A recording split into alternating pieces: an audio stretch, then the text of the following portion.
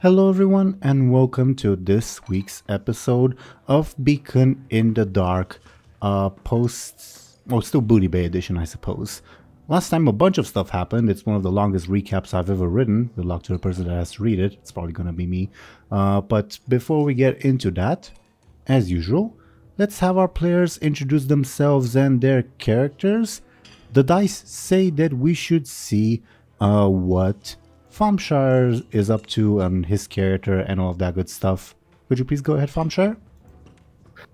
Sure. As always, I'll be playing a Benjamin Aaran, the Blood Elven-ish sellsword, he's back in Booty Bay. He totally loves the place. And we've been keeping relatively out of trouble, which is nice, We've been making some dealings. Lyri's behaving, so I think he'll take it as a nice day for a change. Are you being sarcastic? No, Lyri's been actually behaving. Whole ratting us out aside, I guess. But to be fair, she was being threatened, so Yeah, she gets a pass ish. I'm just like, cause I edited last time's episode just like last night, and like you guys were not very happy when we ended the last session, so that's why this jovial introduction like threw me off. Anyway, thank you very, very much, Thompshire. And speaking of, Zorin, could you please go ahead and introduce yourself and your character, and what has perchance changed about Lyri? I play similarly Embersorrow, the blood elf, stabbing person with daggers. Rogue, I guess, would be the right term. I changed a bunch of her aspects because I realized the last time I changed them was like a year ago, and it didn't really suit the current situation and Lyri's current predicament, so I've tweaked pretty much all of them, actually. Well, except the high concept, which you can't tweak. Yeah, but that's for Later, I guess. Yeah. It's only for major milestones you can tweak that, right? Correct. Mm-hmm. Do you want me to like go through them all, or just? You don't have to. The viewers can read them on screen. It's only like if there's anyone in particular that you especially want to talk about.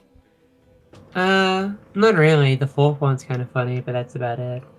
Yes, it's the only aspect I've ever had that I've had to space on 2 lines of text instead of 1 on the overlay. Oh wow. Oops. But it's worth it. Sure.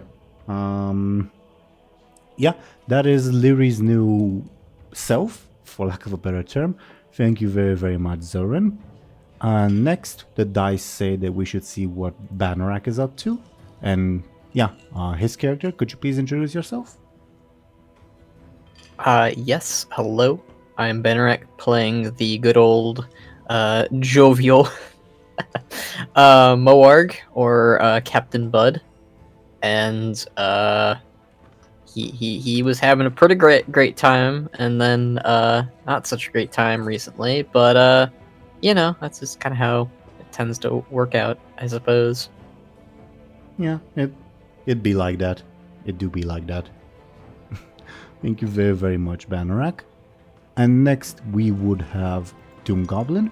Could you please go ahead and introduce yourself and your character? Yeah, sure. I'm a DoomGoblin and I play Captain Bladebeard, a dwarf pirate. Yes, he is, and yes, you do. Thank you very, very much, DoomGoblin. So, last time a bunch of stuff happened that we'll quickly see what was said stuff. I read the recap last time, so I guess the right of choice is mine. I'll leave it up to the dice. So let's see what the dice say. I'll go alphabetical. So 1 through 5. Me again. That's actually kind of perfect because again, it's a bit of a longer recap. Okay.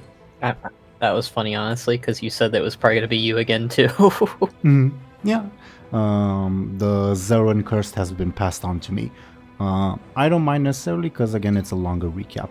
So, the shadows of the past continue to haunt our heroes. Our party decided to spend their evening in the Salty Sailor Tavern, and Gurin brought the damaged Iron Dwarf Frignir to their ships. Suddenly, Benjamin Aaran noticed an elven-looking figure trying to sneak into the building. When he directed Lyri Embersorrow to it, she received a sending from an old comrade in Silvermoon, telling her to go to the Twisting Clothier's shop. Feigning ignorance, the Blood Elf and Captain Bladebeard booked rooms in the inn, while Benjamin and Captain Moarg returned to the ships. During the night, Lyri snuck out of the tavern, followed by Bladebeard to head to the shop she was sold of. Inside, she met several Blood Elves, agents of her former superior and adoptive father figure, Velonif Flamereaver. She quickly lost their trust, however, after unwittingly revealing her void form and accidentally destroying the mind of the Blood Elf warrior that Bladebeard had driven insane earlier. Our hero thus found herself restrained. Using a scrying orb, the Blood Elves then communicated with Velonif. Lyri told him a mixture of truth and lies, mostly aiming to absolve herself of the crimes our party has committed against the Horde. For his part, Velonif scolded our hero but also promised her a chance at a hero's return to Silvermoon if she would use the trust she accrued with Khadgar and Kirin Tor to steal the Ephemeral Orb from Aaran. He also instructed Lyri to keep in regular contact with his operatives while in Booty Bay, and to inquire on the fate of the Sun Fury she was in the company of for the sake of their relatives. Distraught, our hero was let go and left the shop, only to be ambushed by Bladebeard. Once the duo began going against him, however, the dwarf turned back time using Argentum's spare pajama pants. Lyri thus safely returned to the Salty Sailor Tavern, followed from a distance by Bladebeard, who, because of the artifact's side effects, mistook her for an old flame, the Blood Oath, and Dessa Blazeborn. Meanwhile, while returning to their ships, Benjamin and Moarg discussed their situation. The captain expressed his worries that he was not acting like an ogre should, that his concerns were going unheard, that the ogres under his care may fall prey to someone manipulating them, and about Bladebeard. Benjamin encouraged Moarg to see his non-ogre companions as part of the crew as well, and that the current setup the group had was the safest. He also voiced his intention of leaving, however, if his family were put in danger. In the morning, Lyri rushed to the docks to tell Benjamin of what had happened last night, emphasizing the danger she perceived everyone was in from the Horde. The human came up with the idea of asking High Priestess Hakala for aid in sheltering the party's crewmates and family while the group ventures to Aaran, and the two of them also filled Moarg in on the situation. For the moment, they decided to keep what happened a secret from Bladebeard. As such, when the three returned to the Salty Sailor, Moarg distracted the dwarf while Benjamin and Lyri pleaded with Hakala.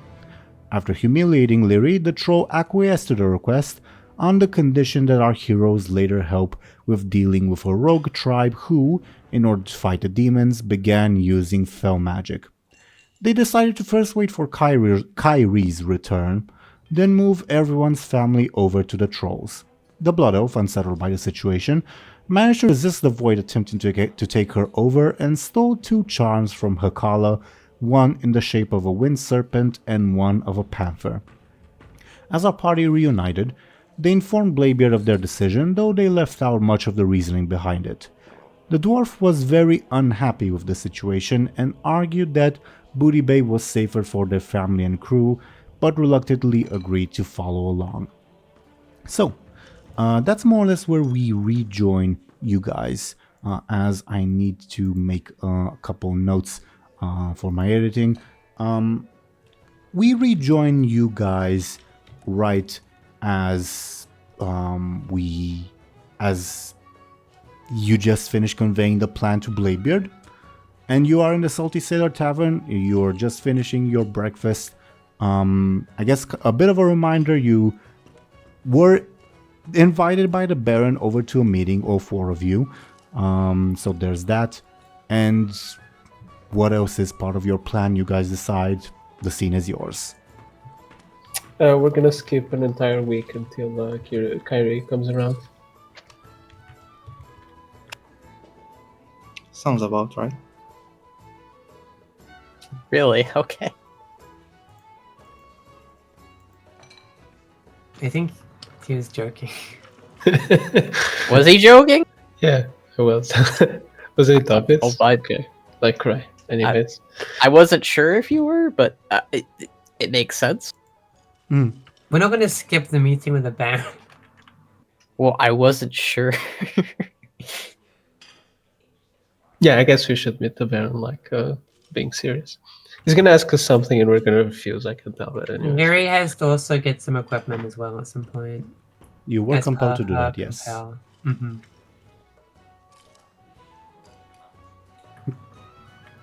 Okay. It's early morning. Well, not super early morning, but morning nevertheless.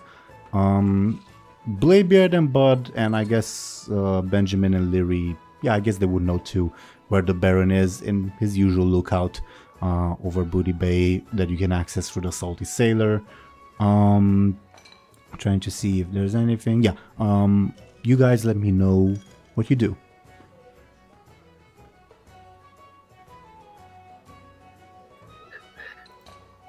Well, with that matter out of the way, maybe we should go hear out the Baron's probably ridiculous demands.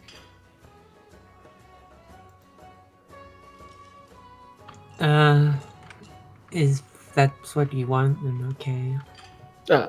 I'm just suggesting, you know. I guess. All right. I guess a bit of a reminder. Last time, you were also thinking of like possibly sending sendings now that it's morning. But we left it for this session. You guys decide if you want to use them or not. Oh yeah, I completely forgot about that. Whoops.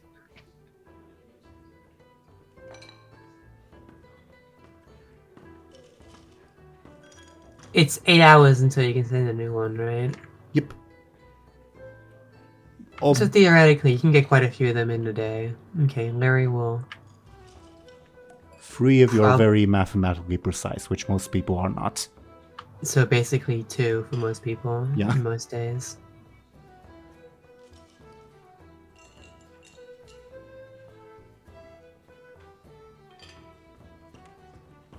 The floor is yours. Any thoughts about Bladebeard? About what? What I just said? The Baron.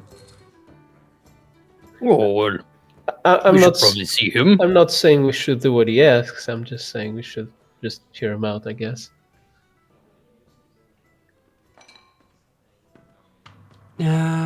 I suppose. I think it's something like a good plan. Sure. Okay. So, for the moment, we skip out on the sendings and you guys head to meet the Baron. Mm-hmm. We can send them during the meeting if you want to. Just. It's not going to take that long. Give me a moment to put some stuff on screen then. Okay, you ascend the stairs to head up to meet the Baron at his usual place. And above board, you would find him and Seahorn on his little overlook that I'm gonna put on screen, as well as himself and Seahorn in just a second. The Baron is currently looking through some papers with Seahorn for context's sake. Let me know if you say anything as you approach. Okie dokie? Mm-hmm. Or like make yourselves known, I guess. Knock, knock. Shit. Bladebeard, stop doing that. Scaring me. Sorry, I guess. What's up? You guys finally showed up. Okay. Well, I'd offer you a seat, but Booty Bay is a bit of a shit show at the moment, so not much I can do there. So, this is embarrassing, but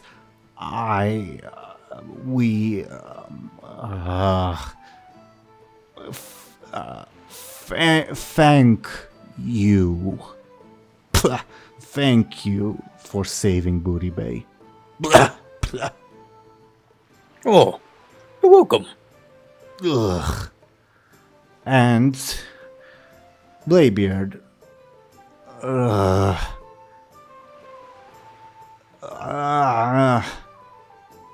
Yes. I'm willing to forgive you for losing one of my ships. Seahorn says that's not the entire story, Baron, is it? Shut up, Seahorn. And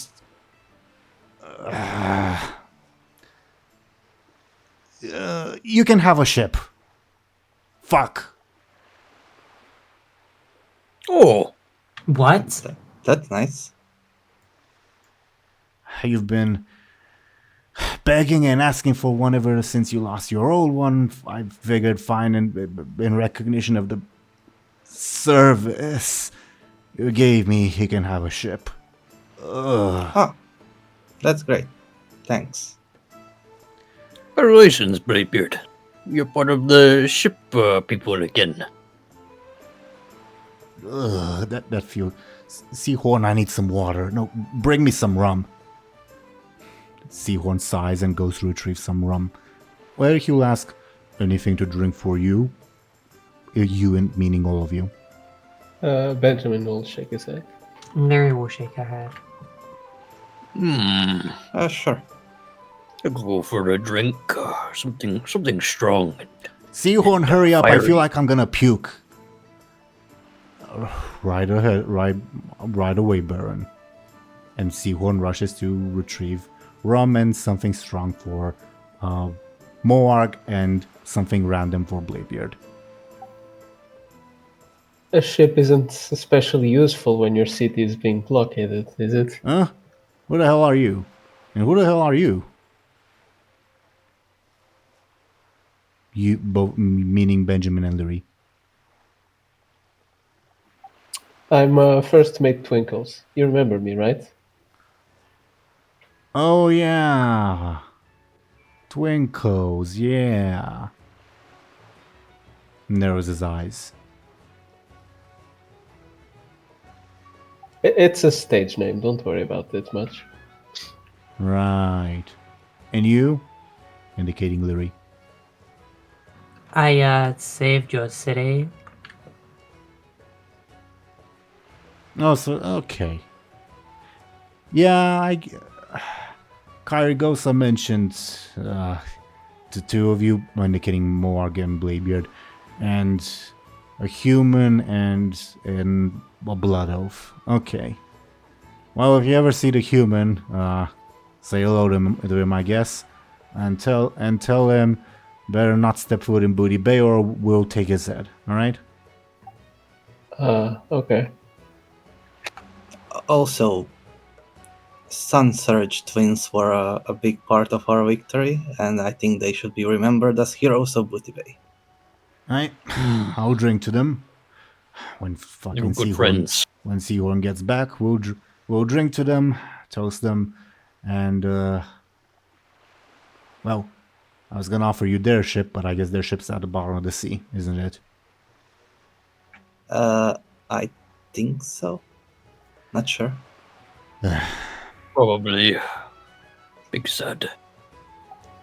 By the way, question if it doesn't break any sort of, I don't know, confidentiality agreements, but who owns that purple ship down at the docks? Do you mean the one that looks like the friendship? The friendship, yeah. Yeah, the salon ship. Ask Seahorn, he's the one that keeps the register. And I think at this point, Seahorn would return with the drinks that were promised. Hurry up, Seahorn, hurry up! I need it. And Seahorn would rush to give it to give rum to the Baron and the strong ale to Moarg and what would be something random for Bladebeard. Something random. I was gonna say because of our pre-session conversation it would be Pilk, but I think that's even Seahorn would not make that mistake. Do you have any suggestions, DoomGoblin, or shall it be drink? I don't. Okay, it is drink. Okay. The Baron chugs the rum and says, that's the shit. Seahorn, the Twinkles over there asked the question, who owns the small purple ship? And Seahorn narrows his eyes at you, Benjamin, and says, and who does Twinkles work for that we should answer his questions? Mary looks at Morg. Morg. Hello. Wait, you're a Blackwater Raider? Why have I never heard of you?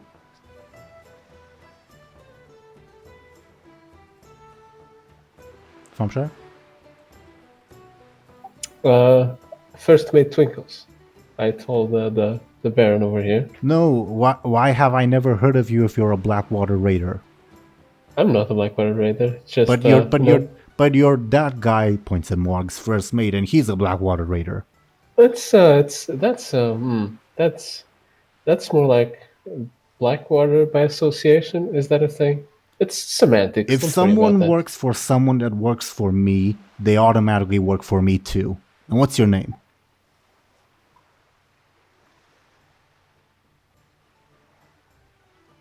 Did you guys pick up what I said?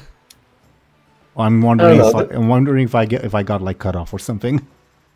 No, you did. Yeah, we hear. I don't know. This wasn't stipulated in the contract I signed. Morg, not Morg, he wouldn't know you by Morg. But you gotta be careful with that stuff. You can't have freeloaders on your ship, not unless they pay. Well, he does pay. Just, you know, I don't normally know people's backgrounds. They normally come to me and they want to join. So, you know, it will work out. He pretty good though. I promise. Good with axes and very smart. Baron sighs, looks at you Twinkles, and says, how much? And C1 says, let's not inquire too much about Twinkles for now. You asked me a question, very well. That ship, he looks through some papers, belongs to one named Ishnudores. Gazutai. Okay, thanks. It had no name registered, and well, you don't usually name your rowboats, do you? Well, you kind of do, says the Baron. True enough. It just reminded me of a friend's boat, so I was wondering if he was around. And at this point, someone will approach the scene from behind you guys. And they will try to forcibly push past all of you. This individual. Do you allow them? Don't they just walk through us? No, they try to forcefully push their way through you. Yeah, I was referencing I know. her being a player. And I know. You can just walk through NPCs. Hey, watch it. She ignores you, walks up to the Baron. Baron says, "Oh, have you got?" And she drops a collection of heads at the Baron's feet, and the Baron says, "Oh, good work. Well, for your next task." And she just runs back outside without saying a word, without letting the Baron finish. The Baron says, "Man, I wish we had more people like that." What's that above your head? Heads. No, above your head, it's like a question mark. Oh no, it's an exclamation point because she turned in the quest and now she took in a new one. Oh, yeah. I don't know signs and letters. Fair, fair. I just see a bunch of blue ones daily. Yeah, those are the worst. See, how did you pay her? You check your pockets, Baron. And Baron checks his pockets. Oh, guess that just happens. Well, if it weren't for people like that, Booty Bay wouldn't be standing today. Wish more of you bums were like her. You mean very rude and intrusive? Yeah, it feels very impersonal, you know. Working relationships are also important, I guess. Oh yeah, well, you saw her just barge in. She didn't even need to listen to me give her a task. She just did it. Like, I told her to kill 20 blood cells, and look, he points at his feet. She did, no questions asked. She just did it for a bunch of silver and a good word. I wish more people were like that.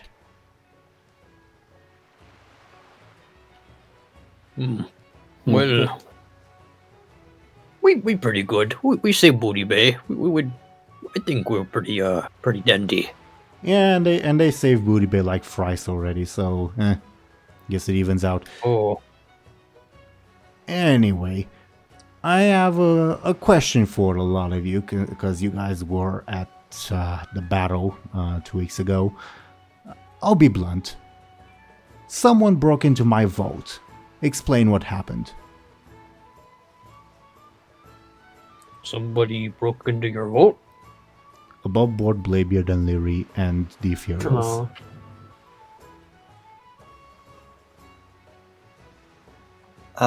It must have been the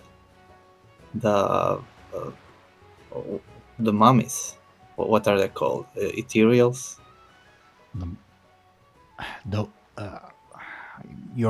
I guess your pal, your Kyrie friend mentioned that there were a bunch of them, but they only took one thing from the vault, and I want it back. What's that? You sure it wasn't you guys? Don't think so. Bucket's only full of gold and old meat. Yeah, they never took any of the gold and anything like that. Above what I think so, at least.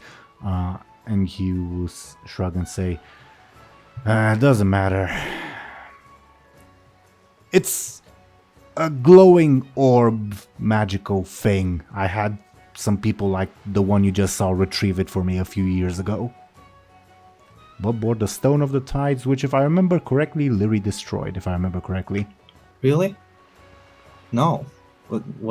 Didn't she destroy the staff? She did. She 100% destroyed the staff, but I don't remember what happened to the orb, the Stone of the Tides, rather. I think that Khadgar has it. Okay, that makes more sense. That makes more sense. Yeah. I also wanted the stone, but then Khadgar All right. left off and now returned. Thank you for correcting me, DoomGoblin. The whole reason why I went to Stormwind, or Bladebeard did. Thank you for correcting me. So he says, well, it's this sphere thing. It's like cursed and summons water elementals. Fancy stuff. I want it back. Do you guys know where it may be?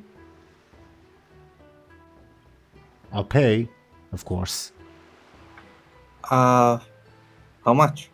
We can maybe find out.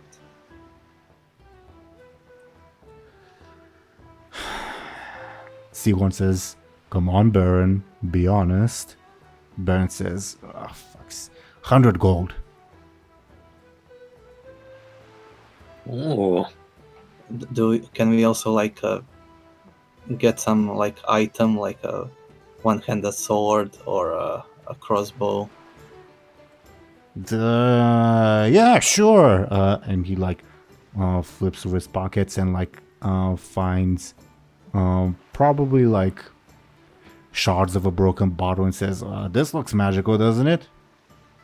What a about trinket. some experience to put on my resume? Yeah. Well, you're selling yourself short, bub, but fine, that works. I need to update mine. Okay. So if you find it, bring it to me. Give you a good reward for it. Second thing. Well, welcome back, Captain and First Mate, indicating Bladebeard and Bud.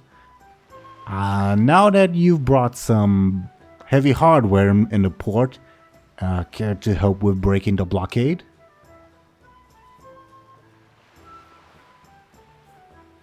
Hmm. We are kind of busy with a lot of things, but yeah, we have to go to Aaran and all that, so kind of busy. You do you. You do you. But I mean, if we find some time, maybe we'll think about it, I guess. Sure, it's not like thousands of people are about to be slaughtered and starve, you know.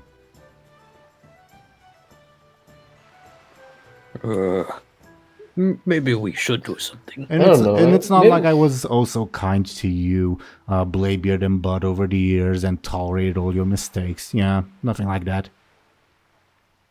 Hey, I never missed a steak. Mistake, Bud, says Seahorn. Oh, yeah, Seahorn would know about steaks.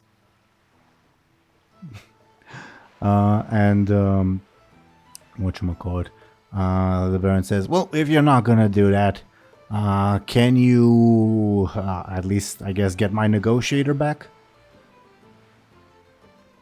a negotiator. Yeah, your friend, Karigosa, was it? Or Kyrie, whatever. Do you know where she is? Do we know where she is? But you don't, but... She was having some sort of meeting in an alternate dimension or something like that. Oh, who's the what now? No, Don't worry about it. No, when that one ship came in and he points to the Alpha that's in the docks and he says, one of the casino, they came in with some weird proposals, and because I was busy with the whole reconstruction and blockade thing, your friend Kyrie offered to negotiate on my behalf, and, well, I haven't seen her since. We should go find her. But Yeah. like, did she fly away, teleport away, just go No, she missing? went to the ship. And never returned? Yeah. Is the ship another dimension? Did you see who was on the ship? Like, who runs things? Yeah, some But- bald guy named Peter Turbo or something. So no mummy people, right? Mummy people. Yeah, like, I don't know, they look like toilet paper with magic Oh, inside of them. Ethereals? No, I haven't seen any of those, no. That is very suspicious. No screaming metal men either, right? That are really big. Screaming metal men? You mean like a golem? Yeah, big golem with fell and screaming voice. Don't like them. No, just a bunch of humans. Weird getup though. Goodness. Oh, Yeah, they had this like weird getup that were dressed like a certain club back in Kazan, and the Baron said, and Seahorn say, well, they look to be dressed more like trolls to me. And Baron says, why are you drinking, Seahorn? So, anyway, can you, go get her, I guess? Sure. Yeah, sure, yeah, I guess. It's useful for us too, so all the better. yeah. Let's give it a go. We'll find our friend. Well, awesome. Well, if you do bring her back, tell me how the negotiations went, because those Crystal Core people got a very interesting offer, but I don't know about the price they were asking. Probably our souls or something like that, I don't know. Just didn't get a good vibe from them. What now? No, they were just wanted the right to operate here.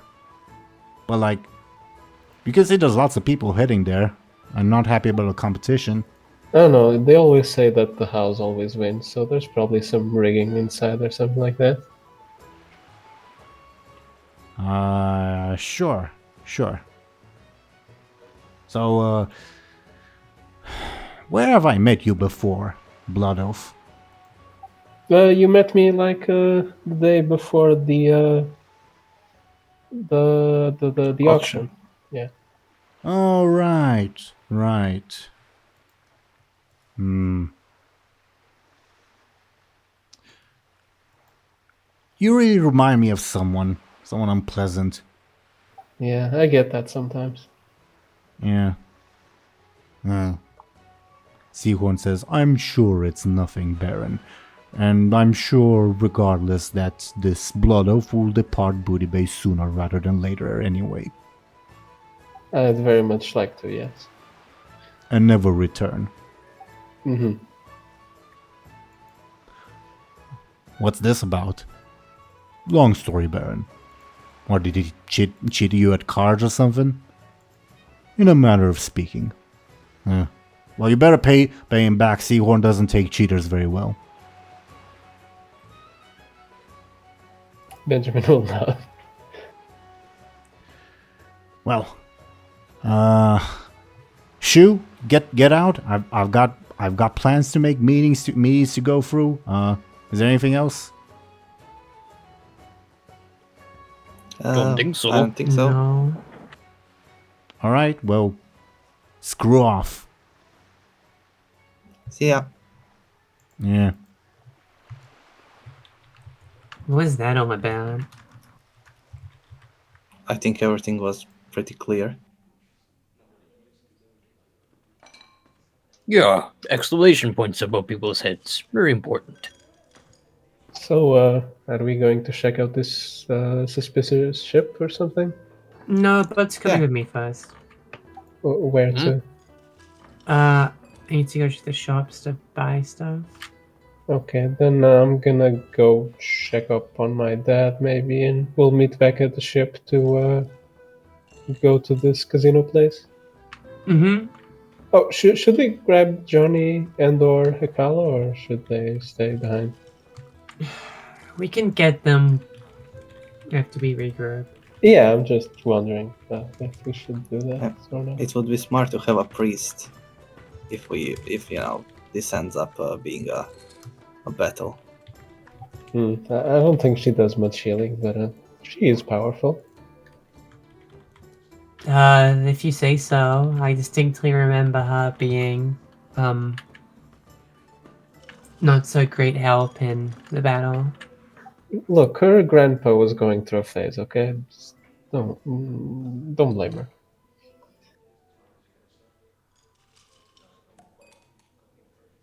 Okay, Bud, you're coming with me. I am. Yes. All right. Where we going? To buy some stuff from the shop. To make sure we're prepared for the adventures to come. Oh, shopping. Okay, very, very important. It's where I get nice coat and hat and things. Do I have a lot of good equipment right now? I don't know if I need anything. But I'll come. Okay, Lyri will lead Bud to the Booty Bay, I guess, markets. Sure thing. What do Benjamin and Bladebeard do? We'll go to the ship. Yeah. Okie dokie. Who should we focus on first? I think Moarg and Lyri, perhaps? Probably. I don't think this will last long, so sure. Sure. All right, sounds good. Okie dokie. So, as you guys head into the markets, you see that a crowd of people has once again gathered to go to the casino ship, the Alpha, and as you go into the markets, do let me know if you talk about anything, do anything like that, etc.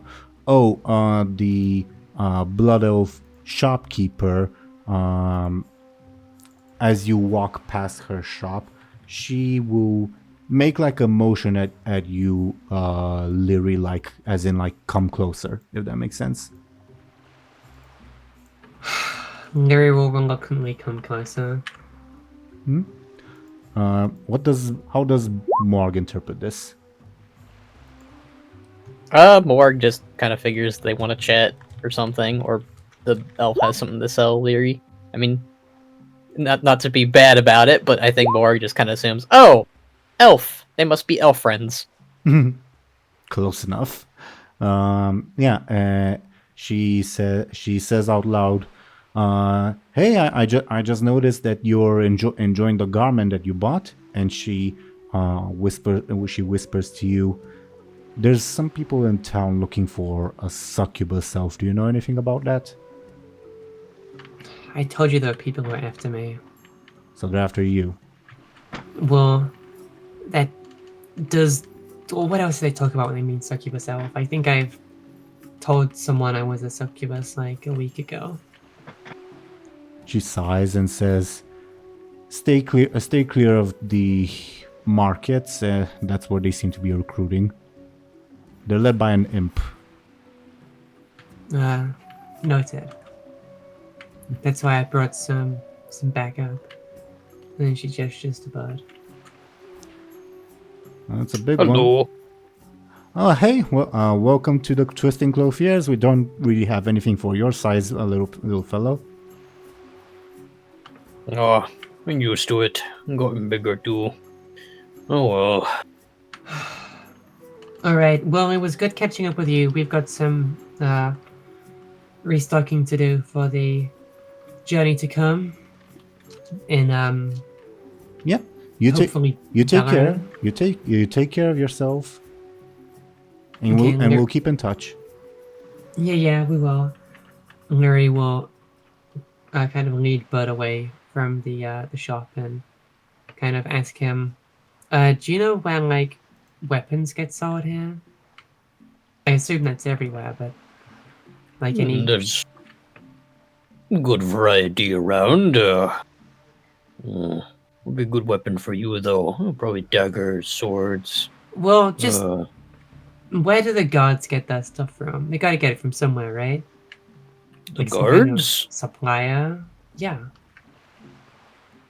I don't know if you want to get guard equipment. Like it's okay, but like, I think you want to get something nice and expensive and shiny. You know. Like, Okay, listen, Bud, the reason I called you here was because I want to make a proposal about living arrangements. living arrange. Let me I'm cut not it ready short. for marriage. No, not like that. You know what marriage is? Well, regardless, listen.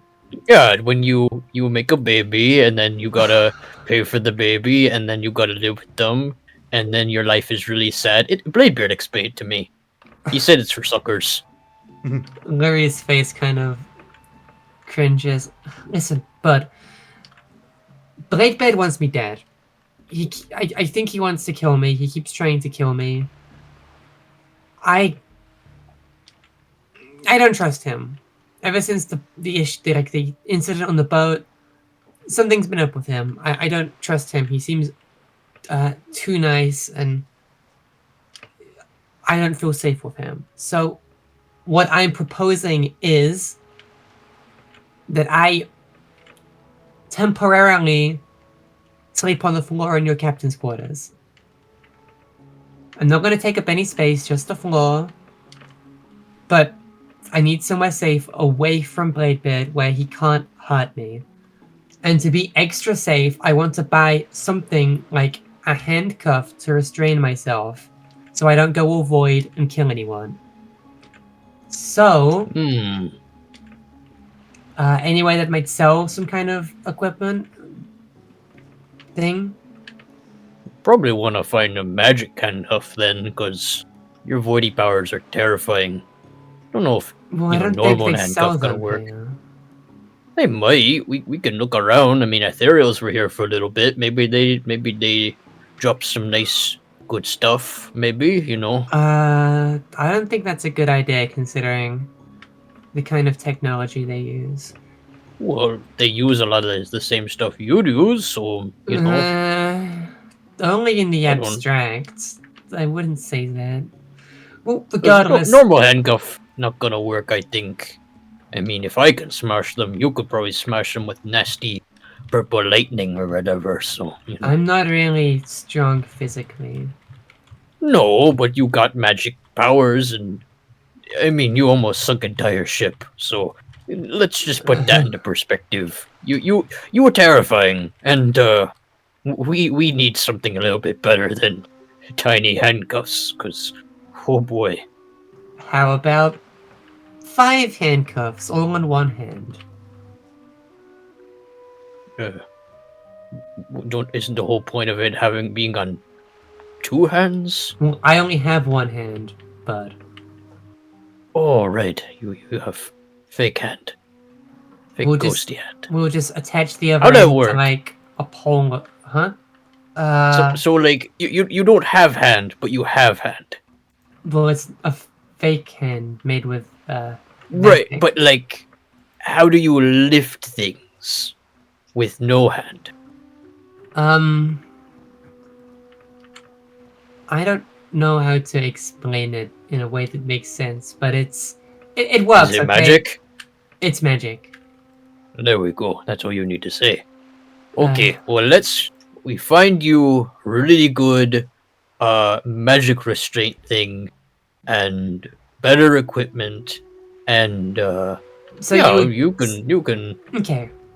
sleep on floor or I don't know, closet. I haven't really looked in there that much. I mostly just kind of sleep in there, count my Yeah. toes. Yeah, I'll let you do whatever you do in the captain's quarters. Eat big sticks of meat or whatever. I don't know what you do, but Yeah, I don't want to be. eat time's fun time. Yeah, I don't want to be intrusive. Just, I trust Benjamin, but I think Yeah, kind Bladebeard of- want to kill you. Yeah, Bladebeard wants to kill me, and as much as I trust Benjamin, I'm still kind of worried that he might have another episode again.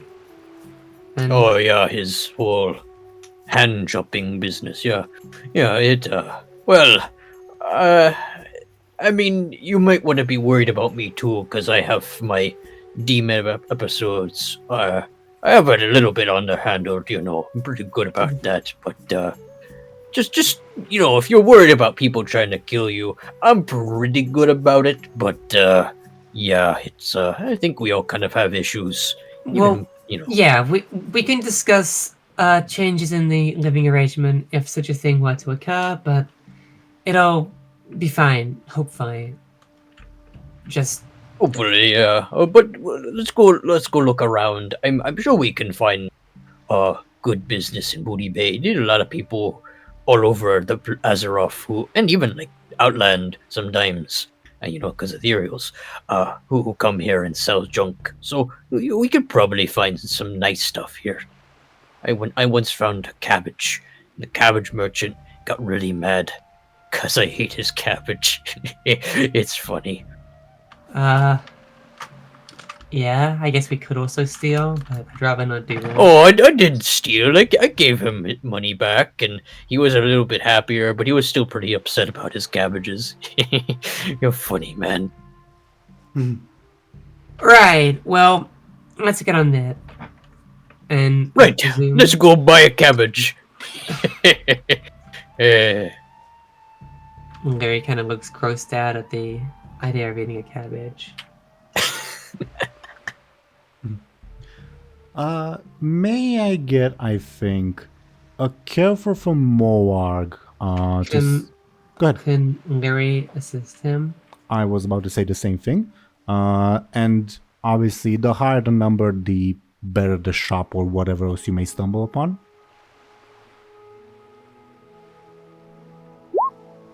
All right. A 2. A 2. That's a pretty average-ish roll. Okay. With a 2, you will see in the distance. Oh yeah, you did meet them before last night.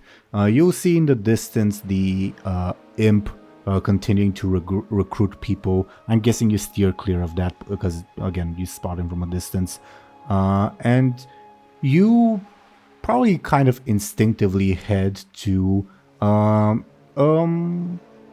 let's say a shop owned by a goblin named Crix Wrenchmeister. And he sells cabbages. Awesome. The cabbage vendor. Yeah. Hope he's still not mad at me. I did pay him last time, and he was okay with that. But okay, cabbages. Ho ho ho ho. It was tough to go inside last time, but now that you're much bigger, Moarg, how do you plan on going inside? Oh, door too tiny. Lyri, can you get cabbage for me? Does this count as ship restocking? I mean, you could always use vegetables, and well, ogres don't usually get too happy, but it adds flavor to the meats. I like cabbages. Okay, how many do you want? I only took one last time, but I guess two this time because I'm bigger. 2? You're... Well, I guess we need crate if we're going for everyone. Okay, well... I can carry crate. I can carry all the... I usually do it with Bladebeard. He buys stuff and I carry the loot. Yeah, but how am I going to carry it to you to carry it back to the ship? Oh, just, like, push it on the ground or drag it over, or, I don't know. You could ask them to help bring it out sometimes. Right. I'll try that. Yeah. Good morrow, my good sir. Can we buy one of you. Go away, I don't know anything about a Lyri Embersorrow. Fuck off. Can we buy some cabbages, please? You're not one of the Blood Oath agent people, are you? No. Oh, well, yeah, sure. You can buy cabbages. You're not after the good shit, are you? The good shit? Like... Forget I said anything. Okay, cabbages. No, wait. I'm interested. Do you sell nice cabbages? Tasty cabbages? Well, fuck. Forget I said anything, please. Please. I have a family. Okay. Please, I didn't steal. I didn't steal it. I just found it on the ground when we got back to Booty Bay. Please, I have a family to feed. Okay? You found an extra nice cabbage in Booty Bay? We'd be willing to take that cabbage off your hand for a premium price. How premium we talking? Like 20 copper? Let's say a singular gold coin. What? I mean, it's a nice cabbage, right? Yeah, but I usually sell these cabbages for like 2 copper a piece. A gold coin? Are you serious? I could retire off of that. Okay, well, stuff tastes better when you spend a lot of money on it. You sure you're not one of them people looking for this Lyri Embersorrow person? Because I don't want no trouble with the Horde, okay? Listen, I just want a cabbage. An extra nice, yummy cabbage for my crew. Okay. You want cabbages or cabbages? And he makes a quotation mark. I want the yummy, extra nice, secret cabbage you found when you came to Booty Bay. The good stuff. Come with me. Come with me. I know it was raining a storm. It probably is so juicy and succulent. Are you coming on to me? No. Okay. You're like 2 feet tall. Well, I mean, my wife's a troll, but never mind. Okay, come on in the back. I keep it hidden in the lock chest. Okay. It must be really nice. You are taken to the back where you see a room filled with cabbages and the room is abnormally cold, as in the middle you see a strange contraption just pumping out cold air. You'll get used to it, come on. Okay. Lyri keeps following him. And he gets to a chest, a big, like very ornate chest. Now, this isn't where I keep the money, okay? The money is in the other shit. Okay, you're not a robber, are you? No. Okay. Well, he like opens the chest and you see inside above board 2 bracers, I guess. Bracers would be the term. I'm trying to find if I have a token that would be descriptive of them, but you would recognize them as the things that Ethereals have on their arms. Ooh.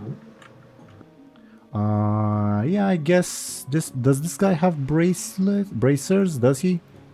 Yeah, he has. Okay, so like those things that this guy has on his arms. Yeah. Yeah, they. My wife's got a bad case of the mojo, but when she put this on, it went away. So, maybe it works. Ooh, interesting. I heard that having one of the vegetables, Lyri kind of does bunny is good Gesundheit. for you.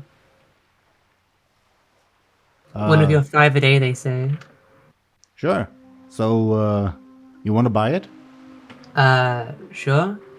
All right. Well, 20 copper. Lyri just kind of hands over the, I guess, most convenient thing in her pocket, like, I guess like a gold coin. Okay. And says, generous tipper. Okay. All right. I really I'll take some of the regular cabbages while I'm here. We've got to have a nice selection. Fine. Take 5 of your pick.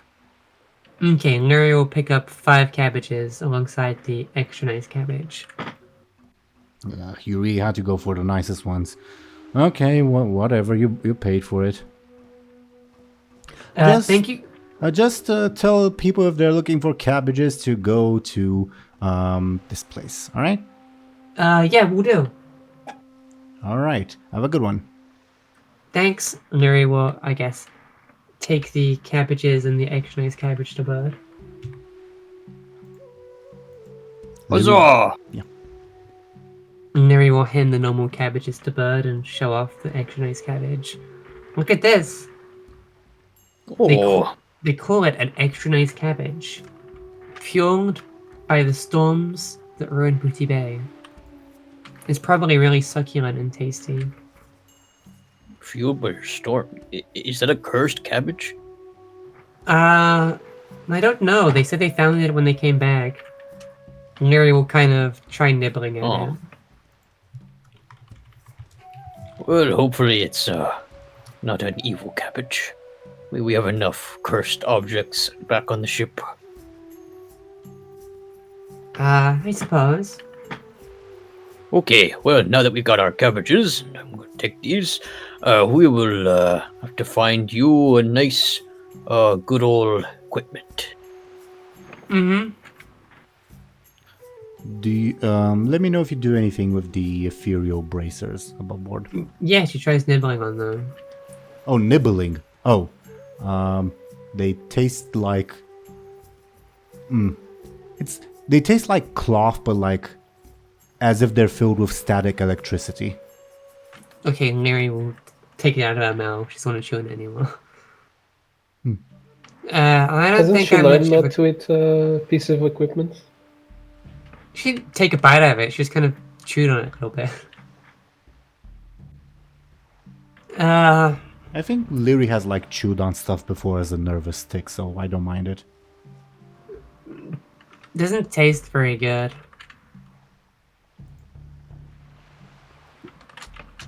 Can Lyri do a clever to see if she can figure out what these are? Yep. Give me a clever. Does- Remind does me, do my you have a plus two- stunt? Yeah, I get +2 when investigating magical objects or occurrences. Yep, then definitely. So 4. Obviously, Ethereals don't wear a lot of clothing. That much is obvious. It's possible that this is just for ornamentation, or it may have a role in, like, sort of keeping them together, if that makes sense. Because they're energy creatures. Oh, these are ethereal things. Yeah, was I not Ethereal. clear?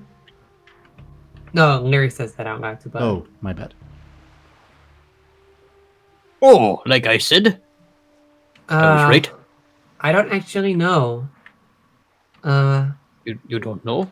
Lyri just kind of slides them on. Maybe I'll smell like them You- now, and they'll let me into the hive. You slide them on, and slightly, ever so slightly, you feel the like constant voices of the void that constantly whisper to you. They diminish a little bit.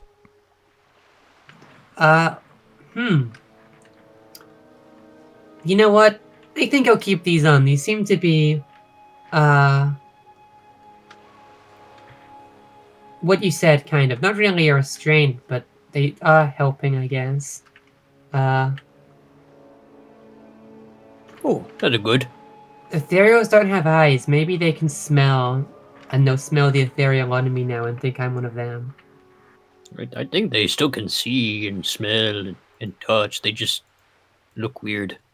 You know, they're No. like, oh, I don't know, energy E. We could ask them. I wanted to ask them all, but yeah. Oh yeah, Tamal and what was her Okay. name? Satana? Sataya, Oh yeah, The, Sataya. the attractive evil lady who summons dead things. As opposed to the Yeah. attractive evil lady who also summoned dead things. There's another one. Yeah. We met Ooh. her here a few days ago. Well, more like a few weeks ago. Zogaga. Ding ding ding! I mean, she was attractive and she liked me, and there could have been a thing between us. I could have had a very nice life. Oh. You could have married her. Bladebeard wouldn't have approved Yeah. though. Yeah, but he said that's for suckers. Although he doesn't have the best advice sometimes. Oh. Well, anyways, Equipment time, right. yeah, let's Uh, go get married. I mean, not you and me, but like, I'm gonna go find someone to get married to. You know? oh yeah, it is. I mean, you could marry the sea, but Um, I don't think you should marry the ocean. You know what? I'm feeling like, for some reason, this very particular moment is a great time for you to meet your next life partner. Banrak, may I offer you compel? Yes. Your pirate captain compel, specifically the captain part. You remember two things at this point. Firstly, you remember Bladebeard constantly saying that marriage is for losers, that only an idiot would want to get married to someone, and all of the negative things that Bladebeard has said about marriage. DoomGoblin, feel free to add if you wish so. And you also remember something else. This is part of the compel. That when you were in the Tower of Hazu, all of the player characters said they'd marry you. So they all think you're a sucker. Oh, Do you accept this compel? yeah. There you go. Here's a fate point. I don't know what that exactly entails in terms of what that means, other than Morg being, oh, wait a minute. Until Bladebeard or someone else like drills into your mind that marriage isn't necessarily a bad thing, you're going to interpret the fact that all the player characters wanted to marry you as like, oh, they must all hate me. Oh, oh no. Morg's just sad now. Does Larry notice that Mohawk suddenly has a somber expression on his face? I think you'll notice because he definitely had a different like he was like thinking about what marriage was, and now the more he's thought about it, he seems a little more distant and sad and I guess upset. Oh, come on, you'll find someone eventually, bud. No need to be so sad about it. But if marriage is for fools, and you all wanted to marry me, then I'm big fool. So, huh? Is this because of what Bladebeard said? Yeah, huh? Well, if we wanted to marry you, wouldn't that make us fools as well? No. I guess that makes sense too. So And we're all fools? Do you think Benjamin's dad is a fool? I mean, kinda. He Well- kinda seems a little foolish and kinda weak and Well, little that's- reliable. I mean, he's nice. Well, that's It is just weak, called though. getting old, unfortunately. Ew. I don't like Yeah. that. Getting Uh, old sounds stupid. It is a bit. Well, all I'm trying to say is that you know marriage is an important part of life, right? I mean, Yeah, didn't I guess. your mom marry your dad? You have a dad, right? I have a dad. He's somewhere. I don't remember him too much. Banorak, I would posit that, like, regarding what Lyri said, when she said, "Oh, we all wanted to marry you," doesn't mean that means we're all idiots too. But if you remember, you all had to pick someone to marry, and because they all picked you, that means, oh, he's the only sucker who would accept. Okay. Just thinking out loud. If I am the only one you guys wanted to marry, then I am big sucker. I am big fool. Well, think about it this way, Moag. If you can't get the idea that it's normal to marry out of your head, listen. Think about it this way. Bladebeard wants to kill me. True. Benjamin, well, let's just take into consideration the size difference between me and you. And note that only one option would be applicable, I guess. You're like 20 feet tall. What would that have to do with anything? You know what the third option was, right? Oh, special cuddle. Yes. And you are very, very tall, and I'm small. So if you tried to cuddle me, you might squish me, or Benjamin, or Bladebeard. He tiniest of them all. Exactly. So it's only logical. So you didn't want to marry me. You just didn't want to do the other things. Yes, no one wanted to kill you, if you remember that. Well, that's always good. But- No one wanted to have the cuddles, but that means I would kill you because of how big I am. Exactly, you're a very tall ogre, even taller than I am big. the rest of your ogres. Yeah. Listen, So I'm sure you- Benjamin will have a more apt explanation if you ask him, but I promise no one thinks you're a fool. I'm gonna We- need a second opinion. We've been around way stupider ogres. Do you remember that guy from the what was it, the Colosseum in Stormwind, the Brawlers Guild? The one you were fighting when we saved you. He was dumb. Yeah, he's the one who betrayed me and yeah, he was big, dumb, and stupid, and rival, and he make me forget things. Exactly, so that means you're smart, because he tried to make you dumb and you're still smarter than him, so... I am pretty smart. What were we doing before this conversation again? You Oh, wanted to we were find going someone to shopping. marry. Oh yeah, shopping, of course. Well, I guess I could marry someone shopping, but that'd be kind of stupid. Do you want to buy a ring? What that for? It's for giving to someone you want to marry. I'm gonna need to ask people about marriage. It Okay, still well, sounds kind of silly. it's a good idea to, be informed, I suppose. Yeah, you're probably not the best informant on marriage. You kind of seem like, not marriage type. Yeah, it's probably for the best. But that's neither here nor there. Let's get some stuff for the ship and for us to gear up and such. Okay, and then I go find someone to talk about marriage. Just talk to Benjamin. He'll tell you all about it. But Benjamin don't want to get married either. He criminal. So what do you mean he doesn't want to get married? Have you seen him? Everyone He has all those ladies lining up, and he's always like, "Oh no, don't kiss me. I'm too handsome." And Morg's just like, "Man, you lucky, man." And then I could be wingman, and I could like convince him, but then he's like, "No, women are scary." So Who would be a good person to talk to about marriage then? Do you know anyone in particular? Good question.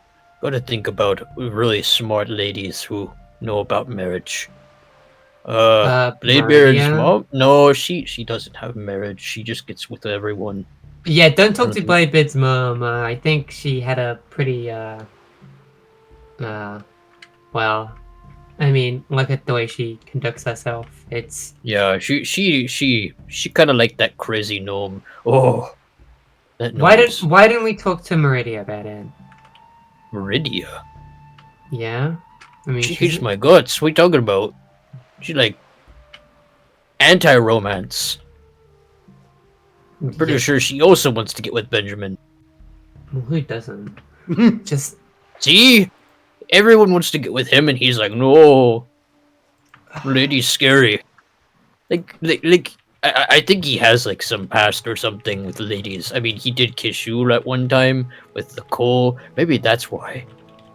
You made him scared of ladies. Wouldn't be surprised. Listen, let's neither here nor there. Do you know any, like, women, Morg? I know lots of ladies, but, they're all pirates, and marriage is usually stupid to them, too. Who do I know who gets married? I don't think I know anyone. I guess your mom? Do you know where your mom is? I think she did. How can I mention anything? Let's just get some equipment. We'll talk about it I back need on to the find show. someone. I need to find someone who's married.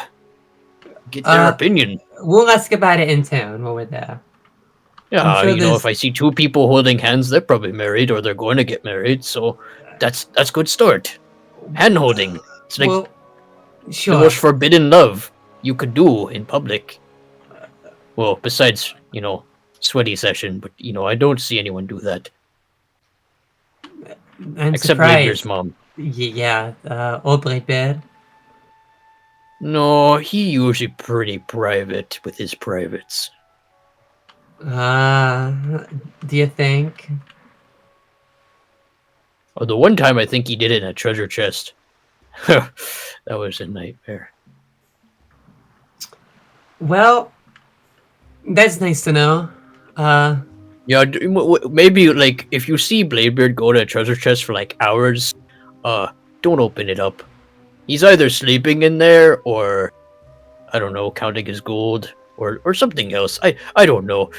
It was one time, I think. Listen, okay, so it doesn't matter. I'll ask people about marriage while we're buying stuff, okay?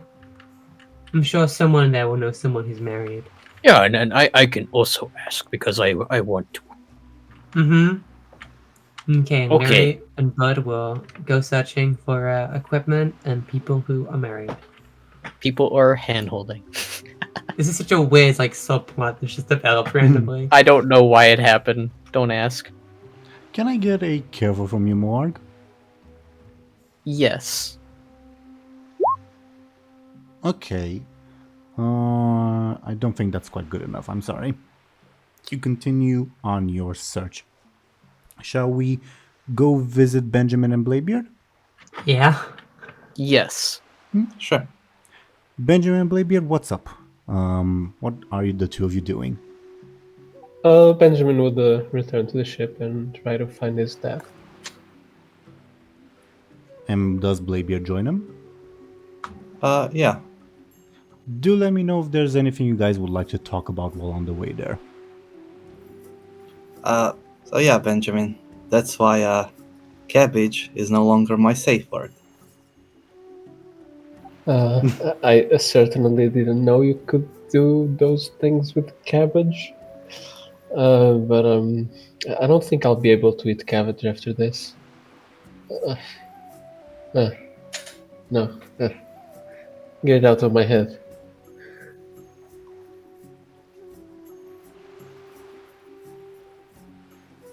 I'm guessing that's where the conversation ends. Unless, Yeah.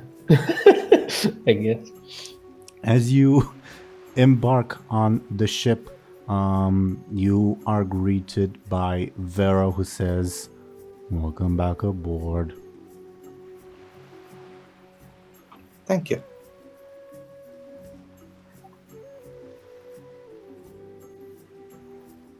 Stares awkwardly. Anyway, I'm gonna go and find my iron dwarfs. Okay. All right. Anything to report in the meantime, or is everything smooth sailing? Does that expression work well without? You get what I mean. Some of the crew went into town. I think they said they were going to the casino. That's about it.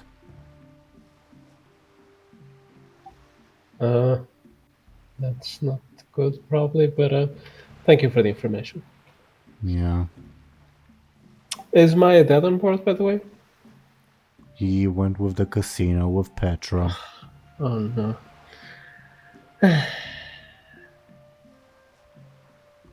Petra Okay, said thanks. Petra said she sensed some weird time disturbance, and Okay. she asked your dad to come with, but she Wh- kept wh- why she kept calling your dad Benjamin. Oh my! I'm gonna kill that dragon someday. Okay. Yeah.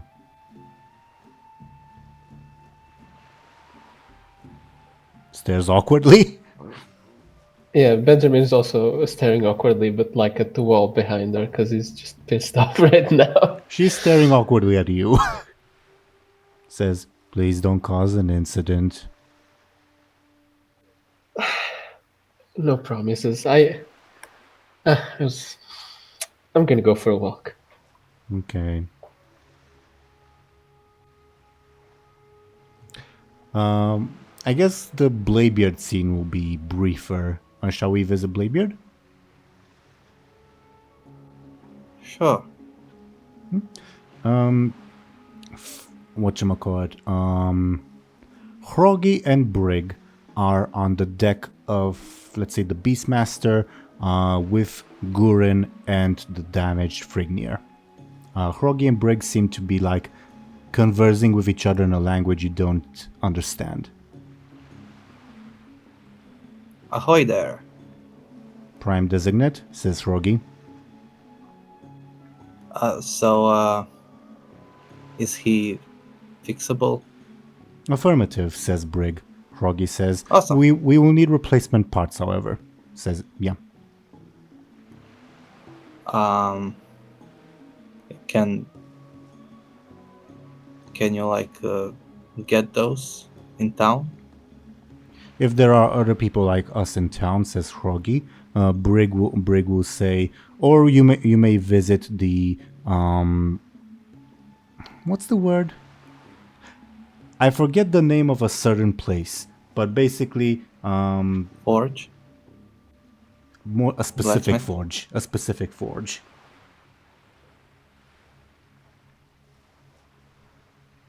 I don't know. Where is oh yeah, I found it. Locate. Thank you, Google. He says, or if you can visit the Forge of Wills, that will be sufficient. Oh, the Forge of Wills, you say?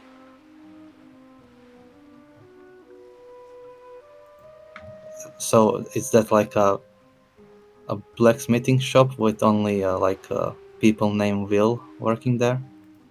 Negative, Prime Designate. Hmm. It is a location found. What's the circumference of the Earth? I forgot. What? I'm What was the question? I'm trying to say a distance in kilometers that does not sound like nonsense. Give me a second.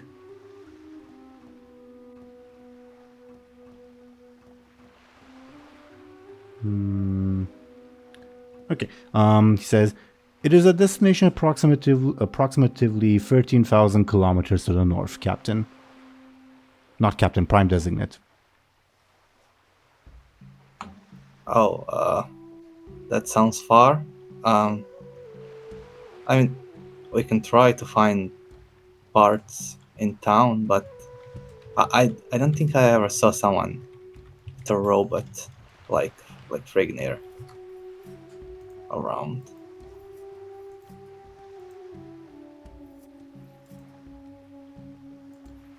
Stares at Can you. you maybe make parts? There are people who are blacksmiths in town, so they can maybe make We can draw those parts. We can draw you a list with the proper alloy and the proper mixage. However, if the mixage is imperfect, the repairs might not work. And you say that this forge where many people work who might not be named Will. Negative, it is Yeah. automated. Ignis, the furnace master, may be in charge of it, however. And you say that the parts found there could fix them, no problem. Affirmative, Captain of Prime Designate.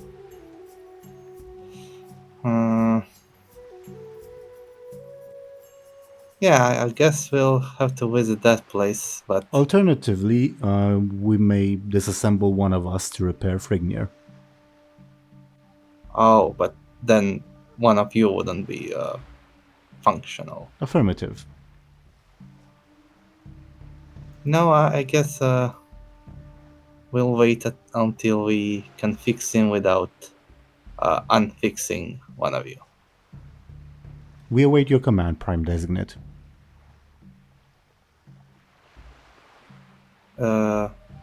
Yeah, just stay here with Frignir, and I don't know, if you think of anything else that could fix him, just let me know.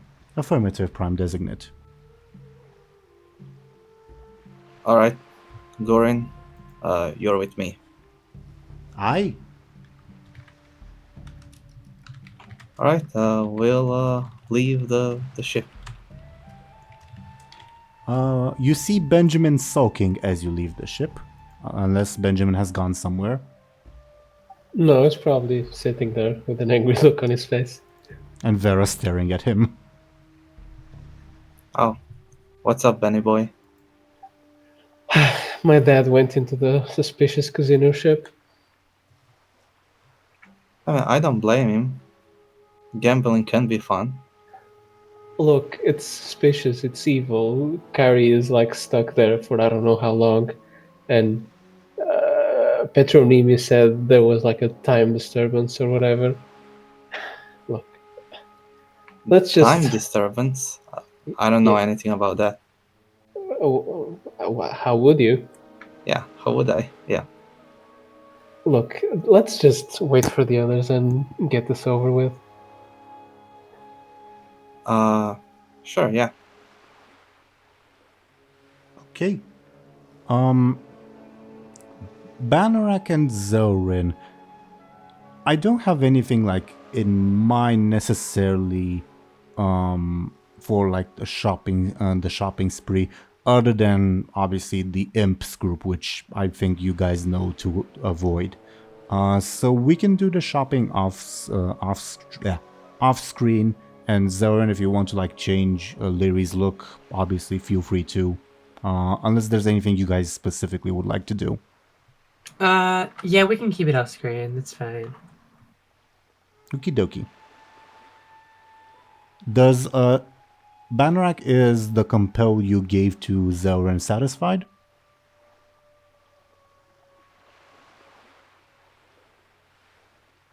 Banarak?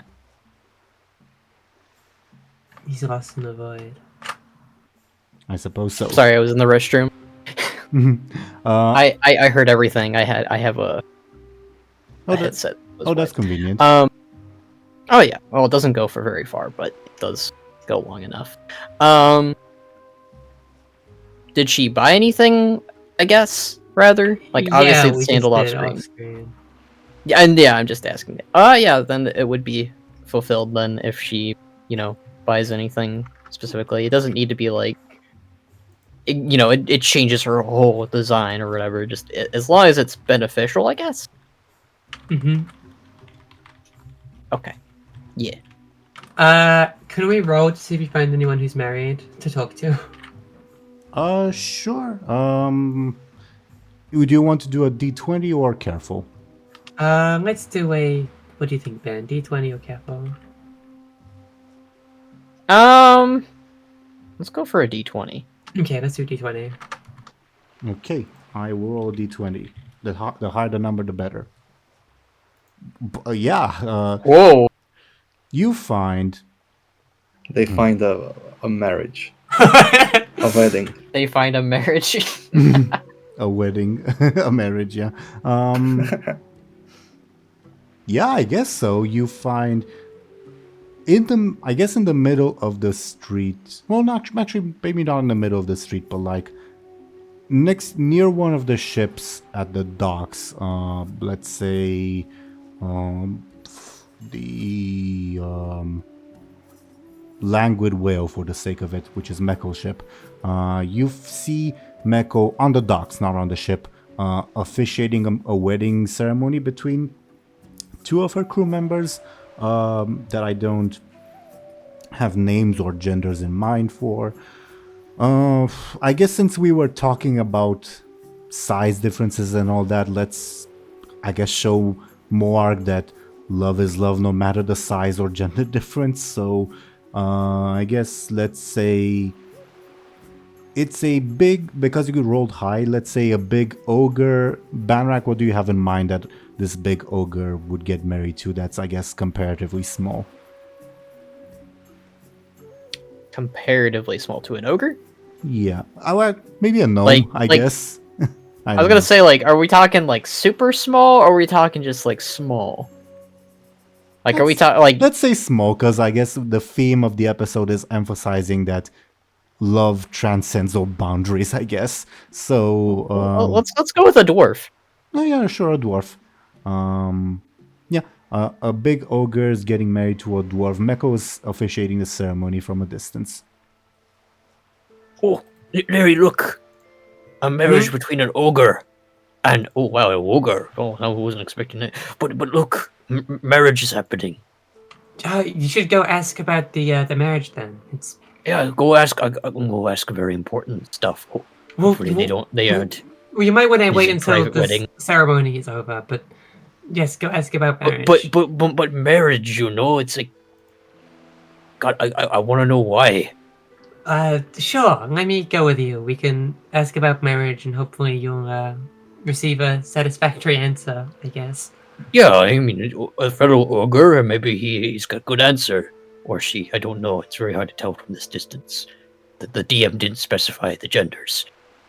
I guess we're talking about transcending boundaries. I guess let's say they're both male. Shrug. Okay, the two fellas. Yeah, well... let's go then. Because you rolled high, I think you would you would approach at a time that is not inconvenient. Like, Yeah. You'd probably see them like they're currently welcoming guests to the wedding. So like, Oh. yeah. Bud, you should give them one of the cabbages as a wedding gift. Oh, that's smart. Who doesn't like cabbages? I mean, some people don't. I mean, I think Bladebeard might hate cabbages now. I don't know. Well, that's Didn't not have that Bladebeard, one that's sex another story. dwarf. True. Not all dwarfs are Bladebeard. Okay. So, do you approach? We approach the cabbage. The dwarf will say, welcome. Are you friends of the other groom? And the ogre says, me not know you. Oh, no, you don't know me, but I brought gift anyways. I have good questions about marriage. They look at each other and say, and they like, I guess for the sake of it, hold hands tighter and say, well, we're an open book. Oh, that's good. Well, books are very, well, I don't read too often, but... They're yummy, okay. says the ogre. Oh, you eat the books? I don't know, books... I'm So trying they have that to weird- wean him off that topic, that habit, you know. Oh yeah, I used to eat heads. I don't do it anymore either. Anyways... It's so- cabbages, obviously, like the one we have right now. Oh, well, I like eating cabbages still. Anyways, so what point of marriage? Like, what makes it not stupid or not foolish? Like, my friend Bladebeard, he always said it's for fools. So what makes marriage not foolish? Ogre says, husband give good food always. And the dwarf says, oh, it's not just about that, but companionship, having someone to share your life with. So it like friendship, but More bigger. involved, let's say. More involved. Lots, Yeah, of, 'cause you do lots the- of wrestling, says the ogre. Oh, Just I know that, buddy. Be quiet about that. They don't need to know about that. Well, that is what marriage has in it, I guess. Yeah, But Bladebeard, he not married, and he do that anyways. So what big difference does marriage add to the picture? Well, it's official. Like, you say to the world, we're in this together and nothing can break us apart. Except the things that break us apart. Well, there are many of those, yeah. Well, but think of all the people Bladebeard's with. Do they all really, like, care about him? Would they really stick their neck out for him? No, they get really mad at him when he leaves, and then it becomes a whole debate and episode. And, that gnome. Yeah, I guess when you put it that way, like, if you don't get married, it leads to consequences. So you should get married. That's one way of looking at it, but you'll be fine, bud. Things come at the time they're meant to come, I guess. So I should get married. Sure, but not right away. You gotta find the Well, right no, person first. I got a lot of stuff going on, and I gotta find the right person who doesn't kick me out after one night. That was sad. Yeah, and that's not marriage material, dear friend. And the ogre says, marriage is with people who will stick by you to very end, hopefully. Well, of course. Not just hopefully, of course. Well, thank you. I really appreciate that from both of you. You seem like very happy. Here's cabbage. Hope it brings you good fortune. Unlike ship, good fortune. That ship was bad luck. The ogre accepts the cabbage and eats it in one gulp. Well, he seemed to enjoy it a lot more than I think your ogres would, bud. He's a vegetarian, you know? Oh, that rare. Very. He seems like more of a catch than half of your ogres, bud. No offense, of course, just some of them kind of... Oh, hey, Norrish is pretty good. I'm the luckiest dwarf alive, I'll say that much. Yeah, you seem very happy, and I am happy that you are happy, and it seems like marriage isn't foolish after all, which is good. I mean, it wasn't the first time Bladebeard's been wrong, but good. You know, it make one day I hope to find a nice lady to settle down with, and well, I don't know if I'm ready for kids, but maybe have a baby or two. You know, who knows? You know. I wish you nothing but the best. The ogre finishes the thank cabbage you. and burps loudly. All right, we'll be seeing you. Good luck on the seas. On marriage. Yeah, on the marriage also. I'm fully confident. Maybe you have a honeymoon, not in Booty Bay though. This place is crazy. If we can find a way to leave the town past the blockade, sure. Captain Mekos Yeah, maybe has given us leave, but yeah. We should. Yeah, Lyri kind of. you could have it on in Gadgesan beaches. That place is really nice. That's how I learned a lot of things, and very nice and sandy on your toes. Oh, Gadgesan's quite a far away, I think. Well, Yeah, it is far. that's a good idea. I like that idea. What do you think? And the ogre says, any place good place if it with you. Okay, well, let's not keep these two waiting for us to, Yeah, twiddle our thumbs. I think we kind you of enjoy your extended our wedding. time. We don't want to bother you from other guests too. So you have good life and long life together. Very happy for you. And, Lyri Miss tries Ogre. to pull Bud away by his finger. Bye. Goodbye. Thank you for the well wishes. Thank you for cabbage. We gotta get these Lord cabbages gives back him- to the ship. Mora gives him a thumbs up. Gives thumbs up back, both of them. Haha. Got thumbs up. Very good life. See, I told you it wasn't that bad. Yeah, they phrased it in a good way. I think it helps there was an ogre there as well. Oh yeah, a little too on the nose, but you know, I'm happy. So, I just gotta find that right lady then, who treat me right and not try to kill me or kick me out or enslave me or turn me into an undead. Yeah, now that I Or think about shoot it, you with a Zogaga harpoon. probably. Yeah. I think a lot of the ladies in my life are kind of toxic. Yeah, you don't really have the best luck with the ladies, do you? No, or life really. I mean, Oh, ate a don't say demon. that. I mean, I get chased by giant metal men who scream real loud.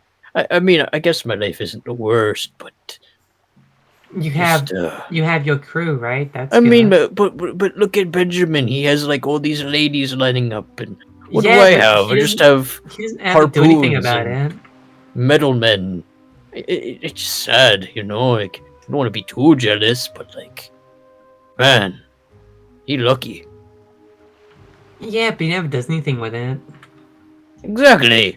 It's like, why he's like flaunting it sometimes. Like, I know he hates it, but Well, maybe he has his own hang-ups about it. Maybe he's got his own issues that he doesn't want to... he's not ready for a commitment or babies or something. Probably. I think the only lady he kind of got working with is that Meridia chick, and she kind of hate me. So I don't know if she's good for him. You know, kind of like big brother. Or, am I his big brother? A good question. Is Benjamin older than me or younger than me? I don't even know. I don't even know my birthday.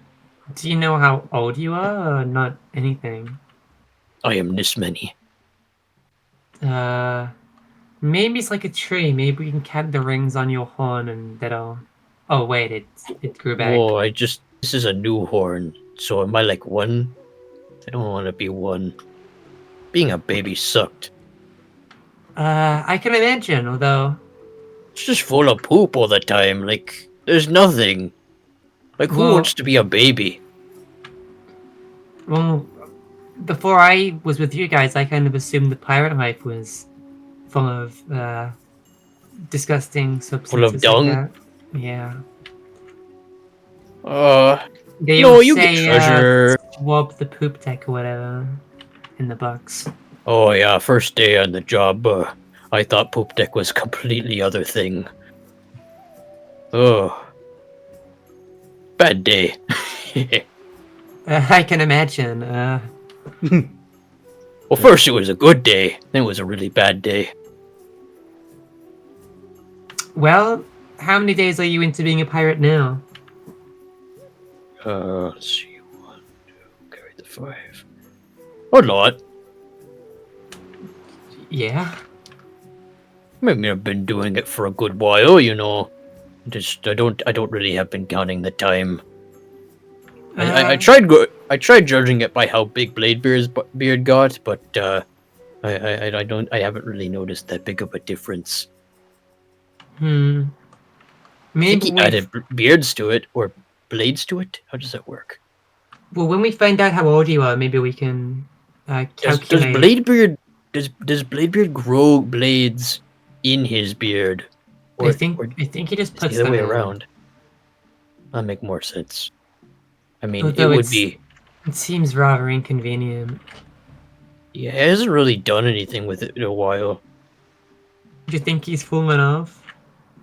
Maybe a little bit. I mean, he maybe he should change his name to Relic Beard because he has all those relics. How about Captain Insane Beard? Well, the thing is, when you're a captain, you want a name that really pops off. You know, like Captain Morg or Captain Bud or Captain. What's a good name?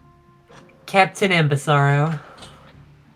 Sure. You know, you want a name that pops. You don't want a name that like makes you look like a psycho. So like, let's think of a good name for Bladebeard that isn't Relic Beard or Beard, I guess. You know, it always has to have a beard in it. What does his mom call him again? Isn't it like Poppy or Bobby? Something like Robbie, I think. It's on the tip of my tongue. Maybe Well, he just go by anyways. his official name.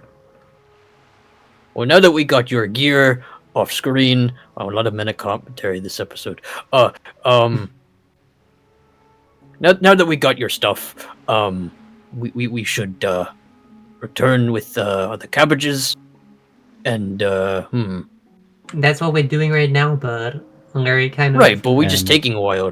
And the camera shoots up as the two of you are right at the docks where the ships are. See, we're already We're there. here. Well, yeah, I told you we were walking pretty fast. I was paying attention to the conversation. That's fine. You're doing complicated maths. I understand. And Let's deliver these cabbages and see what the others are doing. you get on board. Yeah. Yep. You get on board. Vera, quote unquote, yells out, "Captain on deck." And Thank you, Vera. Bladebeard and Benjamin, you see the two of them approach. Petronimi and my dad went into the boat. Okay. Which boat? The casino boat. Oh, not The this boat? suspicious boat. Oh, I was The gonna dangerous visit that boat. Are we going now?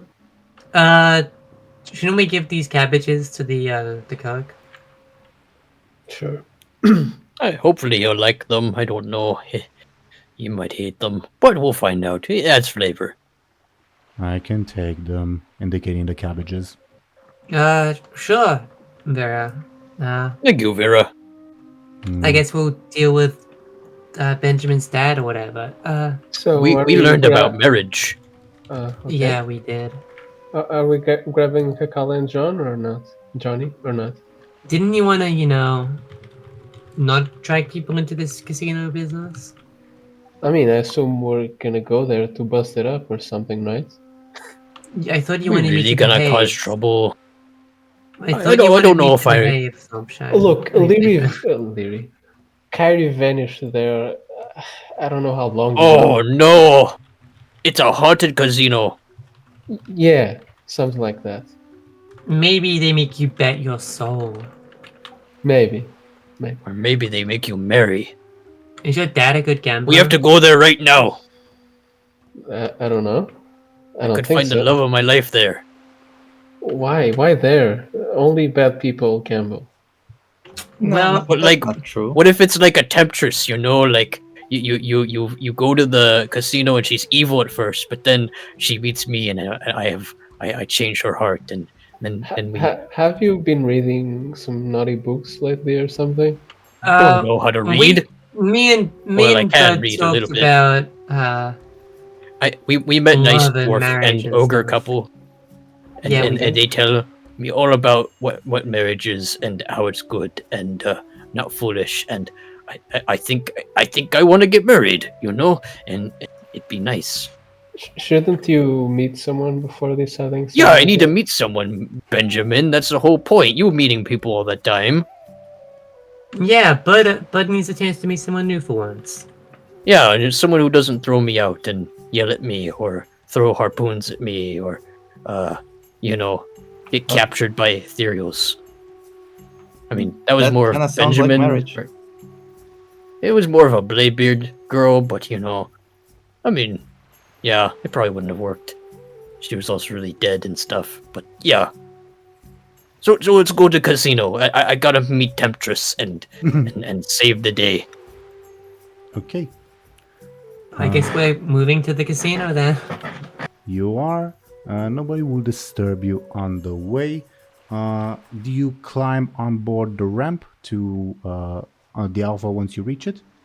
Yeah. Shouldn't we probably let someone we're going in case we disappear or something? No, we'll not disappear.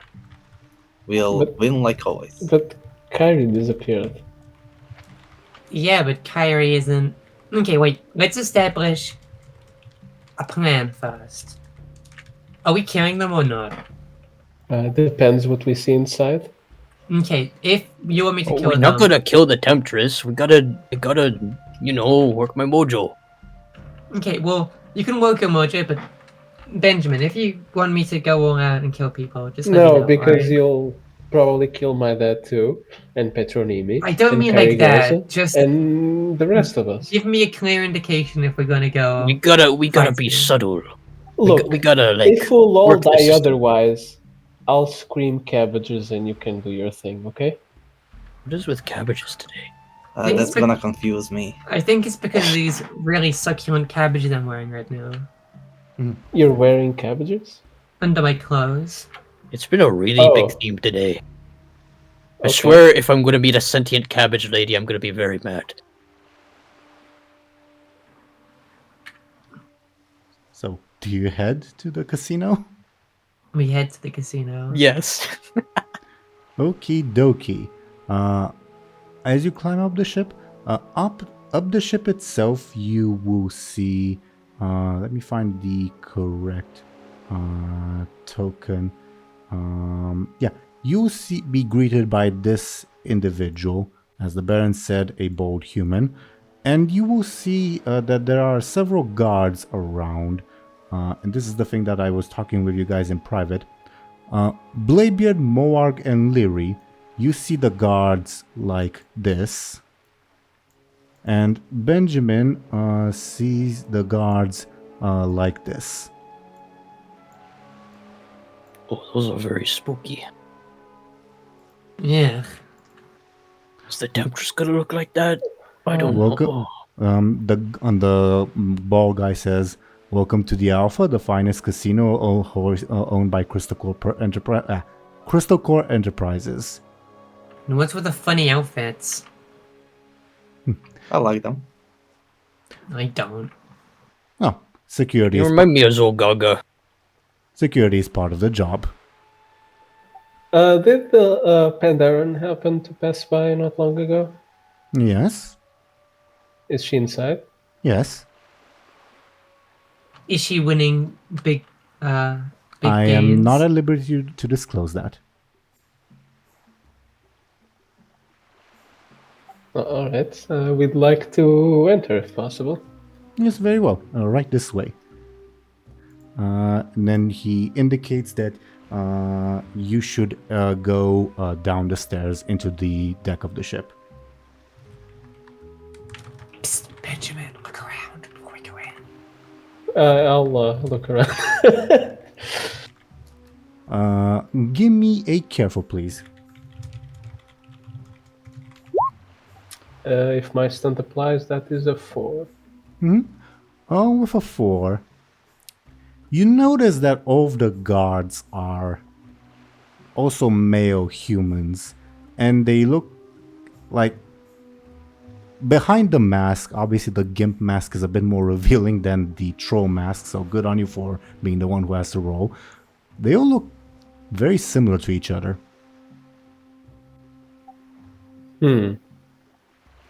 Oh my god. I think this is a family-run business. And one other thing that you kind of now realize, they look similar to each other and to the proprietor and to someone else you've met. Like, he seems familiar, but you can't quite place it, not without putting in more fate points. Should I, guys? No.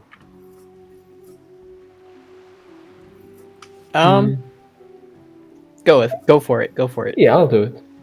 I'll invoke. I'll invoke Veteran of the Northern Campaign. Since the Gimp mask kinda caught my eye, maybe I was paying a special attention to these weird dudes. Does that make sense? No. No? Okay. What else? I guess I can also go for Adventuring Sellsword. I guess recognizing people has to be part of my job sometimes, because sometimes I get some hazy descriptions, sometimes I get a stupid drawing, so, I have to kind of recognize faces. Does that make sense? Yeah, Or- that works. That works. Sure. They look, again, similar to each other and to the main proprietor, and to someone you've met before in Season 3, funnily enough. I'll put them on screen, don't know if you recognize this person.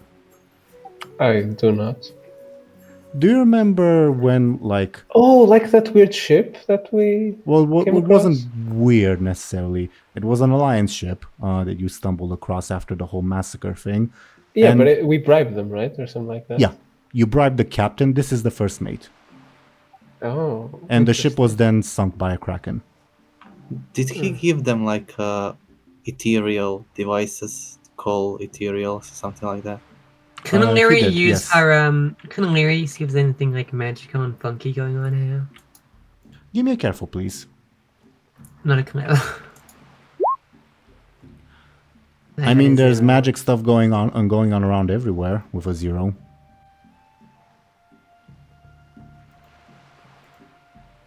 Okay.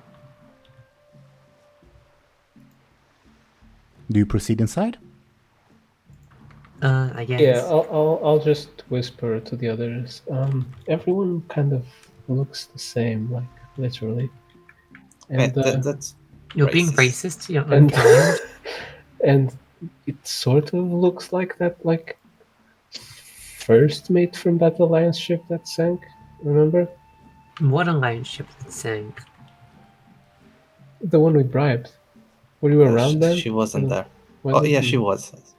Yeah, she was, but she was unconscious. Oh, okay. So they like mega twins, like quadruplets. What's higher than? I mean, if it was Well, just the two of humans- them, maybe. But Humans breed like rabbits, so what? it's a likely story. Did they get that- married a lot then? Let's Yeah, they do. let's just keep an eye out, okay? Yeah, I'm not finding any temptresses here. Okay. I don't think we'll find any, but okay. He Unless doesn't you look consider doesn't look like my type. temptress. Who? Petronimi, she can be a temptress. I don't think so. Gary shrugs. She hasn't tempted me with anything, so these guys are just tempting me with the red flags, even though they don't carry flags.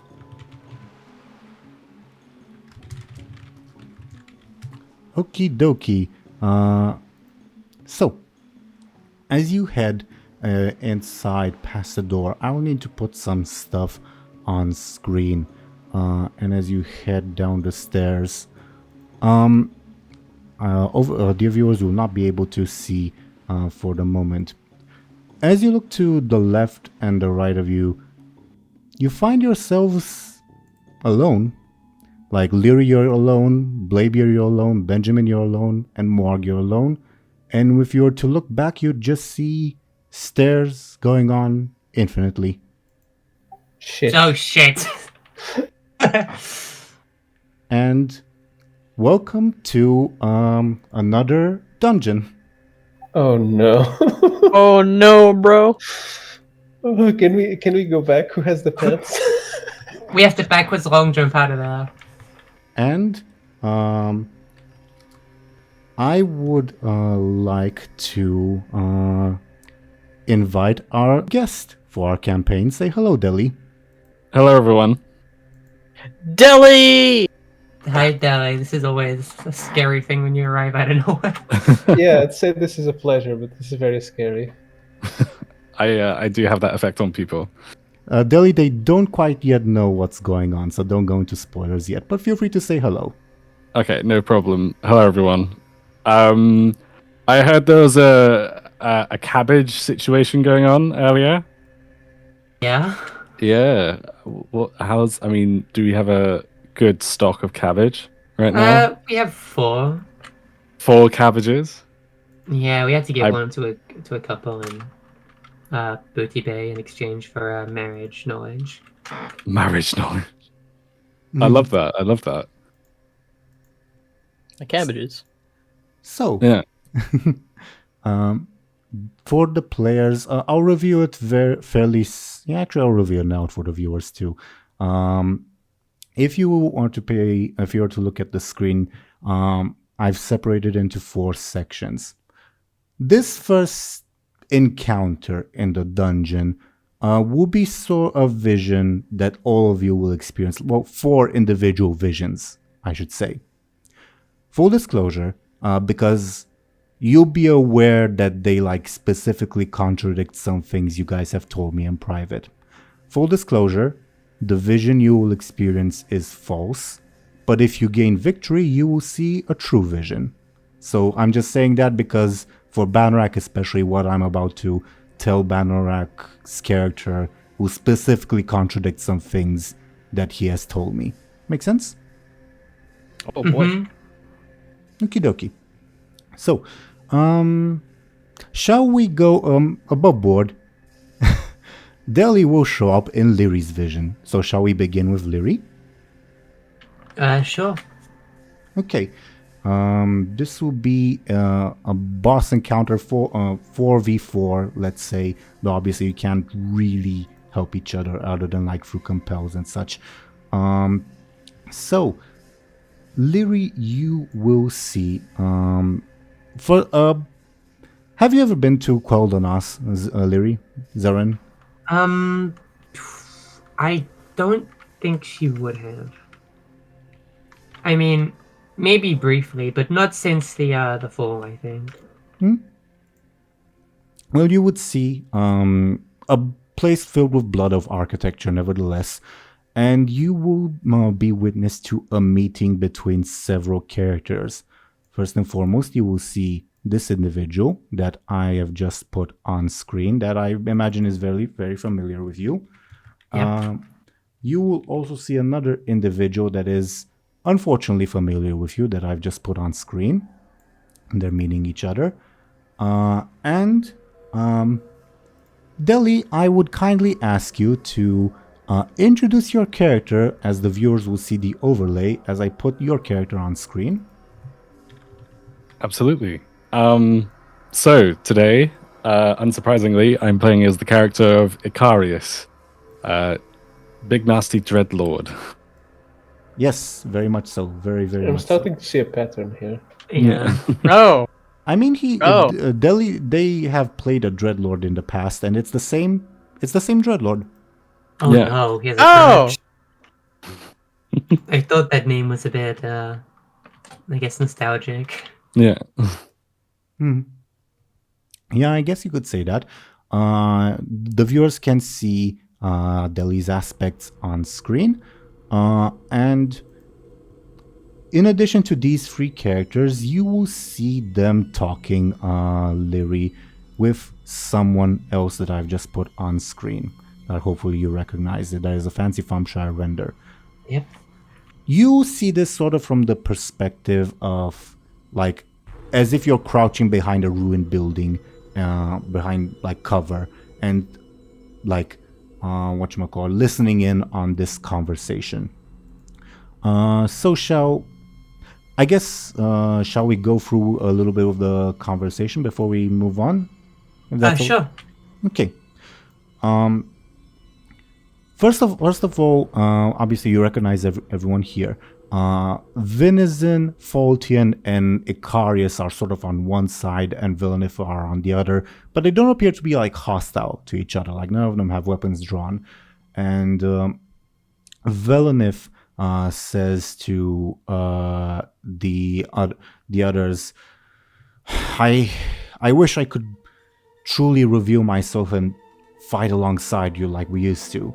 And Venison says, the Sun King has other plans for you. Just lay low, as we have established.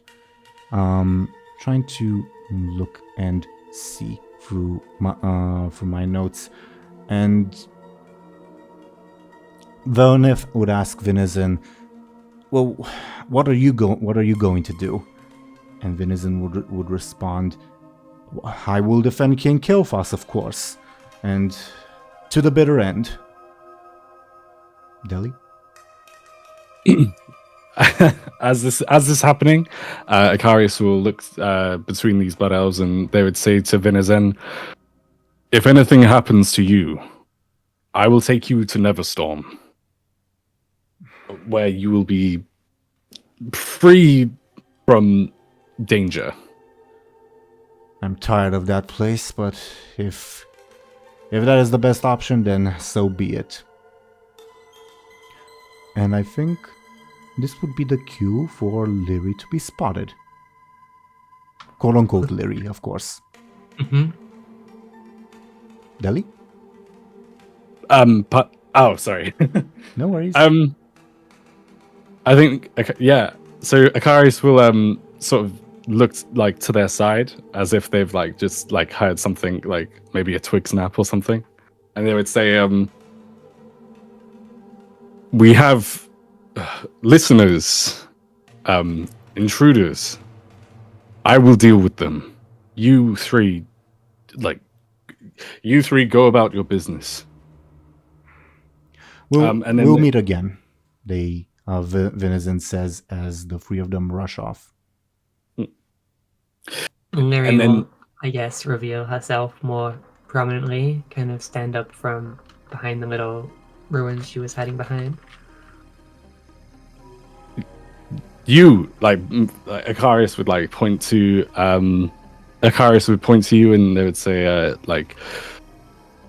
"What are you what are you doing here?" I will we don't take kindly to interlopers. What am I doing here? What kind of foul trick is this? Playing dumb won't save you. I know you're not. How do I put this? I can sense that you are an outsider, and any outsiders to be killed on sight. Okay, Lyri will, I guess, draw her weapons and get ready to. You mean the weapons I have? Oh yeah. Oh no. Okay, Lyri will, I guess, draw her hands outwards and. Hands? Yeah, she gave her weapons away to Benjamin. She'll have to just do those, I guess. Okay, fair enough. No. This is backfired very quickly. Ikarius might look a little bit puzzled, but they would say like, "Your tricks won't do you. Your tricks won't save you here, Blood Elf." I guess Mary will snort in a dismissive way. Sure. Technically, we're not gonna go in initiative order yet because a character from a different flashback would have a higher quick than Benjamin and Lyri. So I guess shall we first introduce all the flashbacks and then go in initiative order? Yeah, I think that's a good idea. Yeah, sure. Welcome, Deli, by the way. Thank you. Who shall go next, Benjamin, Bladebeard, or Moarg? Should we roll for it? We can if you want to.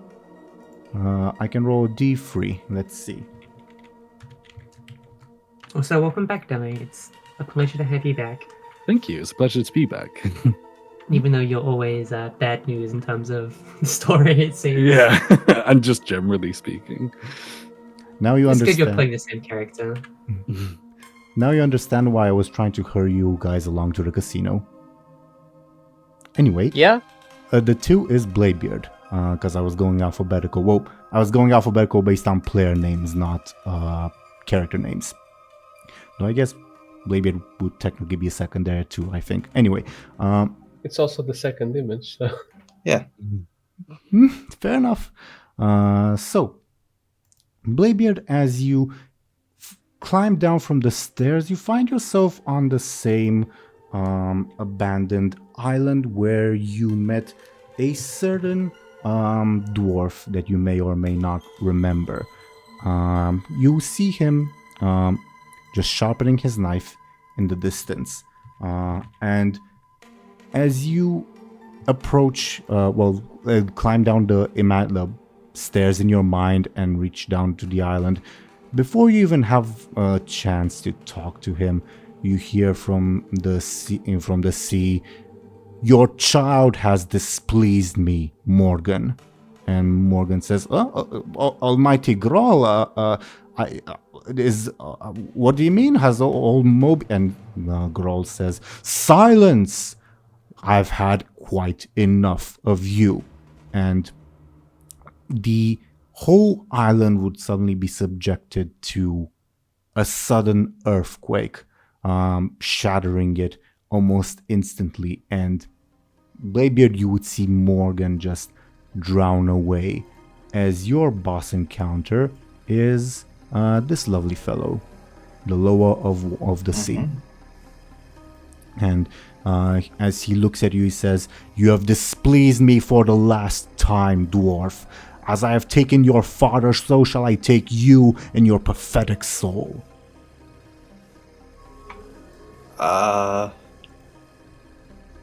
What's going on? I was in a ship. Is this a dream? A very realistic feeling one, above board. I think that's the cue for the boss encounter to begin, unless you'd like to say anything else. I have some questions above board. Sure. Where do I feel Lyri is? Good question. Where do you feel Lyri is? It feels bizarre, but the voice in your mind says, let me do some quick math. 3 years ago, 9,000 kilometers to the northeast.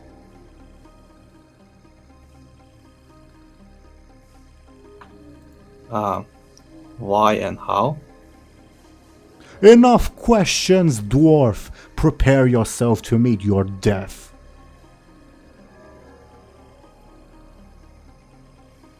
Bladebeard scratches his head. You're underwater. Oh, I said the island was sinking. yeah, makes sense.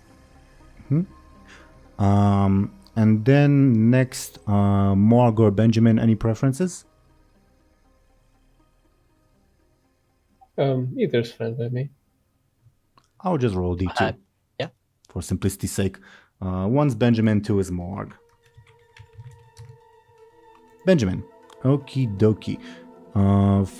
Benjamin, you find yourself in front of a bit of a grotesque sight, so to say, as you will see free, arguably free, familiar individuals close to your home in Eastvale. Well, old home, I guess.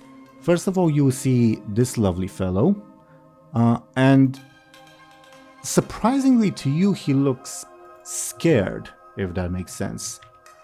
And he is next to someone else that I'll put on screen in a moment.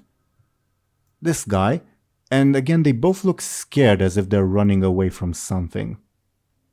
And your father says, Andor, what happened? How could this have happened?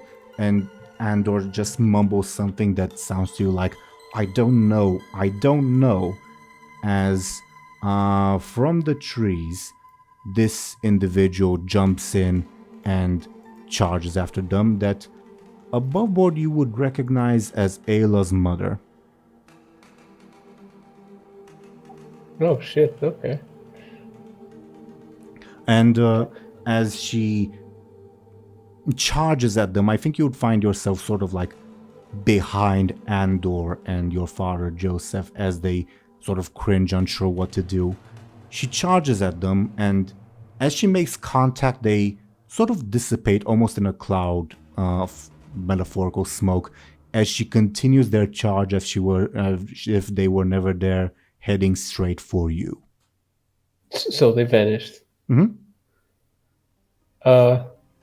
I'll kind of take out my sword and kind of charge against her too. Mm-hmm. And next shall be Moarg and his vision, and then we will start the initiative order. Moarg, you find yourself in the familiar throne room of Dire Maul. Familiar as in, maybe you don't have direct memories of it, but you certainly at least remember. It feels like almost deja vu being there, if that makes sense. Right? Mm-hmm. And you would recognize a figure that instinctively in your mind, and again, this is the part that I would ask that you remember. It's not true above board, but in character you might believe. You would recognize your mother. Very demure looking, subdued, as she bows down and brings a plate of meat to this individual, who is, of course, King Gordok, specifically the King Gordok before the one you served last time. Because of course you A know, while ago. because of course you know all the leaders of the Gorduni are named King Gordok. So where's Right. the model for his mother? Soon to be revealed, I suppose. Oh, you actually have one. Not for this form of his mother, let's say that. And King Gordok slaps away the meat from your mother's arms and says, "Useless, just like the rest of you. You're nothing more than a pathetic concubine woman. Now where's our child?" And she indicates you, Banarak, and King Gordok, not Banarak, Moarg. And King Gordok addresses you directly and says, "You are nothing, just nothing more than the child of a pathetic concubine. Your only claim to success is the fact that you are my son, and I spit on you."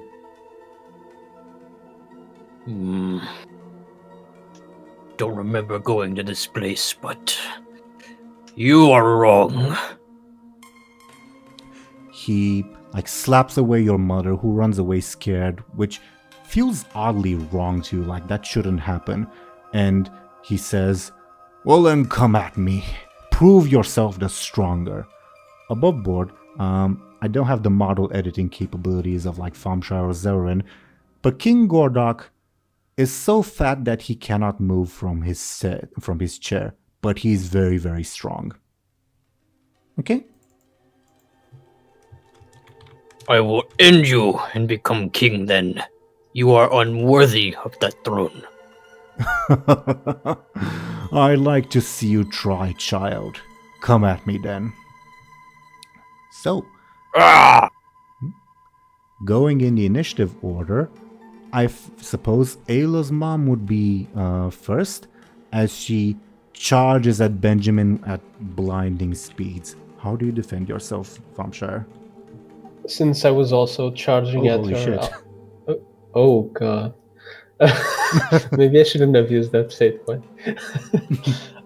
I'll rush at her, as I was saying, I rush at her too, and like at the last second I kind of dodged to the side. Can I get a quick from you, please? This is a quick attack, by the way. Hmm.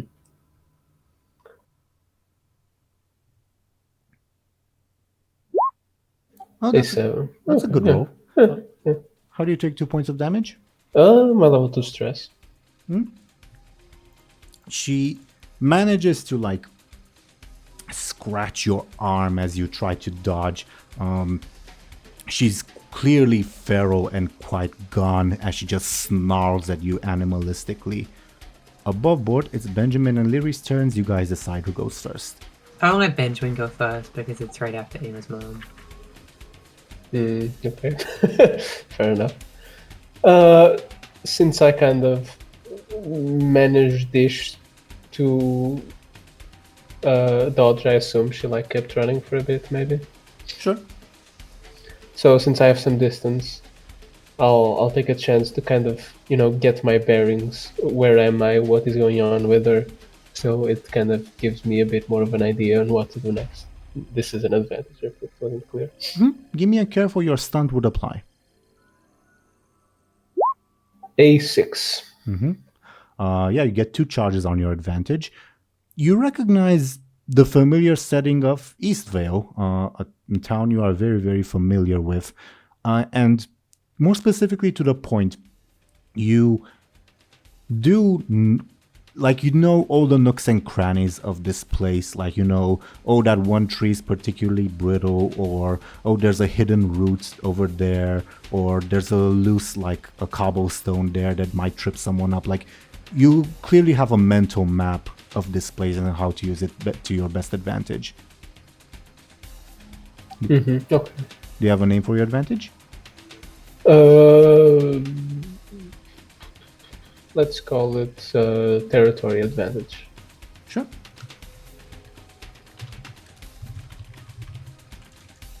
Lyri?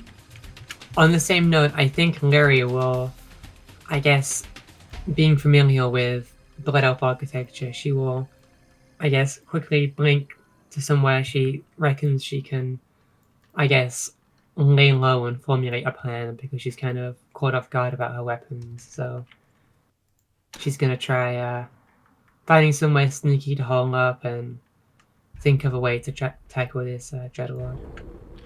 This to me sounds like a sneaky advantage, and I think Dely, the difficulty would be you're careful. Do you agree? Yeah, absolutely. Please feel free to roll. Ooh, I get an 8. Oh, that's a good roll.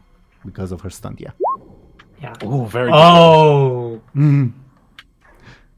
Head empty, what can I say? Yeah, the intruder, Ikarius, just vanishes. Okay. But you, in the back of your mind, they're still here, around here somewhere. The combat's not over yet. Okay. I guess narratively, Ikarius would Ikarius would look around and say this island is this island is a small place, Blood Elf. You can't hide forever.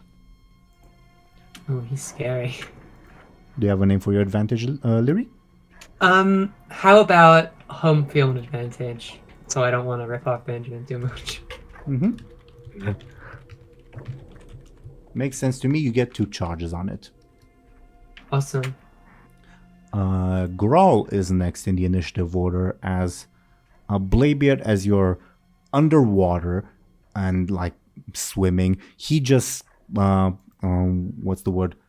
Comes in, trying to, I guess in the sort of like, to use anime scaling terms, perception blitz you, so to say, like try to come at you faster than you can respond, attempting to at least. How do you defend yourself? I'll try to swim away. Sounds like a quick defense. All right.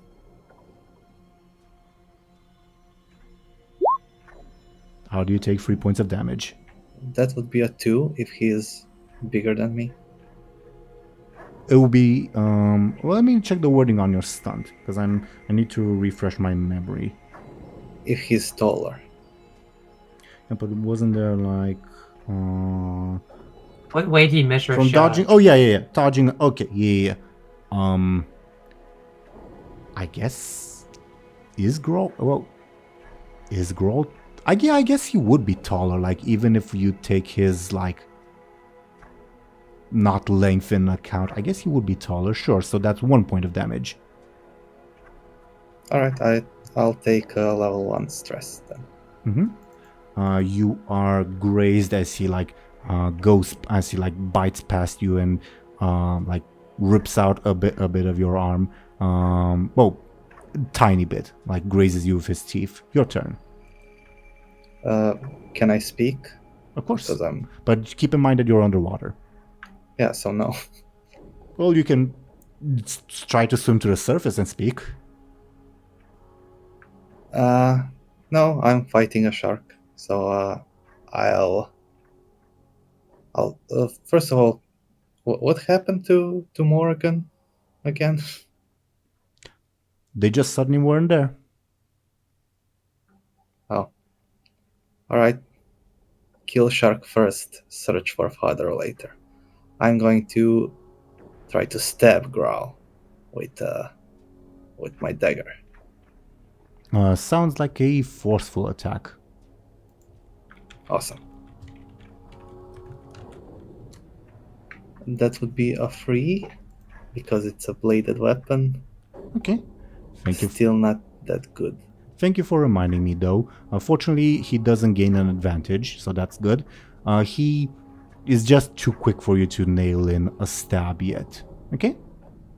Can I also use Deli, are you trying to say something? You're lighting up, but we cannot hear you, Deli. Sorry, that's my bad. Ignore me. Okay. Can I use Mind Crush?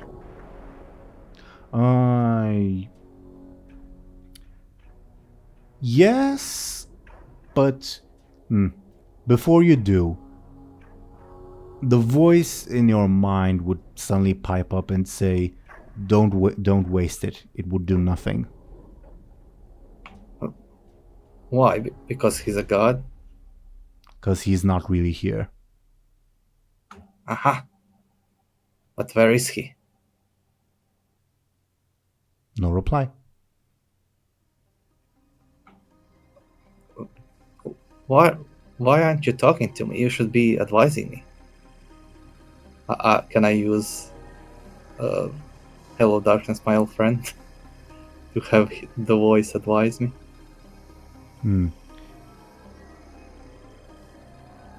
This is a nightmare, plain and simple. Your mind is playing events that would frighten it. This is only inside your head. A nightmare, but since we are underwater, it's also a wet dream, right? Your stunt does not allow for a conversation. I'm sorry. So this is a wet dream. I knew it. That's my turn, I guess. Sure. Next, we would have Ikarius. Okay. I think Ikarius would probably try to make an advantage by looking around for Lyri. They would try and like make a quick break for Lyri, if that helps. So as they're like looking around, like, and they're being quick about it, like searching around. I'm sorry. Yeah, sounds like a careful advantage to me. Okay. A 1. I don't think that's quite enough. Well, actually, Lyri, feel free to roll me a sneaky to establish the difficulty. Yeah. Funnily enough, when you try to create an advantage and fail this miserably, you do create an advantage, but for the enemy, so Lyri gets an advantage. Amazing. More onto how to advantage, please. Thank you. Okay, that's what happens. Yeah, she's nowhere to be found, Ikarius, and you're even starting to think that you really should be out there either protecting the summoning of Kil'jaeden or protecting Kael'thas, not fighting this random blood elf. Like, you start letting your guard down almost. Yeah, I think if Lyri were to be looking, that would be definitely visible. They would say, like... actually, I don't know if Ikarius would be saying anything, but they would, like... Do you know what I mean? They probably are... Must like have been you the said. wind. Yeah, exactly. And I think Lyri will notice that Ikarius slowly lets their guard down a little bit. Moarg, as you face the oversized King Gordok, the one before, the one before, the one before, the one before, the one before, the one before, the one before you last served, what do you do? Yeah, I'd say Morg would charge at Soger with his cannon in hand, and I think he would open fire at this king. Is this using your stunt or just a typical attack? I'd say stunt. This is a 1v1. Sure. Then I'll take it as a forceful attack and I'll give you a, I guess, +8 bonus. Is that right? That sounds about right. Well, I also need to have an extra fate point for this scene. Actually, yeah, I have an extra fate point, but only Deli can use it. I guess that makes the most sense. Okay. I'm definitely going to add some fate points here, probably. Well, let's see. With an 8, so that's 13 to his 7. That would mean he takes 6 points of damage. And I can add to that, though. Of course you can. And I will add to it by invoking the aspect. I'm adding +2, by the way. I think that's appropriate. Sure. I will add... I'll actually add 2 if I can do this. I will add 1 with heavy weapons expert. Makes so that's sense. +2 to that. And then former warlord. He has just seen this king disgrace his mother. Obviously something's up, but you know, for Morg it feels very real, and so he's very pissed off. So I will add, so in total, 4 to that 13. I believe that was a 13? Yeah, so 17 to a 7, 10 points of damage to King Gordok. Yeah, and Morg would let like a loud roar as he does it.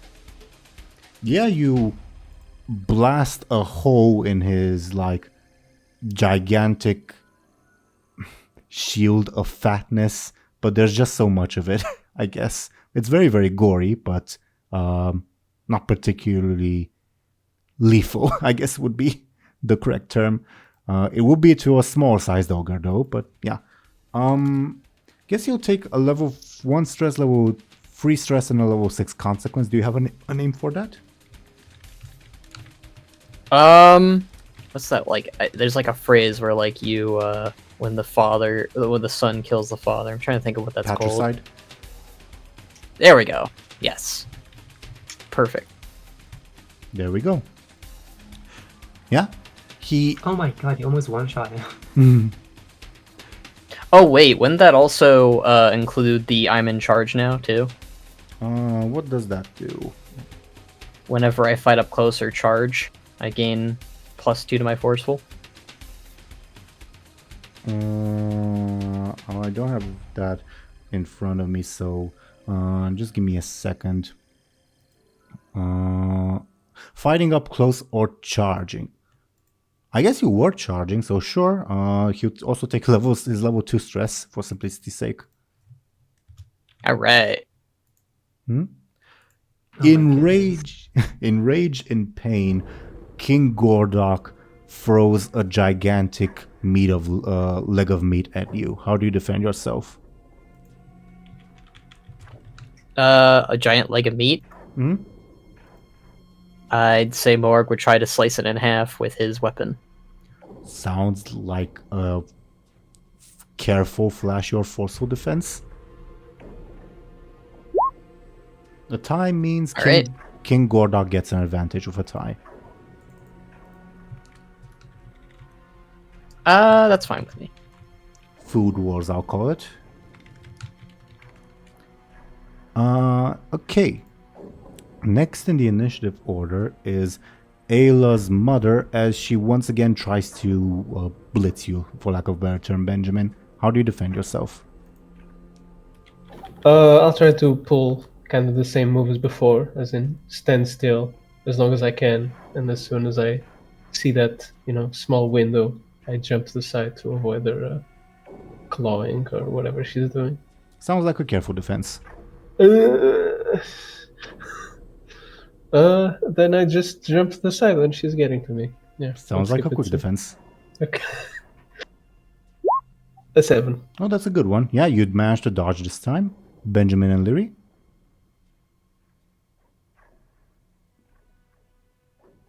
Oh, sure. I can go again. I'll turn towards her and run at her and kind of try to overwhelm her with like a flurry of blows with my sword. Sounds like a forceful or, I guess, quick attack? I'll go with quick. Okay, that's an 8 plus 4 from my stunts. That's a 12. Do you have that many stunts? I'm not questioning you, I'm just verifying. Yeah, I have the repost. If an enemy Duelist. attacked me on their previous turn, I gain a +2 on my next attack against them. Oh, very good. Yeah. And then I have Duelist. I gain +2 quick when attacking an enemy without any other enemies within melee range. That's an 11 to her 8, so she takes 3 points 11? of damage. Isn't it 12? Oh, 12, my bad. I was reading the numbers backwards. My bad. 12 to her 7, so that's 5 points of damage. Okay. Should take her level 3. Oh, actually, I'll use my 2 advantages. Oh my god. Oh, damn. So that's, let me see. 9 That will points of make it- damage. Yeah. 9 points of damage. I will guess she'll take her level 3 stress and her level 6 consequence. Do you have a name in mind for it? Can I tell if she's like crazy or just undead or Undead. whatever? Then I'm disarming her. Sure. You chop off a hand, or as you do. Wow, is this like a Benjamin like stem? Stim. Oh god. Lyri. Okay, Lyri is currently hiding behind the Rubble, I imagine. rubble and the stuff. And obviously she just saw her father for the first time in ages, so she wants to get this Dreadlord out of the way ASAP, so she's gonna no mercy. There's also I don't know if we like emphasized it enough, but there's the interesting implication that maybe he was in league with Zel'atath. Yeah. But Lyri is more worried about her dad. So we gotta get this Dreadlord out of the way. She wants to get rid of them. Okay. So Lyri will, I guess, knowing she has no weapons and has to rely on her void spells, she will void blink kind of into this Dreadlord's blind spot as he kind of loses a bit of, I guess, attention on her, and blast him in his back, in his blind spot with a void spell. Dely, how do you defend yourself? Wait, can I use my stun for this? Oh shit. Judgment. It doesn't explicitly imply blades, but I want to have your judgment on it. Yeah, I think that works. Deli, are you with us? I am. Deli, I'm very sorry. Lyri has a very overpowered stunt, judgment, that's basically like she makes an attack and the target cannot defend. Oh, that's really good. Okay, no Yeah. worries. I guess I guess that happens then. Sorry, I gotta roll first. Let's see how it. And because it's her stunt, she can technically attack twice, if that makes sense. Yeah. Let's use That's this. really good. Let's use the stunt first, I guess. Yeah, let's do it in two different parts. Okay. Wow. Okay, well I'll be using a Wow. I'll be using one of my advantages to reroll. Give Can me a I do reroll. Okay. Okay. Does my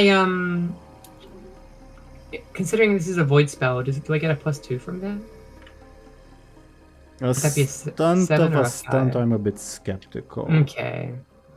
But I'm fine on that. I get a roll again later anyway, so. Deli, are you fine being dunked on? Absolutely. Oh, I'm sorry, Deli. Don't be sorry. It's all good. I guess- didn't mean to destroy Ikarius again. You can come back soon, though. I was gonna say, was it you who just destroyed Ikarius last time? I don't remember who got the killing blow. Yeah, I think it was Bladebeard. I think it was Bladebeard as well. I think he went Demon Hunter mode. I have no idea. I don't remember. It's a good thing demons can come back. So that's Okay, 7 so points that's of a damage. 7. And I'm gonna spend my 2 fate points.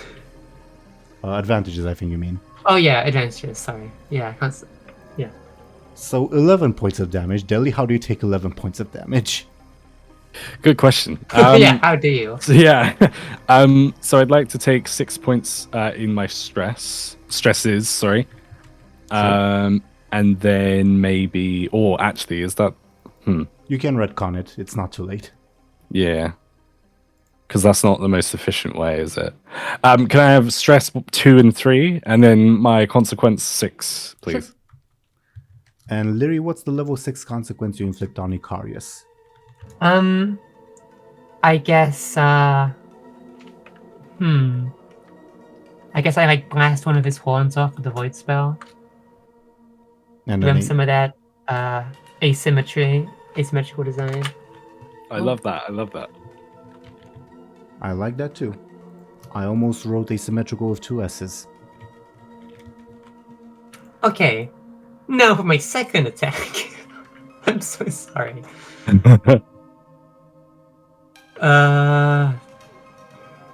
Do I describe another attack or use the same kind of Yes, description? but if you want, we can have like a narrative break between the attacks if you want. Okay.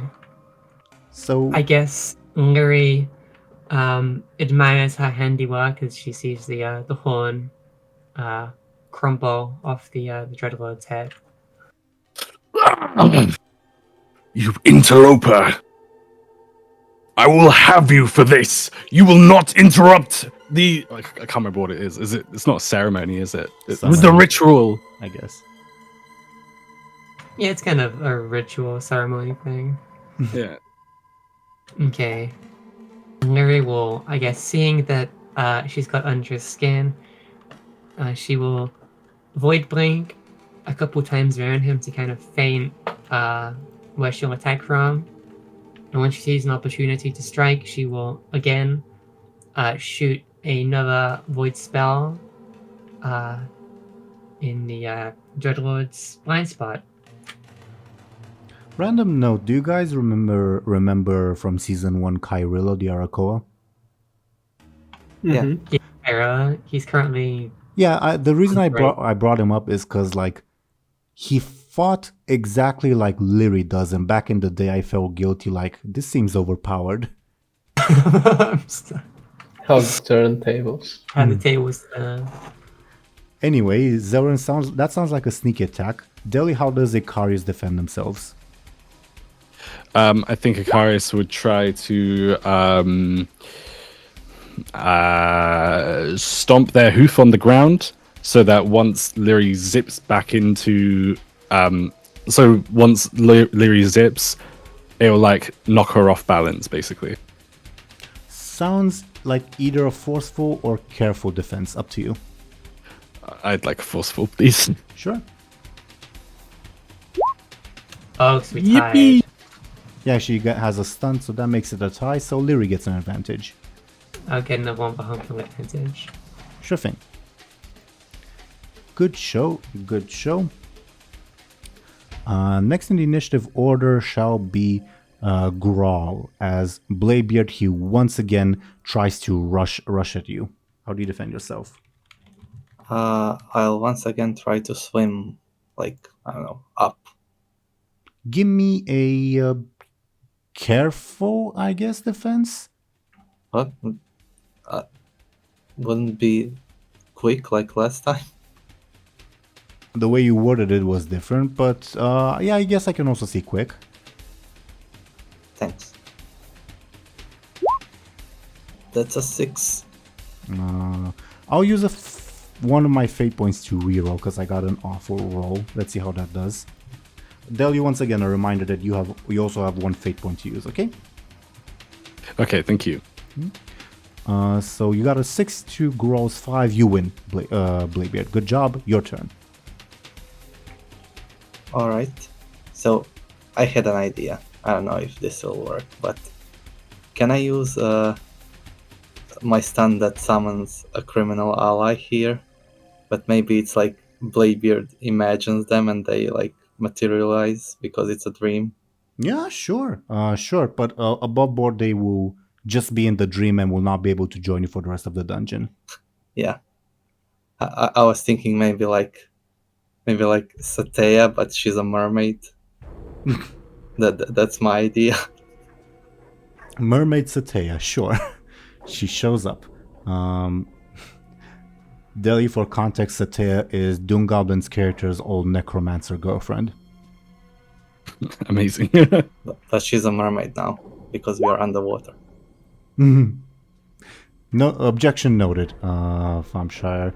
What's the word for when they reject an objection? Denied, I don't know. Sustained. I think it's Overruled. Overruled. Sure, overruled. Anyway, Mermaid Satea shows up next to you, Bladebeard, and says, what would she say? Oh, a big shark. Oh, Bladebeard. Oh, hi. Hey. I don't know if I can speak underwater, but hello. I've cast a magic spell that allows you to speak. And she like waves her hands awesome. at you. Thank you. Let's kill this shark, I guess. Yes, let's. I guess she would go after Benjamin and Lyri, but before Grow. I think she has a quick of 4. Okay. Sure. And I'll try to stab Growl once again. Sure. Sounds like a forceful attack. That's a 6. And that's an 8. So you make Damn no... it. I'm sorry. Good use I of... mean, Growl and I are the same. We all have... Both of us have like 5. Plus 5 to... No, plus... Yeah, plus 5 to anything we do. Good use of your stunt still. I guess I'll have Satea assist me or something, so I'll have a bit of a bonus. Sure. I think it will be Ikarius' turn. As you narratively you stomp your hoof, and because of that you momentarily, for a little bit, stunned Lyri and broke her like streak, if that makes sense. Okay.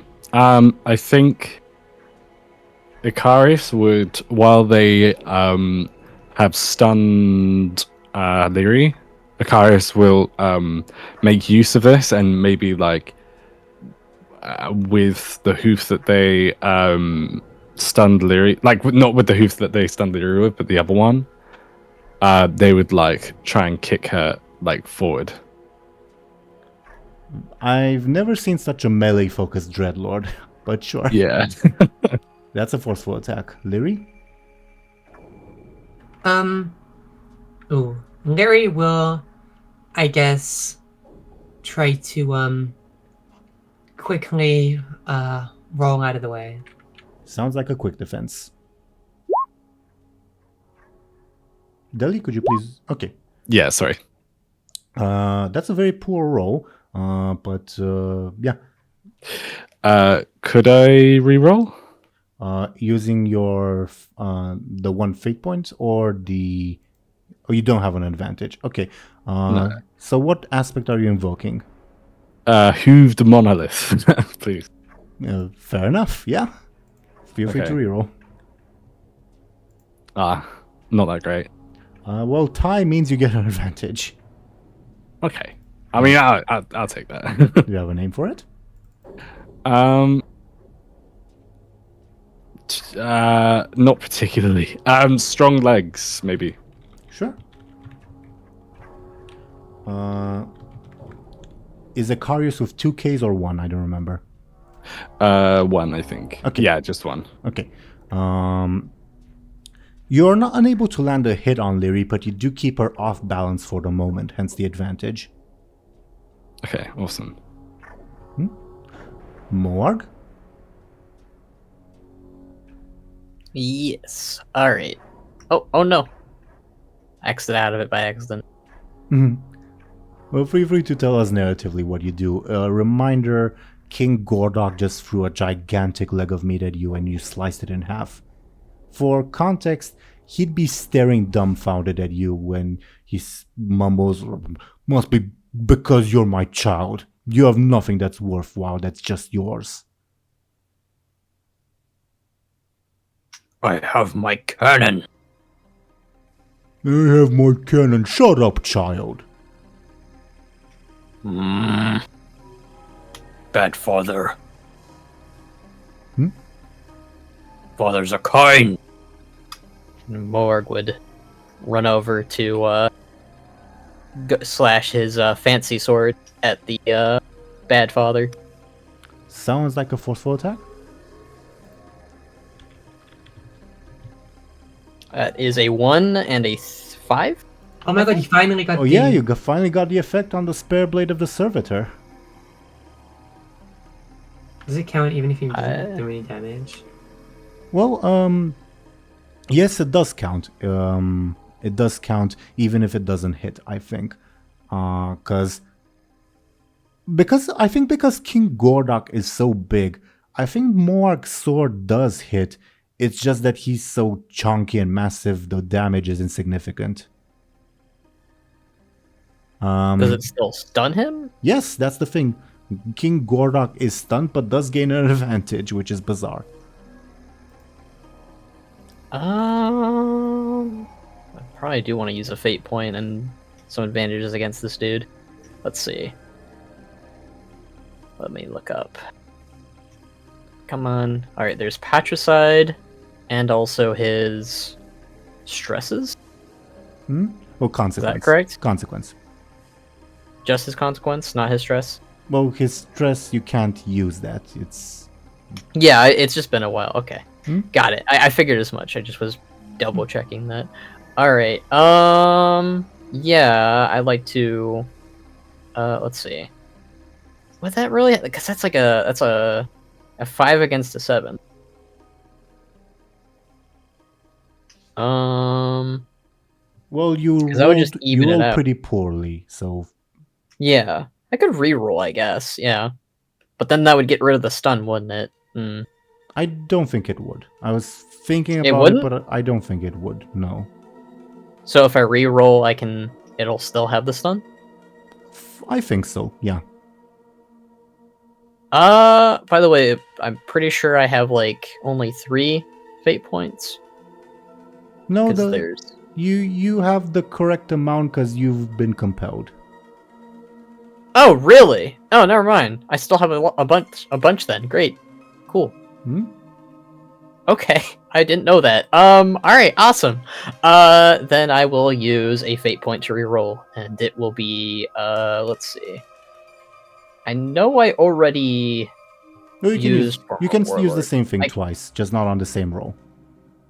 Oh, cool. Then I will use Former Warlord again because of the whole scenario at hand, and he's hating his supposed father. Mm-hmm. Give me a So reroll. I will reroll. Better. That's an 8, correct?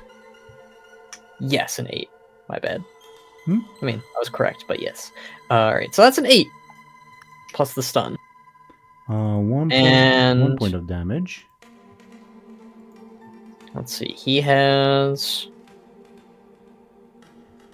a 1, 2, and 3 stress. Does he have any consequence? Yeah, he does have a consequence. Level 6 consequence. So if I Oh, that would be a killing blow, I think. hit this? Well, If you use the consequence. well, he'll also need to use also in addition another fate point to make it a killing blow. I will use another fate point, and it will be Well, let's see. let's take it one step at a time so that we don't. all right. We'll take one step at a time. You've currently used one fate point on former warlord. You're an 8 to a 7. Yes. Next. All right. Then I can use his consequence, right? The yes. yeah, I'll use the consequence patricide on him to I'll damage him use further. His advantage to mitigate it. I will then use one of my fate points then, and it will be I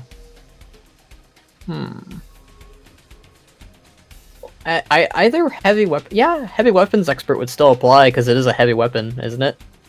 Yeah, it's a stretch, but yeah.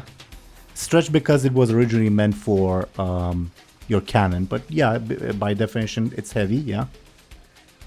All right, then I'll use that stretch to add to the fate point. You currently and are stab him dealing with the... currently are dealing 3 damage. One more fate point if you want, and he'll be out. Ooh. Yeah. Would this make any sense because he's using a sword if he invokes Pirate Captain because he's a captain and he's used weapons I mean, like this does it even before? matter? He can't even fight next turn. Well, I if I take him out sooner, it'll be better. Yeah, does a stunt mean he can't defend himself? What? Or I don't think that. not the stun? Yeah, the that- stun. That's Does that not mean Lyri. that you won't be? No, the stun. But Oh no, the stun is he cannot act on his next turn. oh, okay. So he So can ba- still defend himself on the next one. Oh, you think I should save it then, or take him out now? No, that's why I'm asking if he can So- defend himself. Yeah, he can defend himself next time Mohawk's turn comes down. He can- But what I'm saying is it really worth spending a fate point when he can't even attack next turn? I mean, my line of thinking is like, it means Morg will be out of the division or whatever, and he can It help is- you guys. Just a bit of above board. There is no like, oh, Moarg has won. Now he's gonna assist Lyri or whatever. Okay, there's none of that. Yeah, everyone's fight is individual. Okay. Well, if that's the case, then I'll not waste another thing, and I'll just worry about that for next turn. And also now Bud knows the effect of the sword. He'll see that he's stunned. Yeah, it stuns his. Does Bud Well- know that in character though? Well, I guess he does now. first things first, you deal 3 damage to the fellow. That'll be his level 4 consequence. Do you have a name for it? Question. We'll call it Bad Father. Makes sense to me. As you strike with the sword and King Gordok just laughs in your face, expecting the attack to do nothing. And you like make a clean slash through King Gordok, almost disemboweling him. But more importantly, for the first time your sword lets out this electric charge that like overwhelms King Gordok, and he shouts in panic and just seems to be just staring blankly at nothing. Do you understand now? I have many weapons, and you will fall to them. But more conceptually, I was almost imagining this fight like, because Gorduni Ogre Society in the lore, like at least according to the Traveler books, it's pretty misogynistic. I was almost thinking that maybe because King Gorok is too fat to move, he has like a gaggle of ogre women carrying him around. Maybe that will happen. Like, they suddenly appear and try to take him to prevent him from dying. But they will not act Is against that you. what they'll try? They'll try, but they will not like directly act against you, Banarak, and they don't impact stats, if that makes sense. Okay, so they'll try to do that at some point. Hmm? Or they're trying to right now, is that it? They appear from behind curtains and they try to lift King Gordok, but because he's so heavy, they like more and more of them just keep popping up, and it's just sad to look at, to be completely honest. I think Borg would kind of just watch silent, like interrupt them or yell at them. He kind of just would watch, almost in disbelief that they, you know, they keep trying to lift this fat lob. Yeah. King Gordok, because he's stunned, will skip his turn. Go figure. Yippee. Next in the initiative order is Ayla's mother, as she once again attempts to just overwhelm you with her speed. Benjamin, how do you defend yourself? I'll kind of be continuing to step back to avoid her trying to, overpower me, I guess. Give me a quick defense. A 6. Don't have any stunts that help you, I think No, so. against quick, no. I'm a level 3 stress, let's go with that. Sure thing. She scratches you with her absurdly long nails. That is her turn, Benjamin and Lyri. Absurdly long because she's dead above board. Oof. Anyways, I guess Benjamin will try to gain some distance and pull out his fancy Embersorrow axe and just throw it before she can close the distance between them. I'm using my stunt, by the way. Okay, let me check the wording on your stunt. Real brief. Extreme precision and okay. Sounds from the way you described it like a quick or careful attack, and I'll give you a, I think, +7 bonus. What do you think? I think that's fair, and I think that'll probably kill her. You never know. If you roll badly, you just cut off her long nails. She rolled an 8. Okay, I got a 5. How many of your +7. other stunts apply? Remind me. Only one, right? Yeah, just one, because I'm not in melee range anymore. So 7. So 5 + 9, 14. Yeah, I was thinking 7 + 7, but sure. A 14 to her 8. That's 6 points of damage. How can she take 6 points of damage? Her level 2 stress and her level 4 consequence, I guess. Why didn't you use her consequence? Oh, right, I can do that. Do I want to reroll? No, probably not. I'll just use She the got a consequence. really bad roll. It's probably worth it, yeah. Yeah, I got a I had a +2 then. I'll use a fate point to mitigate that. Okay. What's the level 4 consequence you inflict on her? I don't know. I guess she gets a big gash on her shoulder or something. Okie dokie. Big gash. Simple and to the point. Lyri. Okay, Lyri's kind of been temporarily, I guess, knocked off kilter by this Dreadlord. So she's gonna try and, I guess, wrap this up or turn the tides by feinting to attack one way, by void blinking that way, and then blinking to the opposite direction and shooting at those big strong legs that she was just stomped with. I think that's how Ikarius died last time. Was it really? People just shot his legs? Yeah, because it was Bladebeard, and like Bladebeard's not particularly tall. Deli, how does Ikarius defend themselves? Ikarius would use their wings to like wrap themselves like up, if you know what I'm saying. Yeah, like Sasuke and Naruto, right? Yes. Naruto Shippuden specifically. I'll have to take your word on that one. Sounds like a forceful defense to Lyri's sneaky attack or quick attack. Her choice. Okay, cool. 7. Ooh. Use those strong legs. Yeah. Could I use my advantage to re-roll? That is allowed. Okay, I'll do that. Still not. I don't think you die though. No. Can I take my level 2 consequence, please?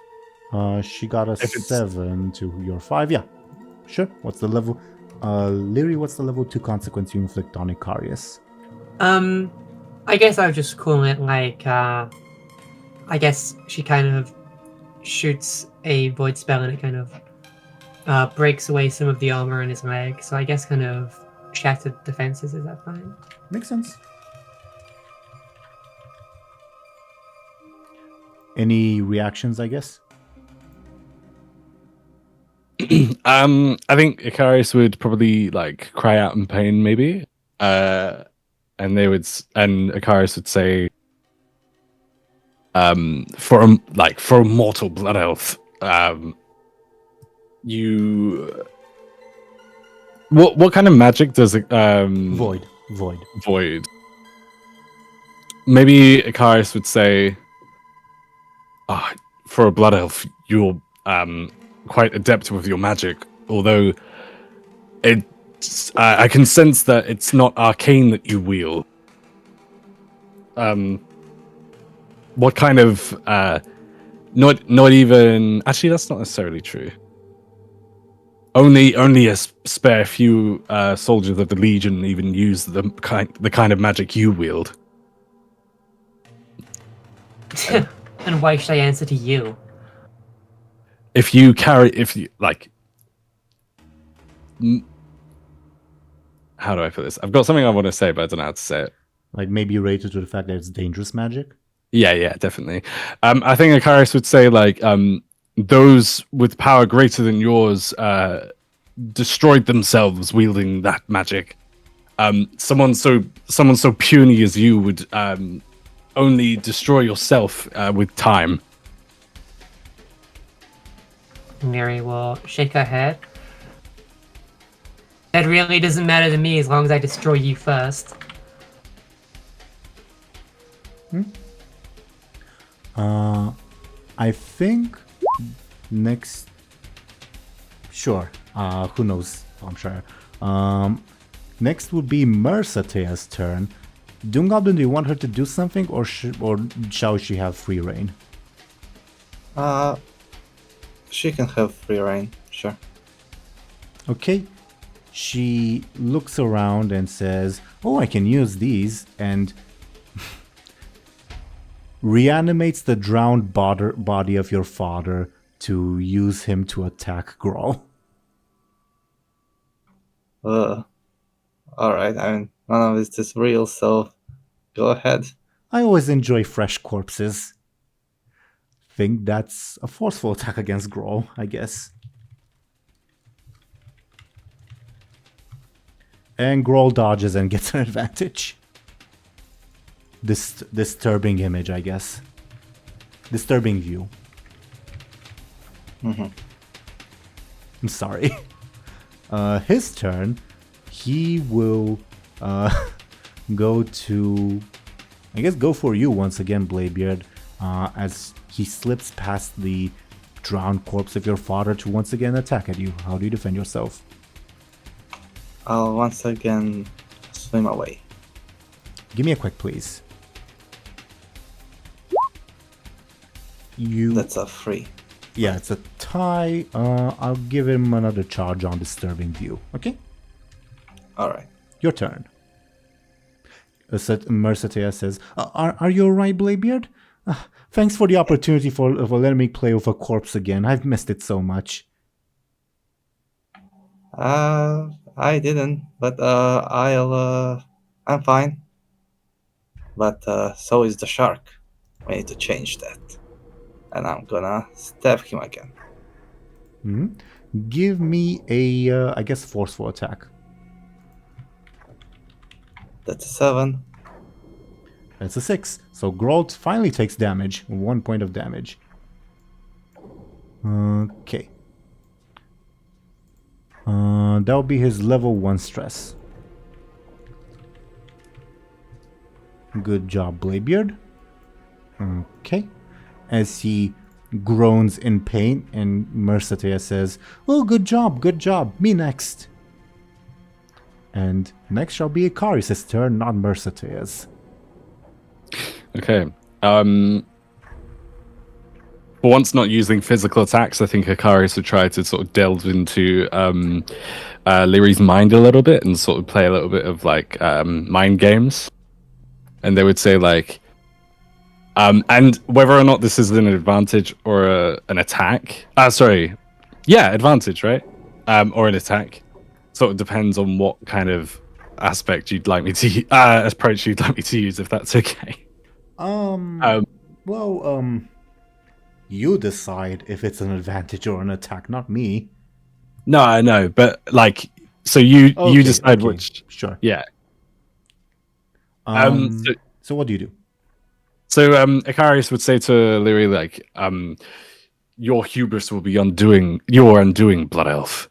I can sense you.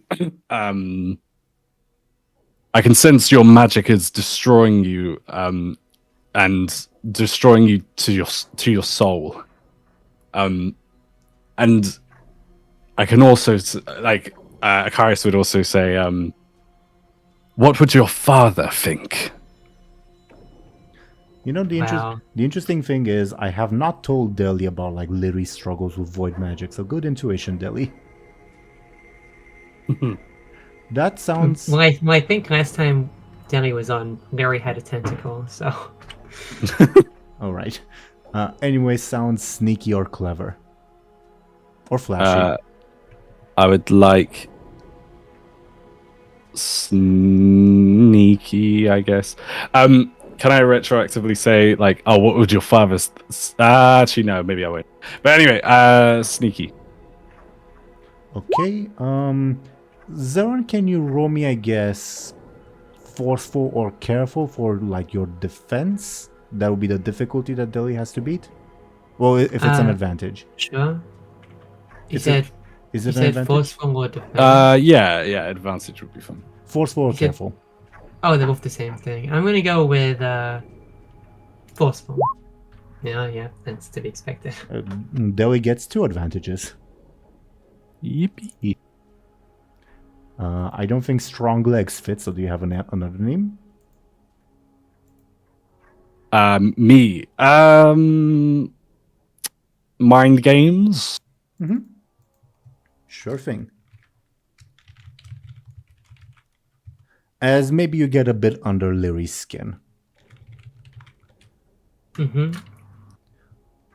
Morg's turn. Yep. Moarg would see the ogre woman try and lift up this Multiple fat falling ogre apart. women. Multiple. Yeah. And he would go to try and finish him off by... is he still, like, dumbfounded, like, drooling, or, like, because of the stun? Or is he, like... Yeah, is he responsive? He'll be until until you finish your attack, because that's how the timeline aligned, yeah. Okay. Then Moarg would, I'd say he'd go for, like, a kill that doesn't, like... he'd try to go for a kill, I should say. That would allow him to have some final speaking words to this so-called king. So he would go to impale him with the same sword. Sounds like a forceful or careful attack, your choice. Gotta go with my best trait. Sure. That is a 5. Do you have any stunts that help you? I don't remember. Wait, no, that's a 7.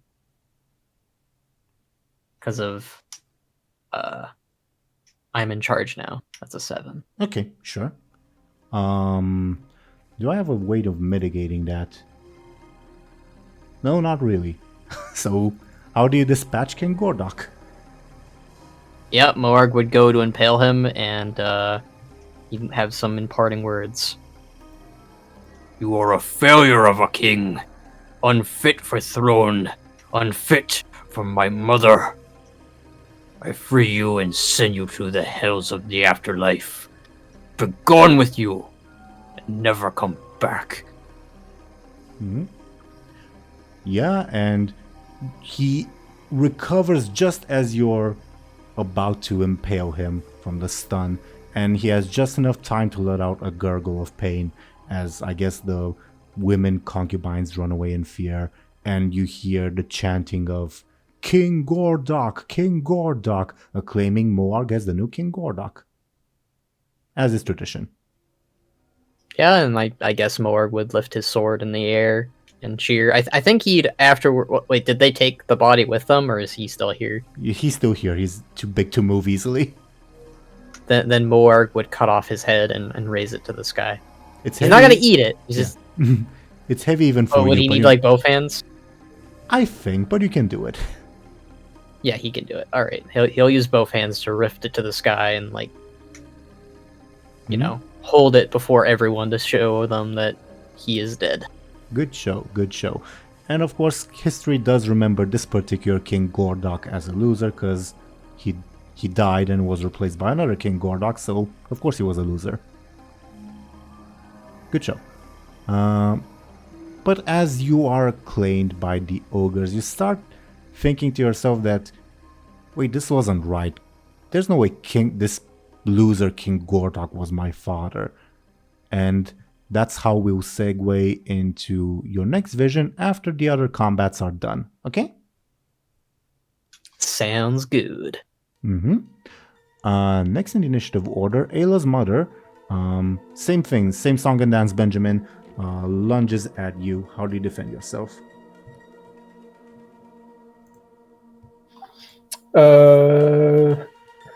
Also, BRB, I'm getting a drink of water, but I'm listening.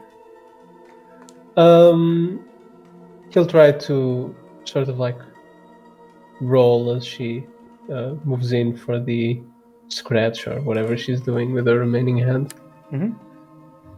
Quick, please. She got an 8. And I got a 5. Yeah. Do I want to use a fake point? Yeah, sure. I'll use a fate point. You also have her consequence if you want. Oh, right. Do I want to use it? Yeah, sure. I'll use it for a +2. And for the damage, my level 1 stress. Very well. Benjamin and Lyri? I'll let Benjamin go first, as per tradition.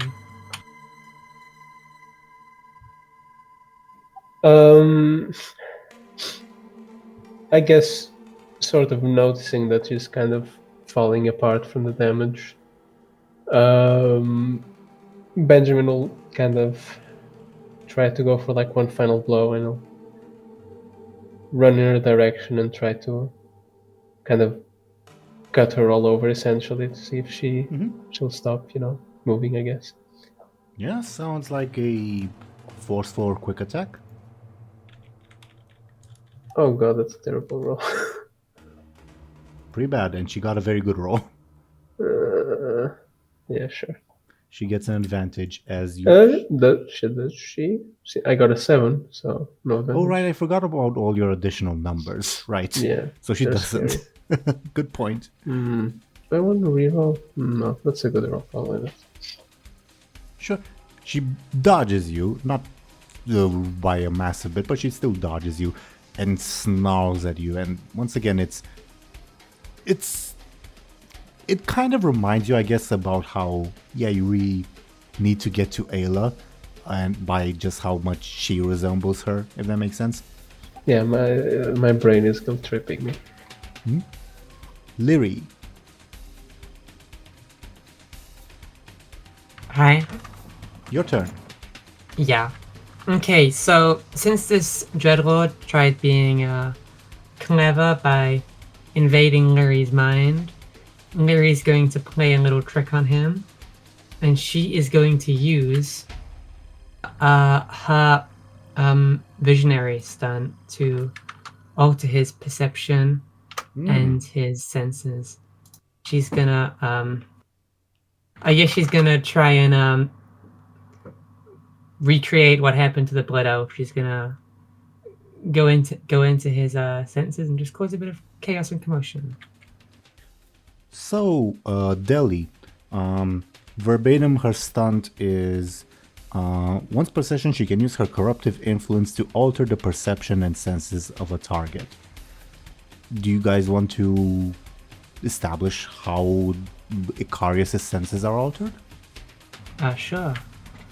I think she'll try and I guess put in some whispers of her own into his head. Some kind of like how the void gives you whispers just to fuck with him. Okay. In terms of game mechanics, well, also Deli, feel free to go ahead. Didn't have anything to say really. I was thinking in terms of game mechanics. I think that would like distract Ikarius and give you like maybe a malice to your rolls, like maybe a -2. What do you think, Deli? And Lyri, of course. Sure. Yeah, absolutely. It would definitely, definitely. I think that makes sense. Like any sort of strikes, for example, would be like if Ikarius were to hit, like try to hit Ikarius would definitely be like distracted. And also, like, say you're going to punch Lyri, you'd hear voices, go more to the left, no more, go more to the right, no, go uppercut. Like, it's just, distracting. Just as a specific example. You still have your turn, Lyri. Okay, Lyri will kind of after that, after playing that little trick, she will immediately try and I guess finish this fast and quick. She's gonna void blink behind him and shoot him right in the back. Sounds like a sneaky or quick attack. Deli, how does Ikarius defend themselves? Only a 5. This is I think like last time, or rather, I feel like after being shot in the back last time, Ikarius would anticipate that she might be behind Ikarius, and like you know when you go behind a horse and they kick, just like that, basically. Careful or forceful, your choice. Okay, forceful, please. You have a -2, so that's a 4. Oh, so I do 1 damage. The Good. Ikarius' mind games. I should keep in mind. I was gonna say. I'm going to spend my home field advantage to reroll my sneaky. Give me a reroll. That's 1 point better, so that's 2 damage. 2 damage. And I'll use his shadow defenses and his asymmetrical design to do more damage to him. That will be 6 points of damage. Deli, do you do anything to mitigate this? You have 2 advantages. Yeah. So my roll, was that painfully average? Above average. No, yeah, it was exactly average. It was exactly average, my bad. Okay. And obviously Zaron's got a 6, right? 6 damage. I think the roll in total is I have 6 from my stun, and then I have the 2 from both advantages. That's you have 10? your total is 10. Ikarius' total is 4 because of the -2 malice. Okay. Okay. I guess. Sorry, 1 sec. I guess So wait, so how much? So it's 6 damage overall. Yeah. Okay. Could I spend both? How would they play though? I was gonna say, could I spend both mind games to do +4? But then I don't know. It would have to be relevant, wouldn't it? I think it makes sense because you were taunting Lyri about her voidy stuff and she attacked you with voidy stuff. Okay, that makes sense. So I'd get a +4, which would be 8. 2. Yeah. 2 damage you take. Huh. I feel that's a bit of a waste. No, actually, now that I think about it. I mean, if it took 6, you'd die. Yeah, but like I've got my. Oh no! Okay, so 2 damage. No, that's perfect actually. Or is it? Well, I guess you can use only 1 to take 4 damage. Yeah. Because there's no difference between 2 and 4. Sorry, I keep switching. My eyes keep flicking between Ayla's mother and my thing. But is it alright if I just use 1 and then take 4 damage? Fine by me. Okay, and then obviously level 4 consequence, please. Zeren? Sure. Level 4 consequence? Yeah.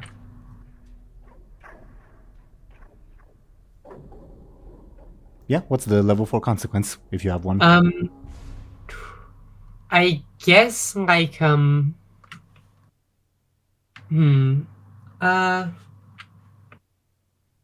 just call it like uneasy resolve, I guess. I don't know.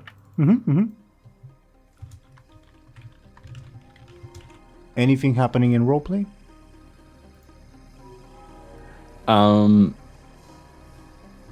I guess as they're shot in the back for the second time, it's like maybe Ikarius would say like, "Oh, fool me once. You will pay for this, mortal."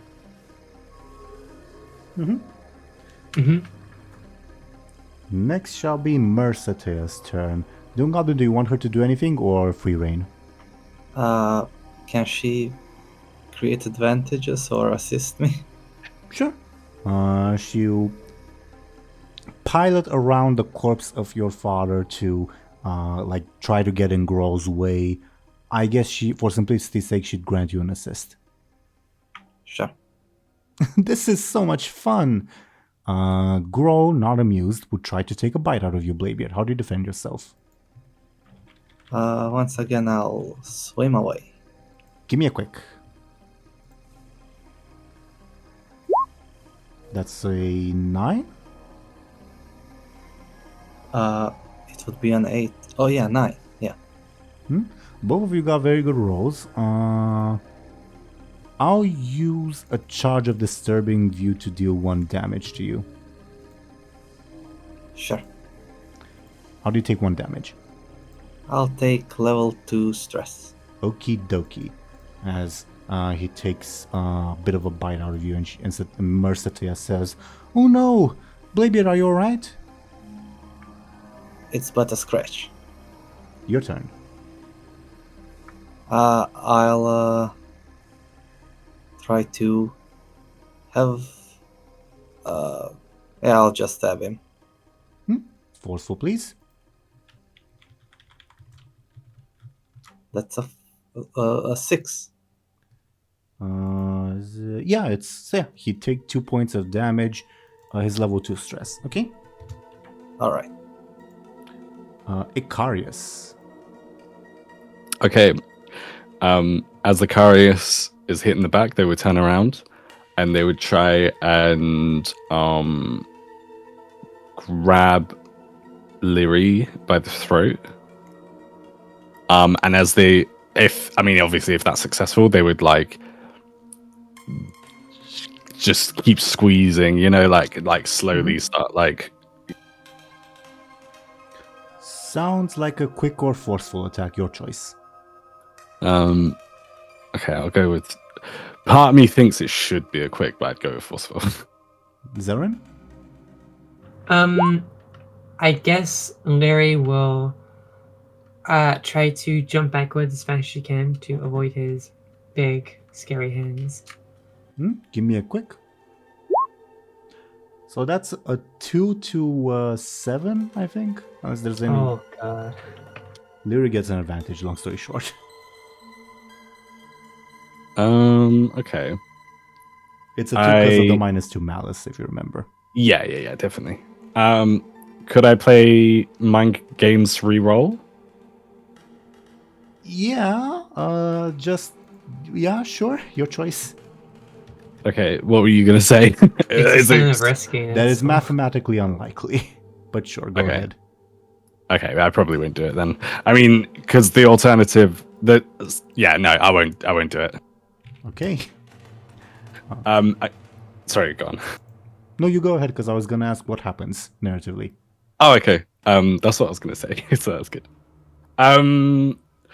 I guess Lyri, if you back away, as quickly as you can, like Ikarius would go to grab you where you stood, but then like they would like clench their hands so tightly that like blood would start to like drip from their hands and everything because of Ikarius's claws.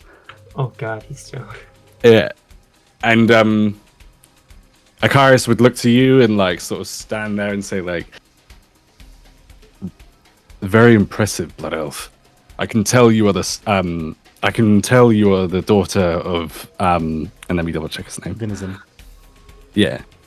I can tell you are the daughter of Venison Embersorrow. What do you know about him? Struck a nerve, have I? He is quite a good servant for me and my and my fellow demons. I guess Lyri grits her teeth. Not happy about that answer. Morg was victorious in his fight, so I guess we'll skip over that. And go, meaning that it is next Ayla's turn. How do you defend yourself, Benjamin, from the same old song and dance? She's not a very like intelligent fighter. Yeah, Benjamin won't fix what isn't broken, and he'll do the same song and dance as well. Give me a quick then. A 7. You don't have any stunts or anything. Okay, yeah, not with No. quick. Right. She gets an advantage. Disturbing visage, I'll call it. Benjamin and Lyri, it's your turns. Okay, so during my turn, I'll use my keen senses to make an attack on her. So as you mentioned, I basically know Eastvale like on the back of my hand. And for example, you mentioned maybe I know a tree that's maybe a little withered or whatever. So I'll do a little running around, be careful with my timing and hit that tree with my axe and have it drop on her. Do you know how many axe blows it takes to take down a tree? Look, it's a magic Embersorrow axe and it's my stuff. Okay. It's a very rotten tree. I don't know. Yeah, that works. Sure, it's a careful attack. I think it would be because of the stunt and because of the thing we established. I'll give you maybe like a +8 bonus. What do you think? Sure, sounds fair. She'll try to dodge. So that's a 10. You said plus what? 8, Sorry. so 11. Oh, then 11. Yeah. 4 points of damage. Can she mitigate that in any way? Nope, I'm not even gonna bother. So yeah, tree falls down. She dead.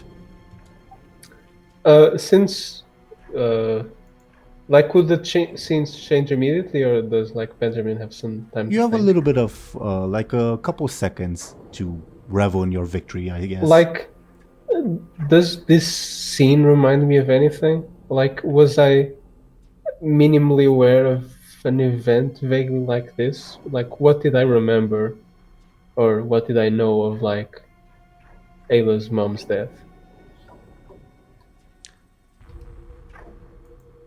You would know of Ayla's mother's death that above board it's the vision that I'm gonna show you next, so I'm trying to Oh, okay. trying not to spoil while also giving bits of information. You would know that that after it happened, Andor and Ayla like changed quite a bit, and that your father, whenever you ask, he like tries to avoid the subject. How old would I be at this point? This would have happened like I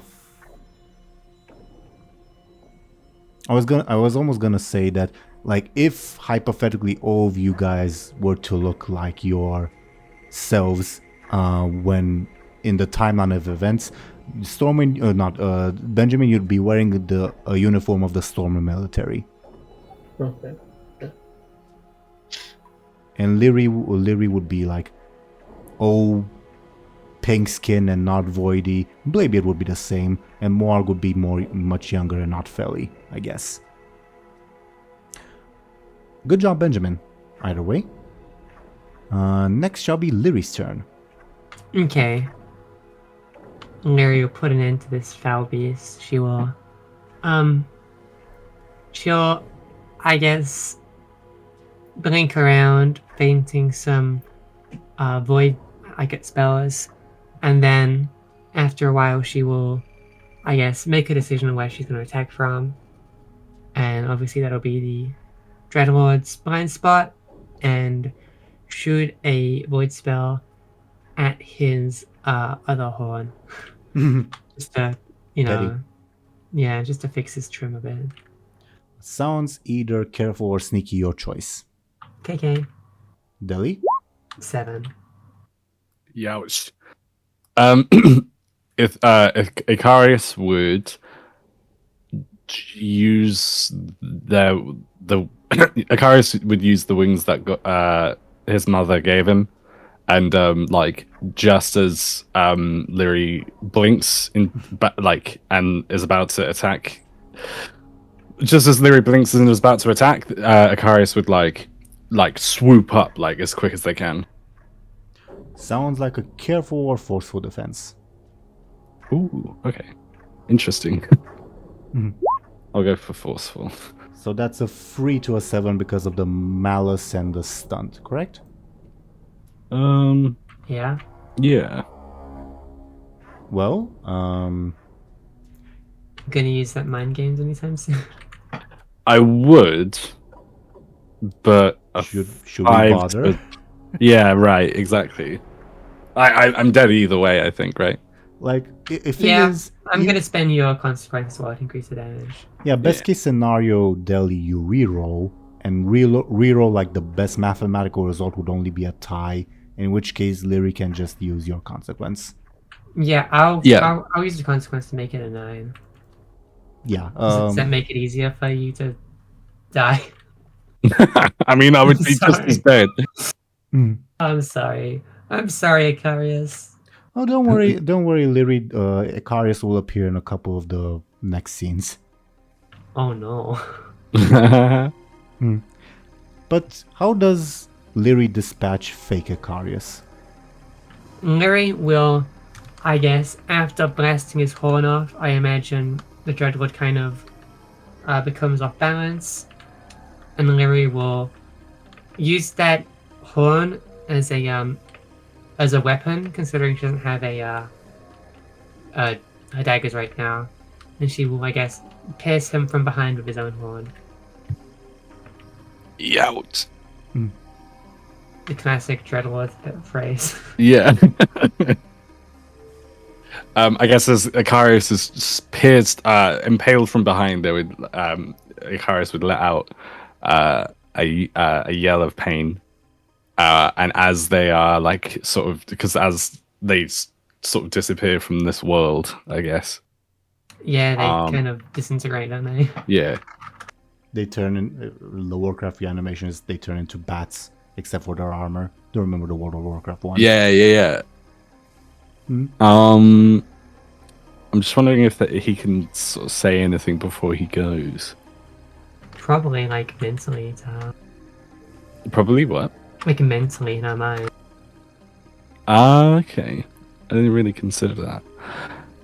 Yeah, I guess so. So I guess as as Ikarius sort of disappears into bats, Lyri could probably hear in her mind, like, you and your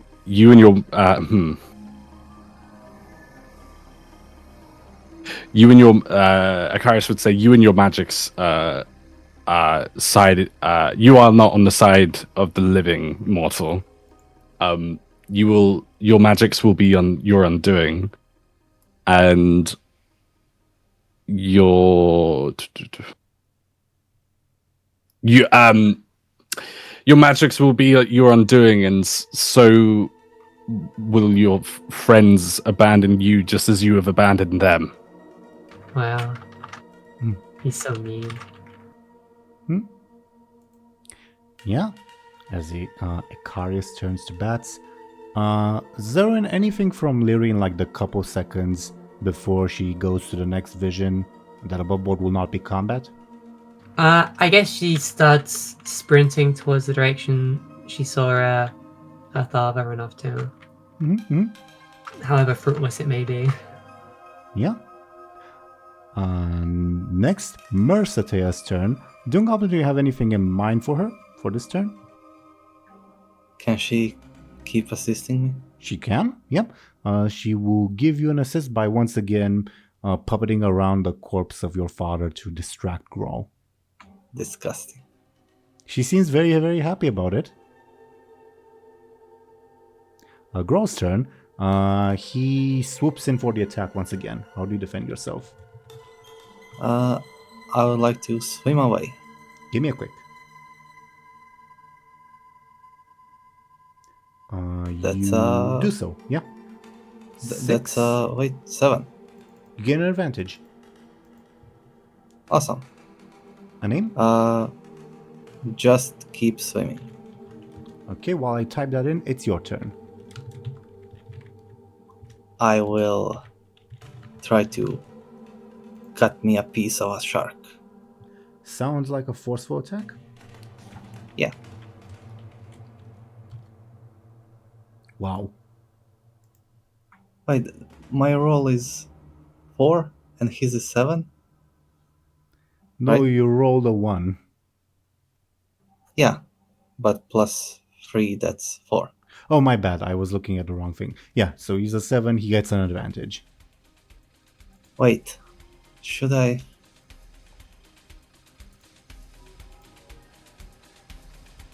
Maybe I should reroll.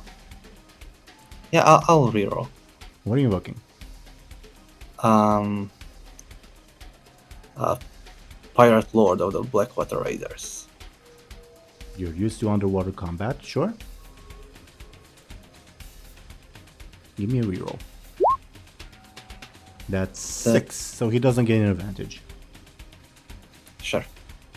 For simplicity's sake, Mersatea will continue doing the same thing unless instructed otherwise. So, Grow's turn again as he tries to assail you, DoomGoblin. How do you defend yourself? I'll just keep swimming. Give me a quick. Wow. 0. So that's a 3, correct? From me. How do you take 3 points of damage? Level 3 stress. Okay. Your turn. Stab. Give me a forceful, please. 7. 205. Yeah, he takes 2 points of damage. Guess that'll Wait, be... I'll add +2 from just keep swimming. And I'll use Disturbing View to mitigate it, okay? Awesome. So that makes it... He'll take 2... what's the level 2 consequence you inflict on him? Deep wound. A bit much for level 2, but sure. I was thinking like he's a law of depth. Oh, right. Good So point, that- good point, good point, that's good why. point. It's a pun. Good point. He will, once again, his turn, back on the attack. How do you defend yourself? That's good roll. Yeah, as usual, swim away. You quick. Oh, Wow. that's not a good roll. Critical fail. Oh, really? Maybe I should reroll. Bit of above-board information. If you fail this fight, nothing happens to you in real life, but I'm not gonna show you the true vision, and you're gonna believe that your dad is dead. Alright. I'll reroll by what's the word? Not compelling. You also have the trousers, I guess. Oh yeah, I could use that. I'm not going to compel my aspect, I'm going to invoke my aspect. Yeah. I sailed all over the world.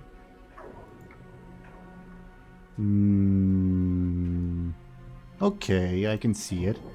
You're using it to reroll, correct? Yes. Give me a reroll. Better. That's 4. Or do you take 4 points of damage? Level 4 consequence, I guess. Sure. It will be a deep bite as Grow bites down on your arm and refuses to let go. Ow. His turn, he'll bite even deeper to inflict more wounds. How do you defend yourself? No, actually, Wait, no, it's your his turn. It's your turn, my bad. Confused. I was confused. It is your turn, my bad. And we'll disregard the roll that I just made, okay? I'll stab him in the gums. Give me a forceful, please. Come on, what are these rolls? Well, he defended with his forceful, not as quick, so his forceful was only a 4, but still not quite good enough. That's a 3 from you?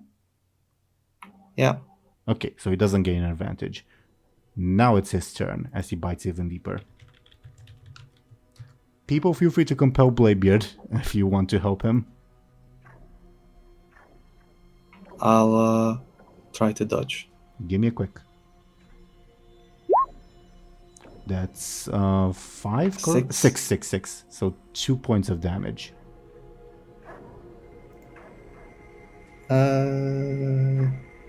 Sure. Wait, how many points?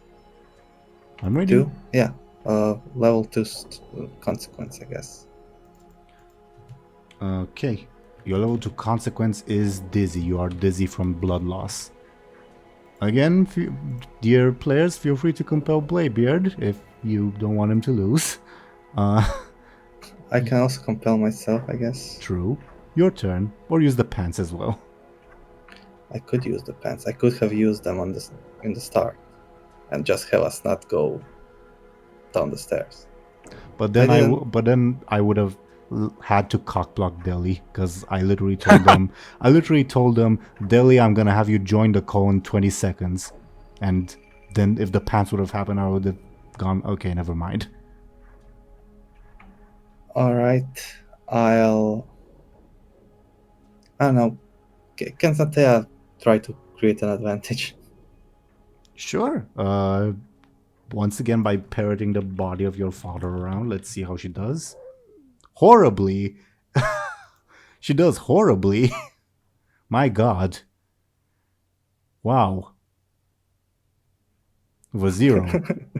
So, that means she creates an advantage for Growl. Yep. Another disturbing view for Growl. Jesus Christ.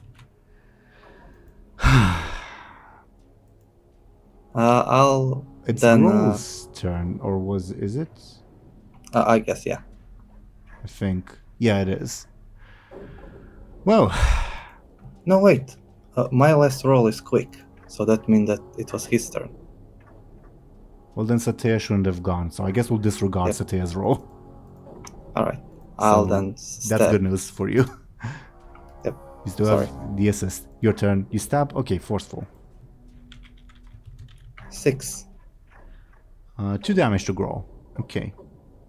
I'll use deep wound. No, it doesn't make sense, so I won't use it. Why doesn't it make sense? Oh yeah, maybe it does. Yeah, I'll use that to make it a 4.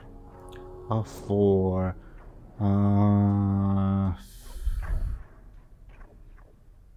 Fig point doesn't help me that much, so okay. Level 4 consequence. What's the level 4 consequence? I don't know. It's gonna be What can you do to a shark? I don't think know. you're supposed to like punch them in the snout to like get them to release their hold. Yeah, sure. Snout punch. Sure. And Grohl releases his hold on you. Do you still want Mercia to create an advantage? Sure. Let's see what happens. Still horrible. Grohl still gets an advantage. Awesome. Lovely. Very, very lovely. Grohl's turn. He like winces back from being bitten and like winds back for a charge on you. How do you defend yourself, Bladebeard? I'll swim away. Give me a quick. You get an advantage. Just keep swimming. Just keep swimming. Your turn. I'm going to stab him. Give me a forceful.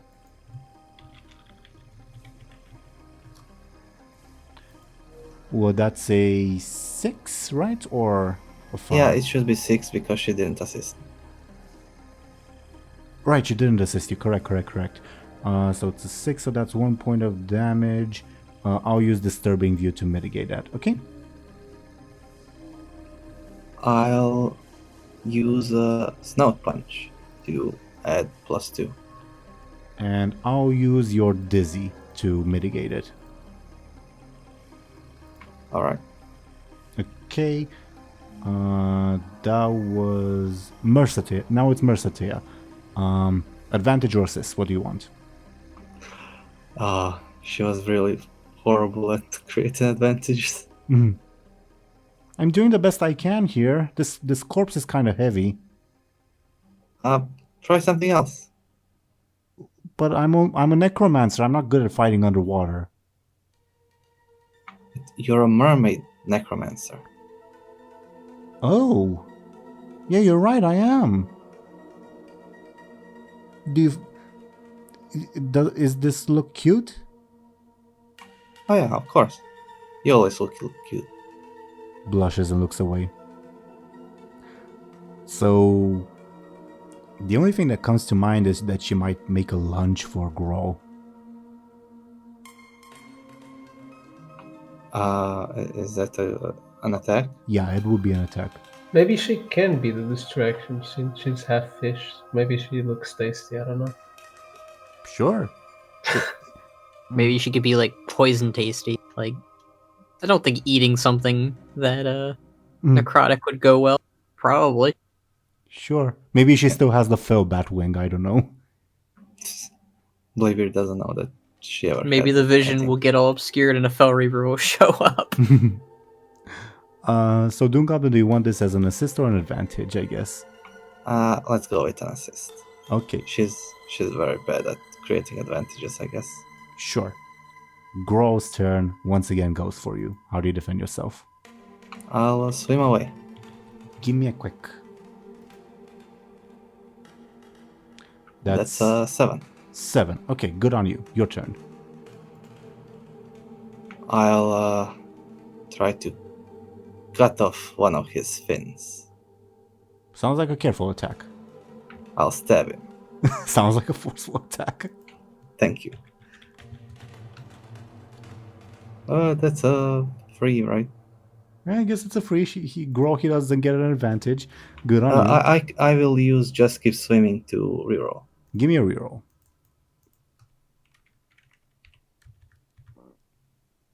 Much better. That's a 4, right? Congratulations. Does nothing.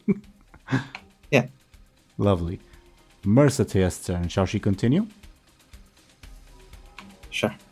Yeah, she does this like almost like underwater ballet in her view as she swims to try to distract Grohl, almost trying to keep in sync with your own motions, Bladebeard, because she's thinking she's like singing a duet with you. Well, not singing, but you know what I mean. It's mostly in her mind, but you know. Grohl's turn once again goes for you. Dodge. Give me a quick. So that's 5. Okay, you take 1 point of damage. Oh, That would knock Damn you it. out. I will use a fate point. Give me a. Are you using it to improve your roll by +2? Should I? If If I you- do that, If you do, I still have 1 fate point and your consequence, so I'd recommend re-rolling. sure, I'll reroll. And I'm invoking a Pirate Lord. Okay. Let's see. Oh, Nope. Magic trousers or death? Choose. Magic trousers. Lovely. Let's see the side effect. Oh gosh. Argentum spare pajama pants, my favorite item. 7. Lucky 7. This one is very, very fitting. Deli, for context, Argentum spare pajama pants are an item that allows the player to undo something at a negative cost, basically. Oh, no. 7 is something that Satea will love a lot, as all of your clothes disappear for 1 round. Haha. I'm naked. You are. Congratulations. I guess you undo Graw's attack, so he'll attempt to attack again. Only you're naked this Sure. time. Yeah. Let's see what happens. Still a 6. How do you defend? I'll try to nakedly dodge. Give me a quick. Oh, nice. Better. That's An 8. 8. Okay. Your turn. Satea says, "You look as good as I remember. Well, you've got a bit fatter." I guess I'll just have to swim more. With And me? I'll stab Growl. Let's see how that goes. Give me a forceful. That's a 6. 6. I will mitigate it using your consequence to make it a tie, giving you an advantage. Alright. Now let's just go with just keep swimming. Oh, you also still have your birthday inspiration if you want to use it. Maybe not for this. Mercenaire, she'll continue to do the same thing. Sure. Grawl, same thing.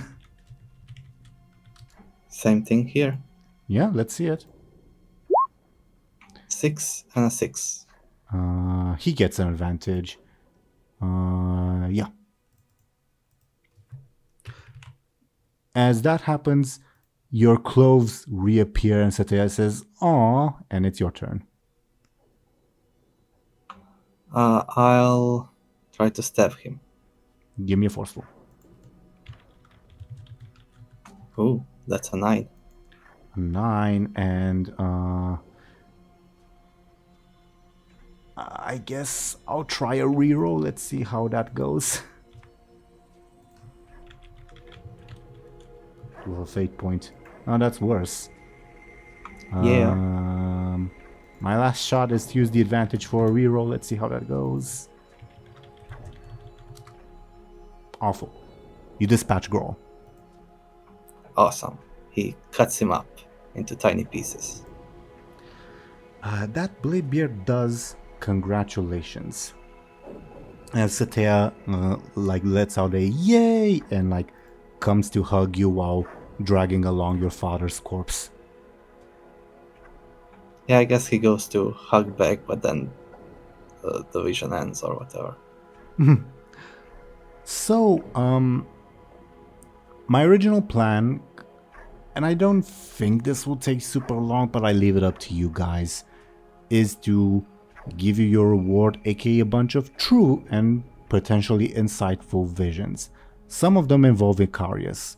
However, because of the time, how are you guys feeling? I mean, I'm feeling pretty fine. curious, honestly. Yeah. Okay, then I guess we can continue and show you the visions. Each of you will receive 3 visions, one of the past, one of the present, and one of the future. The future one, obviously take it with a grain of salt, okay? Okay. All right. Mm-hmm. So, I guess since Lyri's vision was revealed first, that's what we should go first with. Deli, what do you think? Yeah, I'm up for that for sure. So, Lyri, as you chase your father, you suddenly find yourself in the Magister's terrace on the Isle of Kolonos, and you realize that that fight you just had felt wrong. You're not sure why, but it just didn't feel like it's what actually happened. As you will now see what, well, has actually happened. As you will see your father Venizon, Foltian, and Ikarius holding the line in the Magister's terrace as the forces of the Horde led by Villanif advance. And Villanif and Venizon will have a brief conversation. Lyri, feel free to interject at any time, and also Deli as well. Okay. Venizon says something to the says, "Not how I expected us to meet again," and Villanif would say, "Look at yourself. You side with demons over your own kin. What would Senfeo say if they saw you right now? It's not too late, Venizon. Turn back. There's no hope for this adventure. Just help us, and all of this can be forgotten." And perhaps surprisingly to Lyri, Venizon hesitates at Villanif's words. And I think at this, Foltian would give Ikarius a look and a nod. Ikarius would notice this, and Ikarius would nod too. So upon Venizon's sort of hesitation and everything, Ikarius would take it upon in their own hands to do what was right, and they would approach Venizon from behind, and they would try to strike him down. And they would do so because Venizon is not expecting that in one blow. I was expecting it almost like claws go through Venizon's body, if that makes sense. Yeah. I imagine like so like you said, Ikarius is like sort of claws go through his body, and it's almost as if like they've like grabbed his heart in a way, if you know what I mean. And they like as they pull their hand away,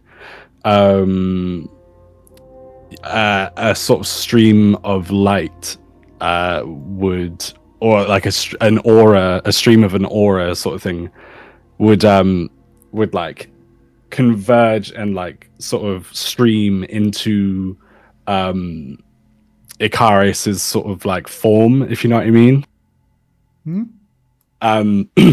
And as sort of like as I imagine Venizon would fall to the ground, like to his knees and to his death. And you see probably like Villanif trying to rush in slow motion almost. Yeah. Ikarius would say to Venizon, like, "I will keep your soul as a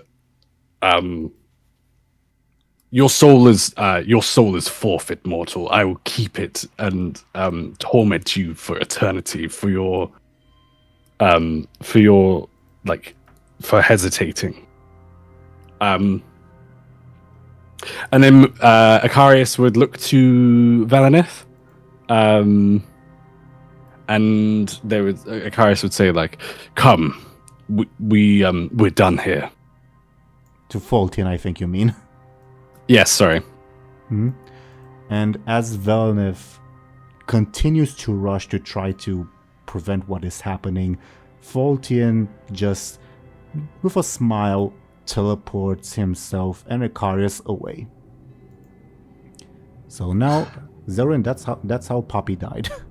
Wow. Lyri kind of grits her teeth, wishing that she could, treat them much worse than she did before, both the Dreadlord and Boltian.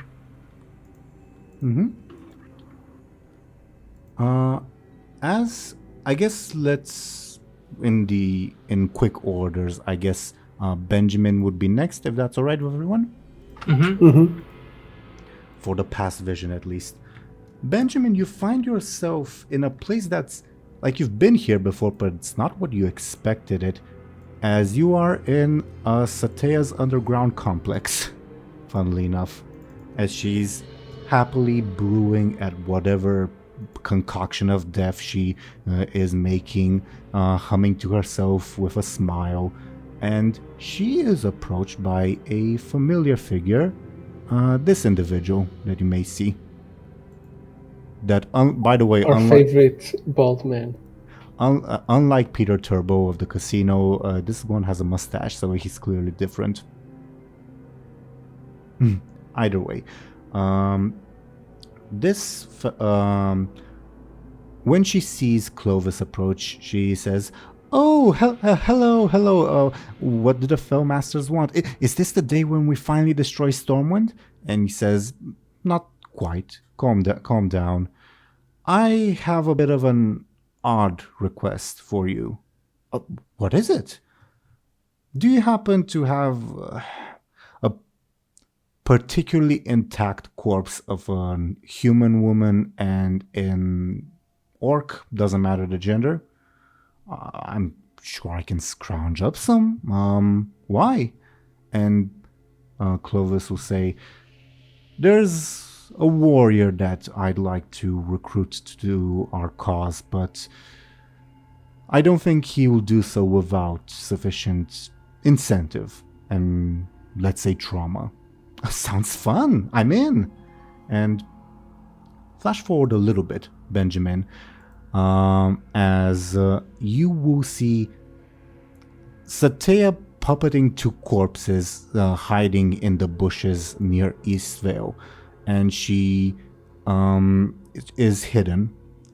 Then you will see Clovis and several Stormwind guards sort of watching from a distance. They don't see Satea, but they're nearby.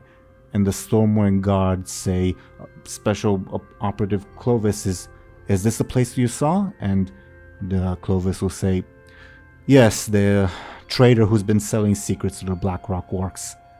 As from a distance, too far to make out the details, but you can tell what's going on, Benjamin.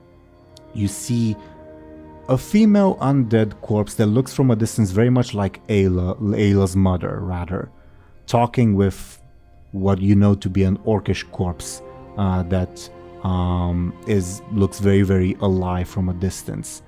And Clovis says, "See, they're doing the handoff. They'll probably attack Redridge on the morrow with that information." By the light. And the fake transaction ends as corpse Ayla's mother runs away in a panic. Not in a panic, just runs away. And Clovis says to the Stormwind guards, "After them. I can't be seen in this situation. After them." And you get a scene as the Stormwind guards sort of blindly chase through the forest and reach Eastvale. You find a scene where it's just Andor and Ayla's mother just enjoying the evening, and the Stormwind guards appear and above all, we never decided on a name for Ayla's mother, did we?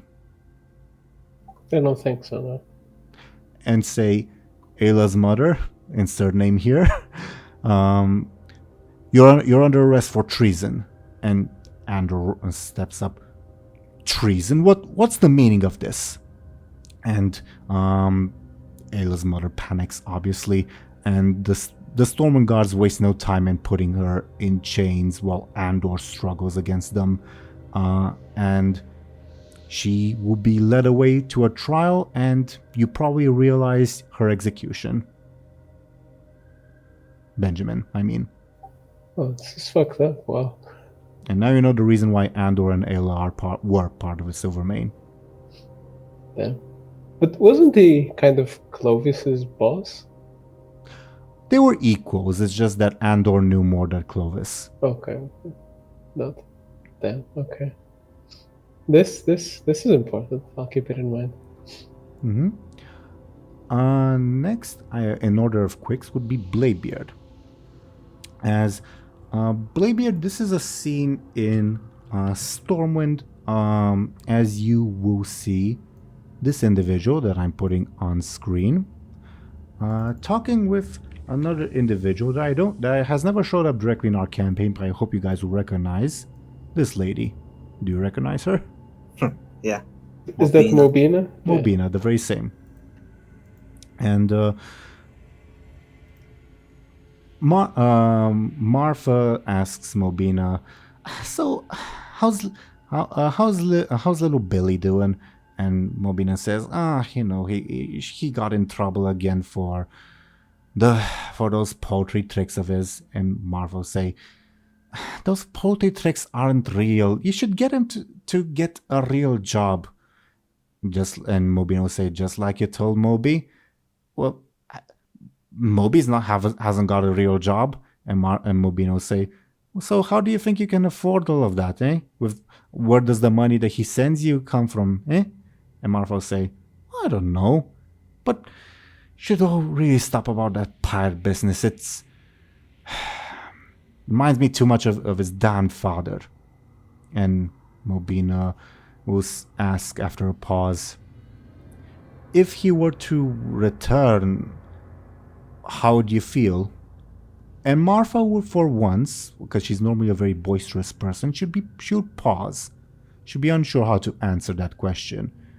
And she would eventually say, "I'm not sure if I could take him back. It's been so long, but I'll try for Moby's sake, I think." Above board, that's about it for this vision. It's a bit of a briefer one. That right, DoomGoblin? Yeah. He's confused that his mother is again in Stormwind. But I will say, also based on what the voice told you and all that, you realize that the vision of Grow killing your father never actually happened. Make sense? Yeah. And that leaves Morg as... Morg, you will play yourself for this vision like you're actually there, okay? Okay. As you are alongside your mother, that I will put on screen momentarily, and is an image that Banrak himself has made. So there she is in all her glory. And you pop up in the middle of an argument between Morg and his mother on one side, and on the other side, Morg's father, that I just put on screen, and Morg's brother. Okay? Okay. And your mother is very, very upset at your father and brother, and says, We attacked the Chandrolar tomorrow, and now you decide to leave?" And your father says, "I'm done with the war of the Gortuni Lupta. I'm going to explore the world. And you, Koharg, you're gonna abandon us too?" And your brother Koharg looks embarrassed. Your mother would turn to you, Morg, and be like, "Say something, Morg. You're the only worthy one of this family, after all. Say something to convince them." Is this like Morg of the past or Morg of the present? Past, like interacting past. with the vision? Okay. They are weak to abandon us, abandoning the mission. Cool. Go ahead. They are failures, and if they cannot fight with us, and they can leave with their tail between their legs in shame. Kohar, your brother, would say, "How can you say that, Moarg? We're family." And your father will say, "So is this how it shall be then?" And your mother would say, "You've made your choice, right, Moarg?" They have failed us, mother. If they wish to leave, then they leave not as blood. "Then we leave not as blood," says your father. And Kohar looks distraught, but would follow your father into his own exile, for lack of a better term. And I think you would be aware as time flashes forward that this attack against the Chandrolar would probably be the one where your mother lost her life. And perhaps past Moarg at least partly blames his father and brother for what happened. What do you think? I think he'd be very split down the middle in this one. Understandable.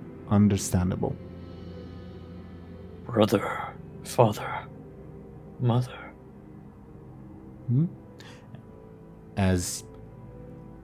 you think, genuine question, do you think there would be a conversation as your mother lays dying, or shall she just die sort of brutally and I think there should. Go ahead. I think there should be a conversation, definitely. Yeah, she lays dying, blasted apart by a spell, as I imagine the rest of the ogres rush past you, the two of you, ignorant that their leader just died, and she just chuckles and says, "I really thought I could be Queen Gordok." You can, mother. You can still fight. Moarg, you really are my favorite child, but you can be really stupid sometimes. Look at me. That's my liver over there. No. Promise me you'll be King Gordok then. Promise me you'll make it to the top of the tribe in my place, if I could not. I will. And when you do, show your damned brother and father what a true ogre should act like. I shall. This is the end for me, Moarg. Say any last words you have, child, and may we meet in the afterlife with all the other King Gordoks. I'll make your dreams a reality, mother. I will spill blood in your name and honor it. Remember it always. You're a good boy, Moarg. And I think those would be her last words. I think in spite of how brutal ogres are, he would actually, like, close her eyes and, like, carry her body. Understandably so. In the midst of the carnage. Okay. Well done. Again, there's 2 more visions for each of you. So I guess going in quick orders, we have Lyri or Benjamin again. Let's do Mary again. Let's do the same order. Okay. This vision does not take place in the past, but in the present. As Lyri, you see sort of from a bird's eye view from an environment that you are unfamiliar with, as an very low ranking Ethereal approaches someone very, very familiar to you that I just put on screen and hope you recognize? The Viceroy. Viceroy. The Viceroy is currently examining what looks like an orc, an unconscious orc that Lyri you vaguely recognize. It's do you remember Captain Zukrosh? He was the guy very stuck up piston, right? Or was it someone else? I think that's someone else. Is Zukrosh the guy from the boat? that Yeah, we the just guy with the dragon rope. captured? Dragon guy, yeah. Yeah, and the subordinate would approach the Viceroy and say, "The subject is strangely resistant to the corruption of the void. Your orders, Viceroy." And the Viceroy says, "Continue to observe, and tell the Nexus Lord not to take any new subjects to the guild anymore. Dump them somewhere else, and double your efforts into investigating his loyalties." As you say, Viceroy. And as the Viceroy continues to ponder, all of a sudden, almost like in a horror movie, he would suddenly look up and stare you straight in the eyes, Lyri. And he would say, "Hello there, test subject. We were just talking about you." Feel free to reply, Aaran. Kind things, I presume. How have you been? Have you been enjoying life, experiencing companionship? Something of the sort. Please do so. Experience, joy, bonds. They give you strength. I'm not interested, after all, in a mindless slave. Just remember that I will come to collect regardless. And with a flick of his wrists, you are forcibly dismissed from the vision. Oh wow, he's strong. The future vision is more brief. Shall we do it in one go, or do it after the other present visions? Let's do them after the present visions, I think. Okay. Next shall be Benjamin. That all right with everyone? As this is another Ikarius cameo. Congratulations, Deli. You're our star, our celebrity. I feel honored. Benjamin, you see a very unfamiliar sight that I can't really quite put on the screen at the moment, but above board, you will see Ikarius. Oh, actually, it's not. No, it's not Ikarius. My bad. It is Ikarius, but not in that form. It is Ikarius in this form that maybe you remember. Thompshire? Yeah, I remember. Yeah, and he seems to be waiting in this like place with an awful smell and even poor illumination for two people. First of all, this individual that I just put on screen, and second of all, this other individual that I just put on screen, that you made fancy renders of. And a real brief deli just before we get to your scene. I just want to like establish the environment for Benjamin, as Fultian would say, "I can't stand this smell," and Jurassic would say, "I think they call it the Undercity, Lord Fultian. It's quite a place." And I think this is when Kippen would walk into the scene. And Fultian would say, "Is that who I think it is?" Kippen would walk in and they would like in a sort of like in Kippen's goblin voice, they would say good to meet you, good to see you two. They would look to Kippen would look to Fultian and sort of say like, "Good to see you again." and then they would look to Jurasi, and Kippen would say, "You, I have not met before, and this one's name is like." Kippen would look to Faltian to ask like their name, basically, like this one's name is. Jurasi would not directly answer and would say instead, "A goblin, really? That's our ally." And Faltian would say, "Let's just say they're more than they seem. By the way, don't tell the others about this goblin, will you?" And Jurasi would snort, and Faltian would say, "Well, they ask you a question, come on." Jurasi Springbloom, they introduce themselves. Pleasure. Jurasi, I can sense you.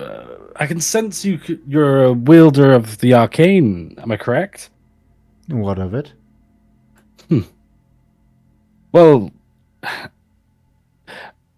I mean, it's just that arcane.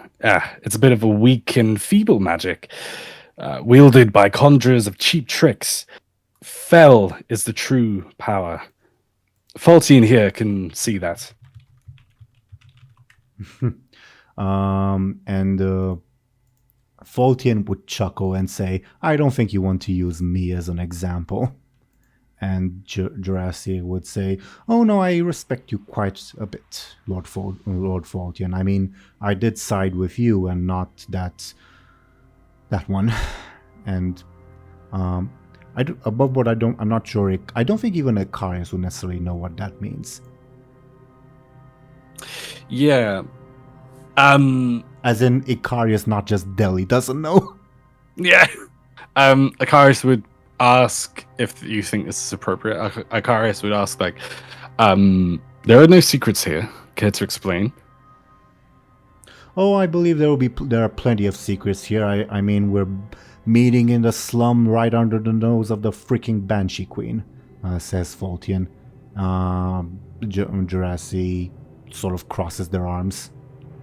But Faltian says, "Let's just say that the two of us and some of our friends have split from the other Sun Fury, and we're on our own."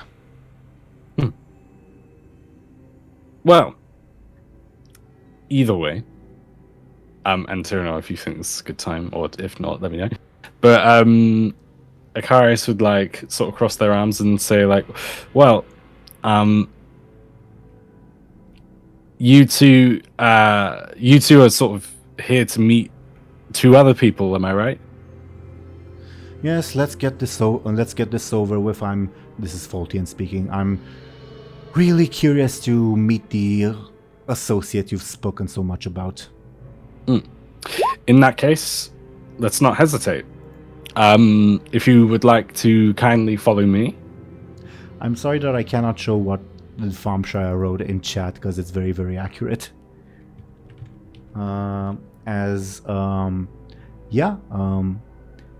Kippen, quote-unquote Kippen, walks Jurasi and Faltian over to an alcove, bigger alcove, where they meet this lovely individual, who is also joined by an individual none of you have ever seen before, this one that I just put on screen. And Faltian would ask, "Well, care to make the introductions, dear friend?" Asking Kippen. Right. Kippen would like cross their arms again and say that, "Of course, this one," and Kippen would wave their hand to the undead woman, and Kippen would say, like, "This is our apothecary. Her name is Harb." "Pleasure." And this one, and then Kippen would actually, before maybe should I say backstory turn, or is that a spoiler for something else? Backstory? As in, like, who Harb was involved with before, or is that a spoiler for something? Oh, you can say it. Okay. Okay, so Kippen would say, like, our apothecary here is is it works rather closely underneath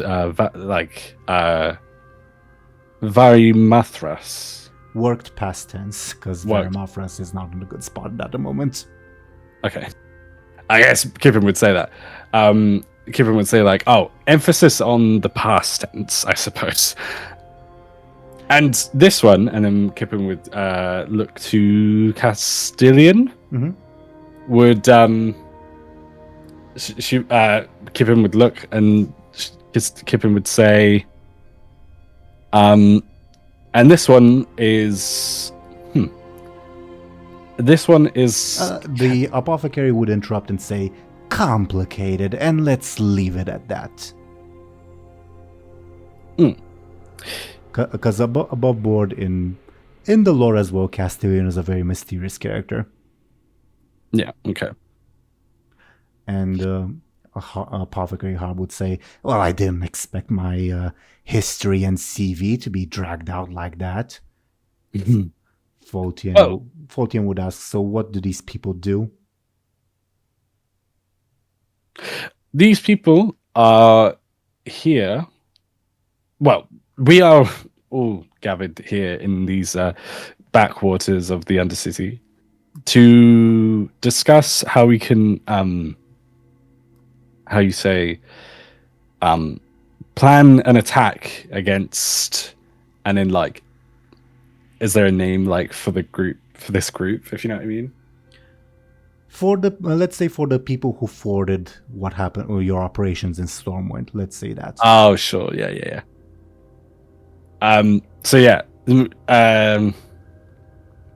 Kippen would say like, oh, the people who like forward our plans in Stormwind, we're here to sort of plot some sort of kind of revenge. And Apothecary Harb would say, I'm the one who provided the poisons, you know, and the explosives. And Fultian would say, am I supposed to know what this mad one is talking about?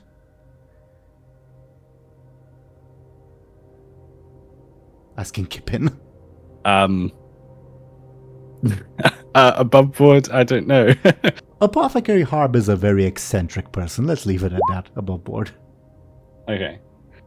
Kippen would say, "Oh, pay no mind to her. She's she's good at what she does, but you know, that forsaken brain rot, you know."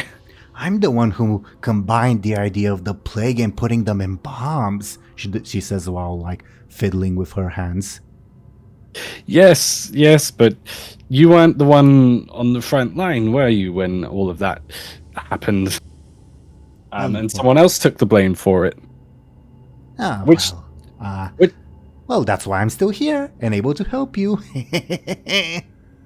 Above board, that's what I was going to say as well. So, my bad. No, it's cool. Exactly. Fultian, well, go ahead. So, no, you go. Fultian would ask, so why should we help fix your blunders in Stormwind? Who are these people who messed all your plans up? You want to tell them, or should I? Says the apothecary to Kippen. Kippen would say, well, you seem enthusiastic. Why didn't you tell them?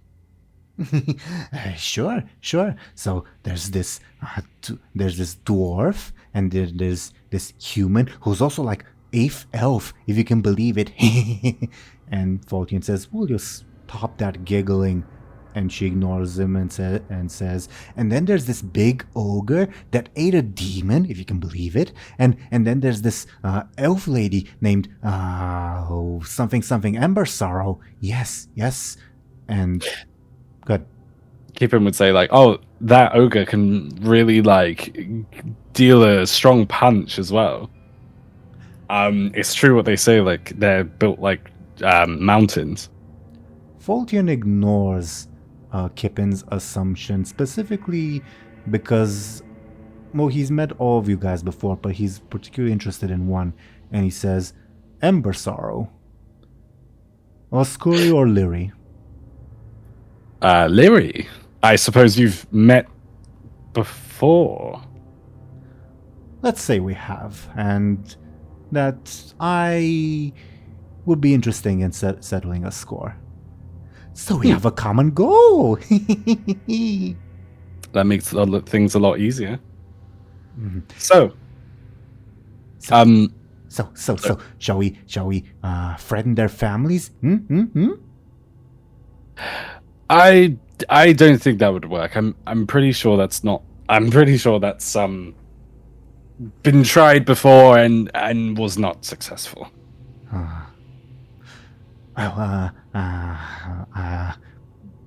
Voltian just like looks at Jurassic like, what the hell is this person?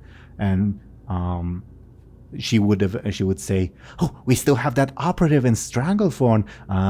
Something else. Ayla Embersorrow. Yes. Voltian would say, another Embersorrow. How does that work?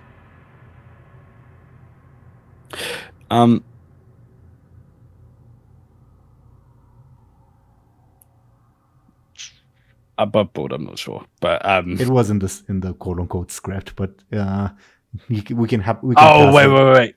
Yeah, is it the troll? Before that. Anyway, to take over your line for the sake of brevity, the apothecary would say, long story. Don't worry too much about it. That's how do you manage to work with this person, Kippen? It's complicated, but surprisingly quite a creative and a master with potions and other things. Like, I packed the plague into grenades. You did indeed. So, Kivin would suggest there is a troll tribe in Stranglethorn that has. Good idea. They have turned to fell magic, as they should, because probably Quit being so self-aggrandizing, says Voltian. I would watch your tone, Blood Elf. Aren't you the one who's died? How many times has it been this time? And if you were to die, it would only be once. So I would be careful. I would choose your next words wisely. The Dreadlord's got a point, says the apothecary.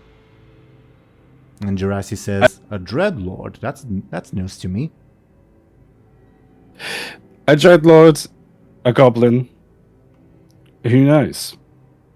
But I've Kippen would say, I have trapped the soul of one of you in a soul gem before. I was there. I remember. In which case you wouldn't want to suffer the same fate as sorry for the in which case you wouldn't want to suffer the same fate as Vinizen at Embersorrow, would you? He still sits in Neverstorm, waiting out his eternal torment. Ooh, says the apothecary. Can we use the Netherstorm to like transit our bombs? Neverstorm at the moment is an all-out war, so we can't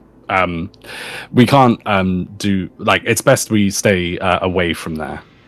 Ooh, but bombs and war go together all the more. And Voltian would say, will you shut up already? So this troll tribe, how do we use them? Well, as they have turned to fell magic, we could send our operative we could send our operative to discuss and plan an ambush in Stranglethorn. Simple, but well, maybe some of us should go in person and maybe ensure that this ambush works. Don't you agree? And above board, because I'm not sure if Dely will be available forever, let's not establish right now who will go in person. What do you think? Okay, that sounds good. Okay. Just keeps it a surprise, as per usual. Yeah, probably. Yeah. So that was Benjamin's present vision. Next in order of quick would be Bladebeard, funnily enough. As let me switch some stuff. Bladebeard, you see a vision still on the island, but this time it's intact, of your father rescuing some sailors. And you will know that this takes place in the present based on the time of day and all of that. All right? Okay. And as he rescues the sailors, he says, "All right, come on. You've still got some strength with you. You can stand up, help me get the others who are wounded, and we'll treat them. I have some supplies." And one of the sailors says, "Why are you helping us, dwarf?" "Well, why shouldn't I help you?" And the sailor says, I'm with the South Sea freebooters, you know that? I kill people for a living and I rob them." And Morgan says, "Oh, that's no business of mine. If you're here, I should help you, and, well, I have no judgment. I think, well, yeah, there's no bother for me whatsoever if you're a pirate or not." And the South Sea freebooter would say, "And how about after we recover, I kill you and we take all the riches that you have here?" And Morgan says, "Well, be my guest. I have no riches. I'm just here to help. And, well, if I can ask a favor, if your travels ever take you to Stormwind, maybe if you can look for some people for me."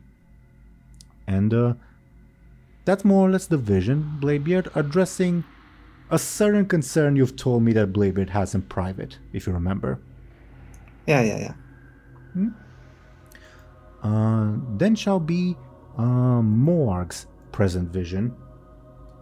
As Morg, you see a conversation going on the Beastmaster between two individuals that I will put on screen. Typos are deadly in Roll20 when you look for people. This individual, who is just preparing breakfast, and this individual that I am putting on screen right now. I'm assuming you remember them.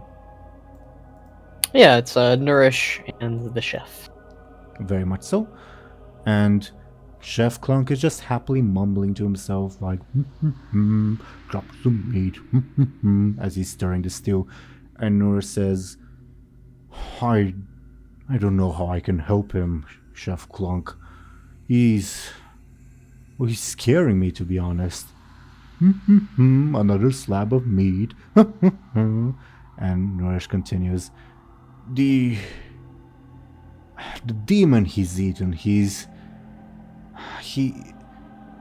may be fine now, but who knows when something will go awry. And drop some vegetables in too. And to be honest, it's interfering with my magic.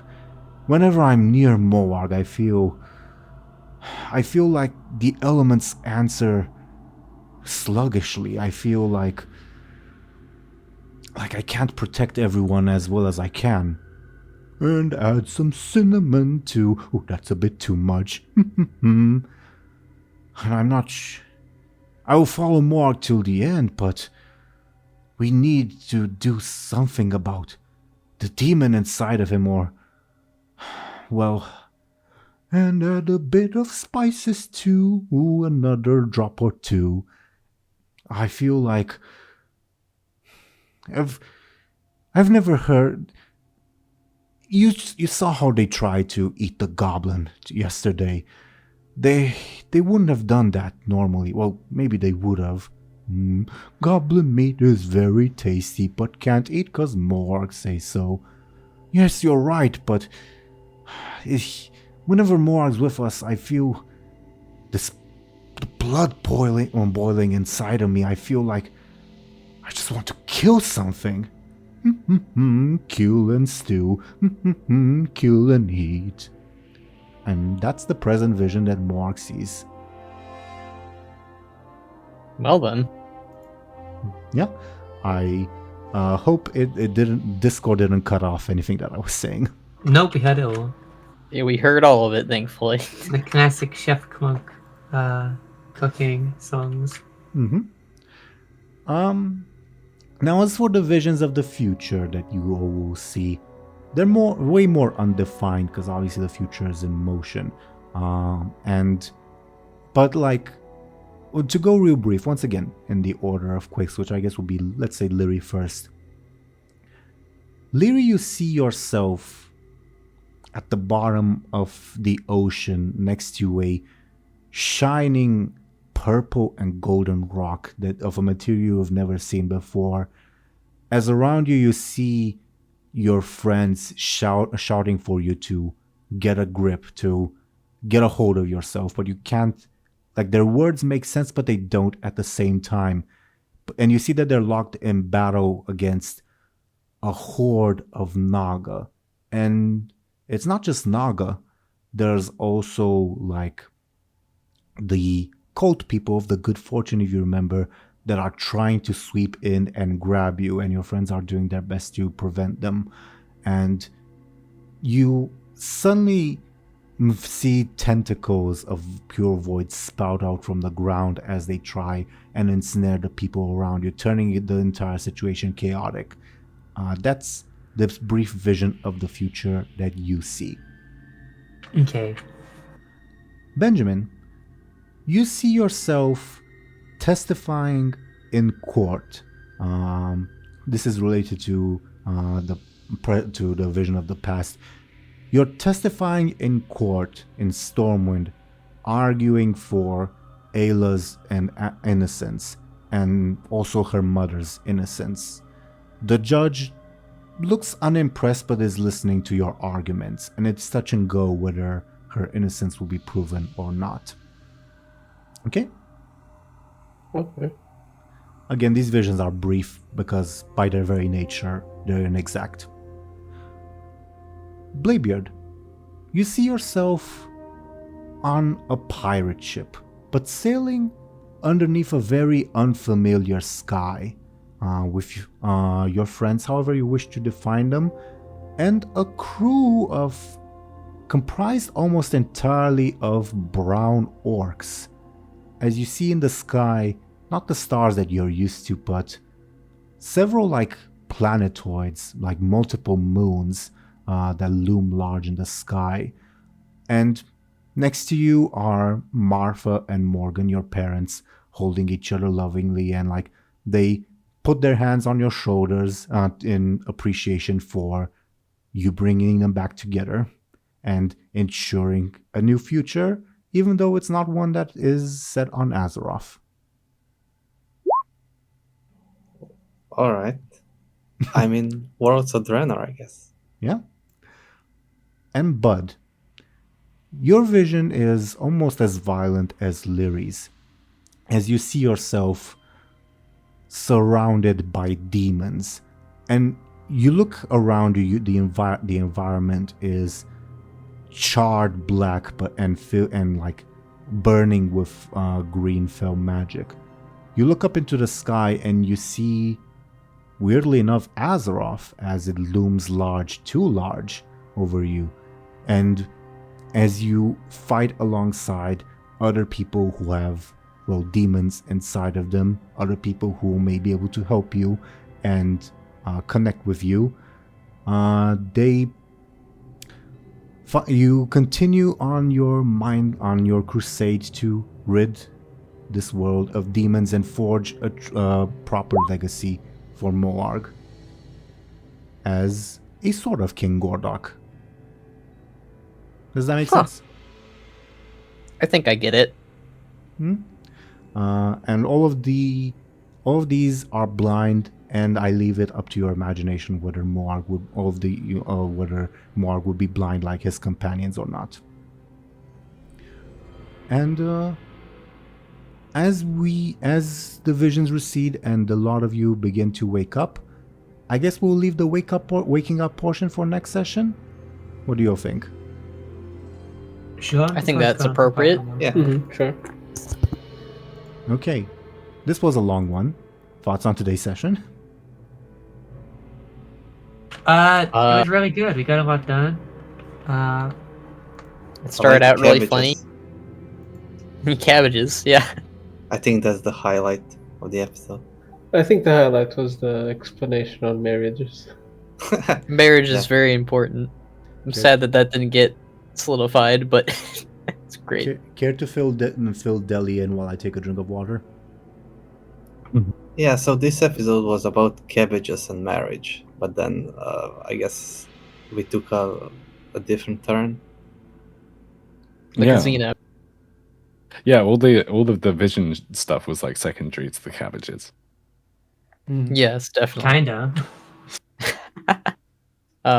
Yeah, Moarg wanted to. He had a whole a debate about marriage with Bladebeard, and well, not debate with Bladebeard, but like with Lyri. And then Moarg was like, "Oh well, Bladebeard always says marriage is for fools," and so he went out and found the same married couple of an ogre and a dwarf, and they were very happy and explained Aw. what marriage was. And That's then Moarg cool. was like, "I want that." Yeah. And so he was like, I'm gonna find that at the casino. And so he found this. Yeah.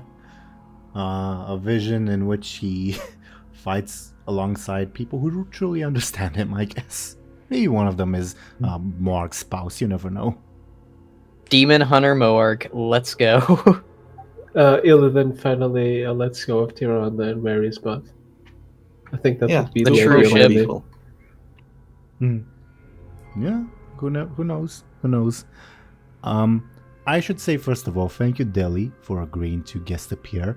And for your patience. Like, I was constantly messaging Deli for the first half of the session. Okay, I think they're going to the casino. Oh no, they're going to get cabbages. Oh, now they're discussing marriage. It did make me laugh, and I was just like, "What is going on?" But no, I mean, thank you very much for inviting me back. I had a great time. Just again, if you know what I mean. Yeah, I hope Ikarius was just as menacing as he was the first time, or I guess the second time technically, because this is the third time him showing up, right? I think. The third time, but the first time was it was not your guest appearance. It was just a shady goblin trying to help Banrak. Yeah, Moarg. exactly. Oh, one thing, I'm uploading something to the Discord. The viewers can already see it, but this is, you know how I have like a background of like Stranglethorn or whatever, a video running. This is the video that's running while you guys will be in the casino. Oh, of course. Ah, nice. What kind of casino is it? Guess you have to find out. Yeah, like how is all this related to a casino? The plot twist that Kyrie was in Booty Bay the whole time is kind of. Yeah, she's trapped in a vision. Maybe. She's stuck gambling. She got addicted. She's dealing with a Deathwing vision. I don't know, probably. Yeah, the future vision is her in Pandaria sending Caligos away. Yes, I think she shows up later on in Dragonflight. I can't remember. She I don't does, think I so. think. Does he? Does she? Isn't she? I thought she Pandaria? came up for the ending. I think she shows up in a miniature show. I think so. I don't remember. I'll have to look it up. Because they have that blue dragon table where the blue dragon's sitting. But I think I think she watched ju- the video of that and she wasn't there. I'm looking it up. Might have been someone else. I want to know what Gurin saw. I'm gonna ask him next session. Oh, that's a Nope, good she's point. still. She stays in Pandaria. Oh, okay. Yeah, that's a good point. What Gurin saw. That's something to keep in mind. His boss fight was probably the Black Dragon, I think. As for the rest, no idea. By the way, thoughts on the visions? Like, I guess particularly on the ones Deli was a part of. It's very disconcerting that we have a league of villains trying Yeah, to... exactly. That's what I was gonna say. Like all the villains are teaming up to beat our ass. I did feel a bit maniacal, to be fair, scheming. Also, to be fair, the villains teaming up was something like I planned like ever since I was talking with Zelrin about what's Lyri been up to, and we reached the point where where Faultian departs. That damn Faultian. The Should very have killed same. him. The very same. And above board, if and when you guys deal with the trolls, whomever will be there will be based entirely on Dely's schedule. Yeah. Okay. But I guess taking it in order. Let's say Benjamin first. Thoughts on the visions that you saw? They were honestly pretty interesting.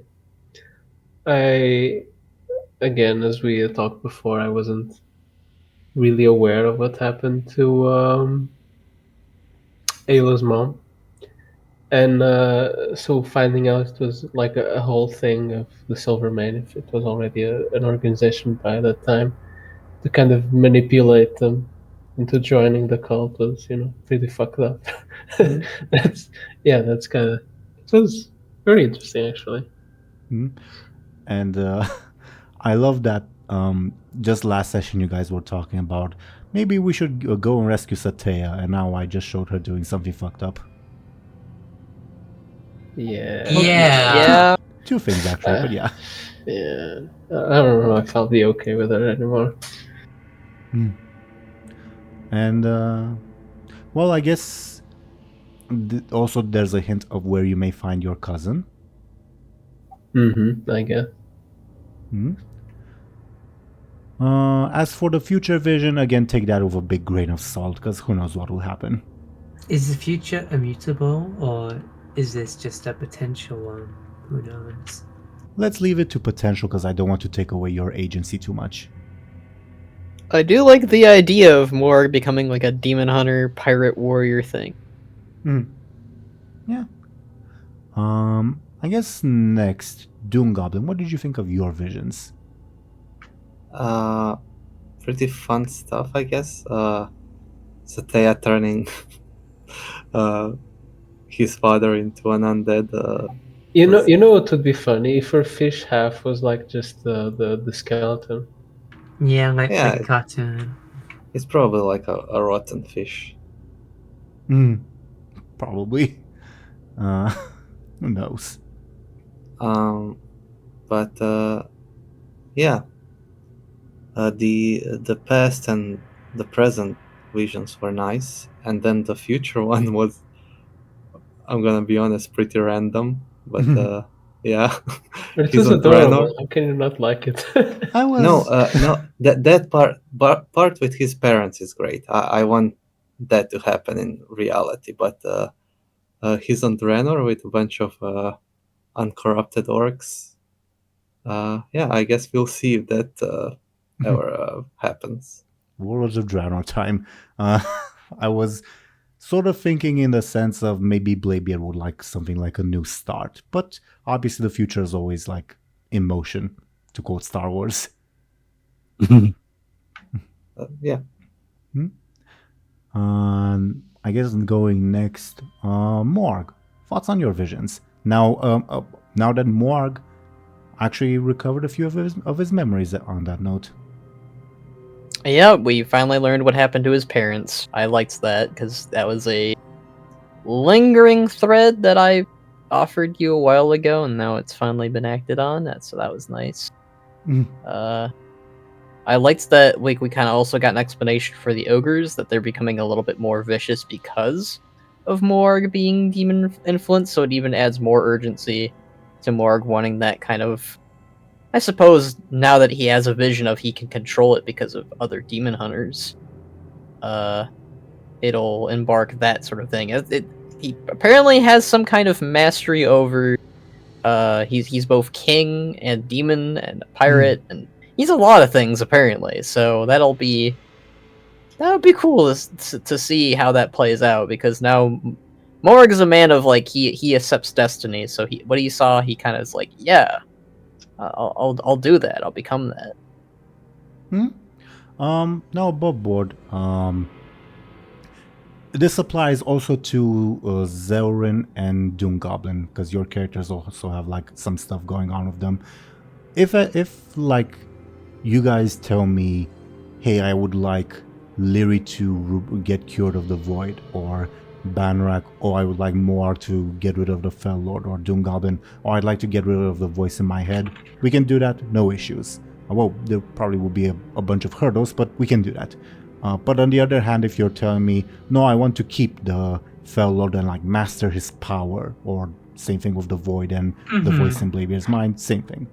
So just I think we last talked about it in private like a year ago, but it's always a thing we can keep going back and forth about depending on the motions of the story. That's how I kind of feel as well. Like because Lyri's opinions on it have changed rapidly considering what's happened, so it'll kind of depend on when it matters, I guess.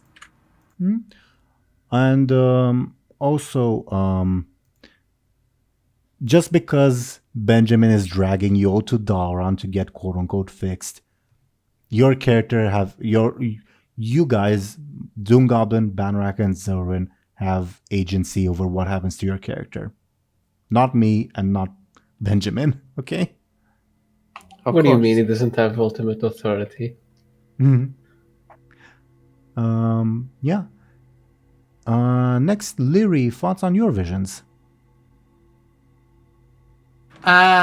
Pretty interesting, actually. I think Lyri will have a lot to reflect on, because she kind of thought that her father was bad to the bone, even to the end, but seeing that he was actually, hesitating and he was murdered by his, I guess, demonic allies, it'll make her reevaluate some stuff, I guess. Also, Villeneuve saw it but didn't tell you. Oh yeah, but I mean, no one told Lyri, so she just kind of assumes it's not not up to them to say or not. What was the present one again? That was the short one with the Viceroy. Yeah, that guy is just up to no good in general. I feel like he's like season end boss level. He's very scary. When you guys met Hazu, the Jinn, he did say, oh yeah, the Viceroy wouldn't make me his bitch, to quote, so... Yeah. So, he's scary. Let me think. And the future one was the Void one. She's going to be very unnerved by that. She doesn't like how, I guess, she seems kind of, controlled by things beyond herself, and seeing that her friends are being wrapped up in it is disconcerting, I guess. I'm curious. You don't have to give me a final answer by any means, but I'm curious if this perhaps sparked maybe a bit of a side quest of I have to go rescue my father's soul. Yeah, at some point. She definitely is very upset about that, but I think she also recognizes the urgency of doing what Benjamin is planning right now, because when Lyri kind of goes off on her own quest, it seems to kind of cause more trouble than it solves, so she'll probably talk with him about it, and I guess he'll be the one to put a plan in action eventually. Sure. And Deli, your thoughts on the visions in general, but also, I guess, on your role in particular? Generally speaking, I had a lot of fun. Thank you very much for inviting me again. As far as my opinions on everything, it was really interesting, to be honest, to see everything sort of unfold. It was a lot of fun being part of the visions too. Even if even at some point, at parts of it, I was thinking oh no, am I playing a good NPC? Am I not? But I feel like like the stories that sort of like seeing Bud's story, for example, was actually kind of like the RP in that was kind of like really emotional, which was awesome to see. Like when Bud's mum was dying, that was proper like Hollywood actor voice acting. Aww. Thank you. Yeah, but like no, it was cool. It was really cool. And it was a really creative like storytelling. How do I put it? Dynamic or method. I think method is the word I'm looking for. Like having 4 visions going on at once and having like this trippy casino like drug trip going on. I don't know, it was cool. It was cool to watch. I know the players are definitely confused as to, wait, we just went to a casino, why did we have a vision? It will be explained. Dely knows a little bit more of what's going on, but I'd ask them not to say, if that makes sense. But we'll explain it. I'll explain it rather next session, I guess. Ooh, interesting. Yeah. Now, I think Dely, you did a wonderful job in the role of Ikarius. And I think it also worked because I did throw you like bunch of safety nets, not safety whatever's, with the apothecary like being crazy and babbling. Yeah. No, I appreciate that. I feel like for some reason I wasn't as well how do I put it? Like I wasn't sure, like entirely sure as to what I could and couldn't say, if that makes sense. No worries. We'll, if and when you appear next time, we'll talk in greater detail, okay? And Okay, cool. ahead of time, I guess, because this was a bit last moment, I'll admit, by my fault. Okay, trying to see if there anything else happened. Oh, I guess the meeting at the beginning, the Baron asked for your help. Any thoughts on that? Yeah. I'm glad he told us about Karigosa, because we were kind of assuming she was like off doing dragon things somewhere else, but Yeah. the idea that she's probably like in the ship is like a good thing to know. By the way, was the Petronymi and my dad entering the ship like the motivator for us to go there even more? Yeah, I'll admit I thought of that like mid-session, like, okay, they're really not going to the casino. I don't want to keep Dely waiting. I'll just throw this extra incentive. Wow. Fair. Wow. But I think it wound up in a good way, because I think it's funny that Petronimi took your dad there because she confused him for you. Maybe they'll also get some nice insights if they beat their boss fight. Who knows? Trying to see if there's anything else. Oh, I guess minor thing. Lyri, you got ethereal bracers, and they help with calming down your voidy thing. It's true, she got the succulent cabbage that helps out with the void. Also that. Lovely stuff. And she's wearing it under her armor, so no one with tricky fingers can take it from her without a fight. But you gotta dig deep in her, I guess, robe to pull them out. I guess in terms of game mechanics, it hasn't come up, but in terms of game mechanics, if there's ever a situation where you have to fight against your inner void, those little bracers will give you a +1 bonus, okay?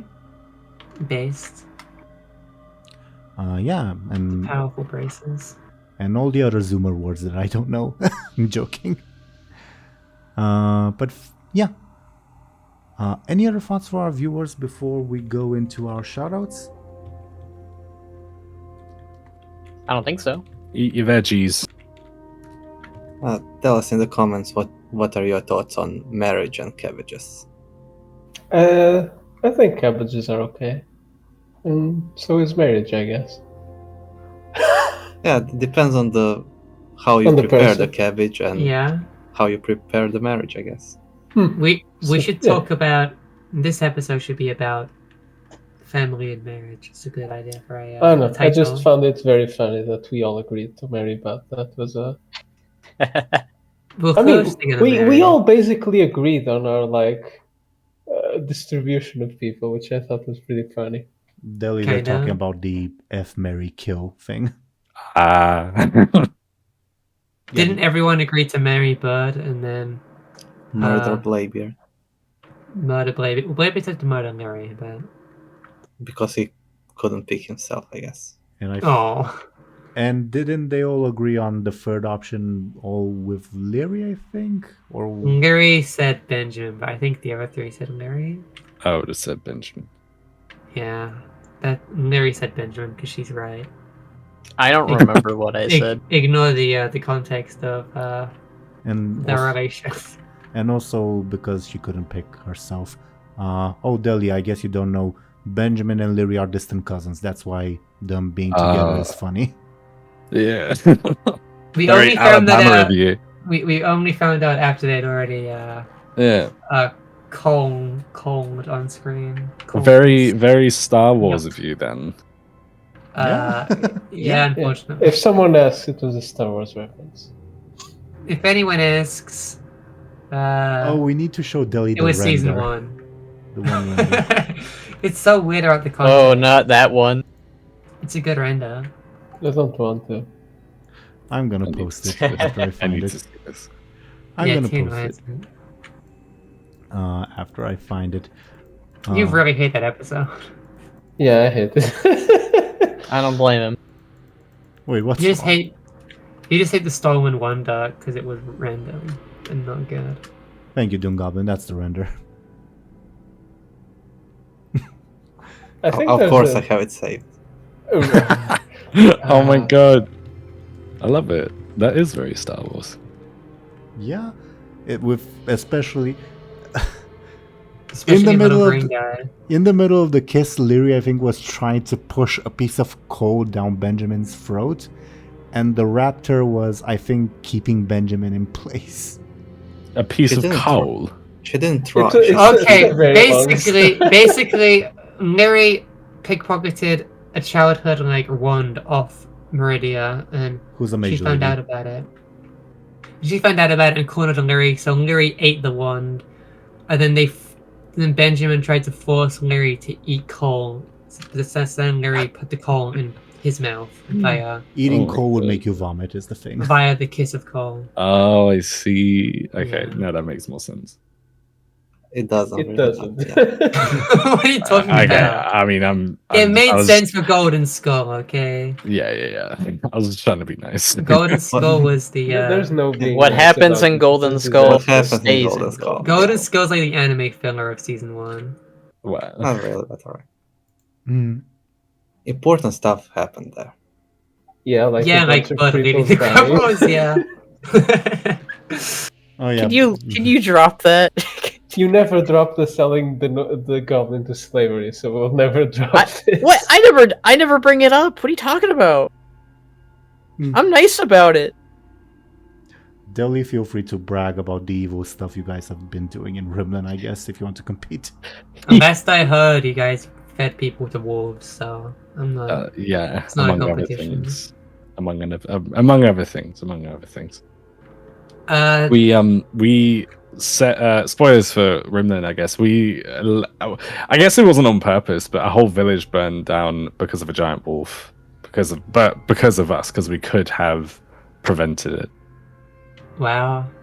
On the Not a scale village, a of. city. A city, sorry. On the No, scale. Moonin keeps calling it a village, though, don't they? Yeah, because it's for what Moonan's used to, it's small, but yeah. sorry, Zarin, by the way. I'm just saying, on the scale of Moog to Bladebeard, how evil are the Rimland crew? They are Lyri. Very less evil than Bladebeard, I think. Nope. I disagree. Lyri's down. That's You- kind of a. I you missed assume that's this, like but- a harsh. But Huh? Bladebeard basically set off a volcanic eruption that destroyed an entire island full of native people. So That wasn't his fault. it kind of was. He trusted some scary fire guy. I blame Bladebeard. It's like trusting Ragnaros. It's like, well, this guy really. He said he's gonna blow hot air on the ship. Like, come on. He also freed Hazul. Yeah, it's true. Look where that led us.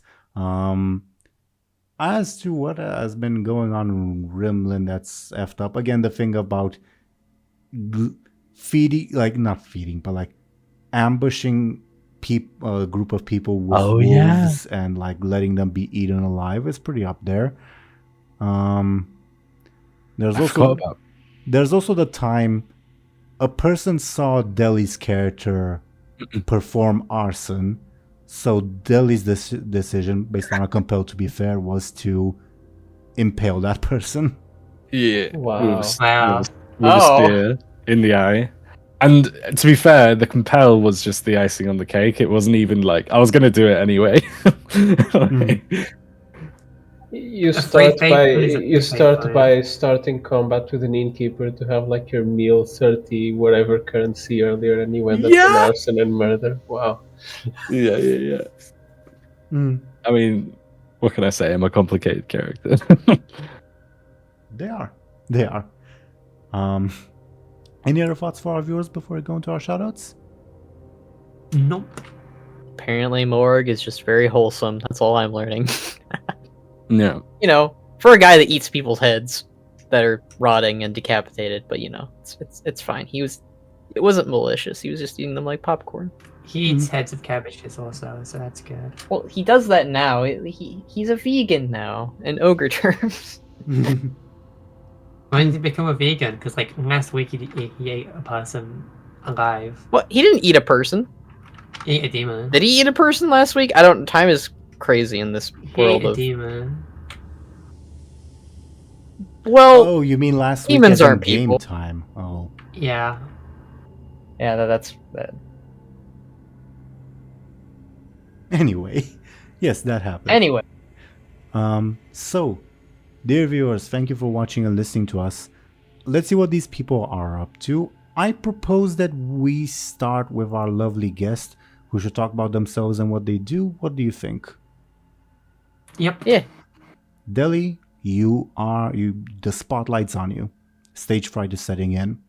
Oh my god. You start sweating and remember that time you went to school without your pants on or whatever.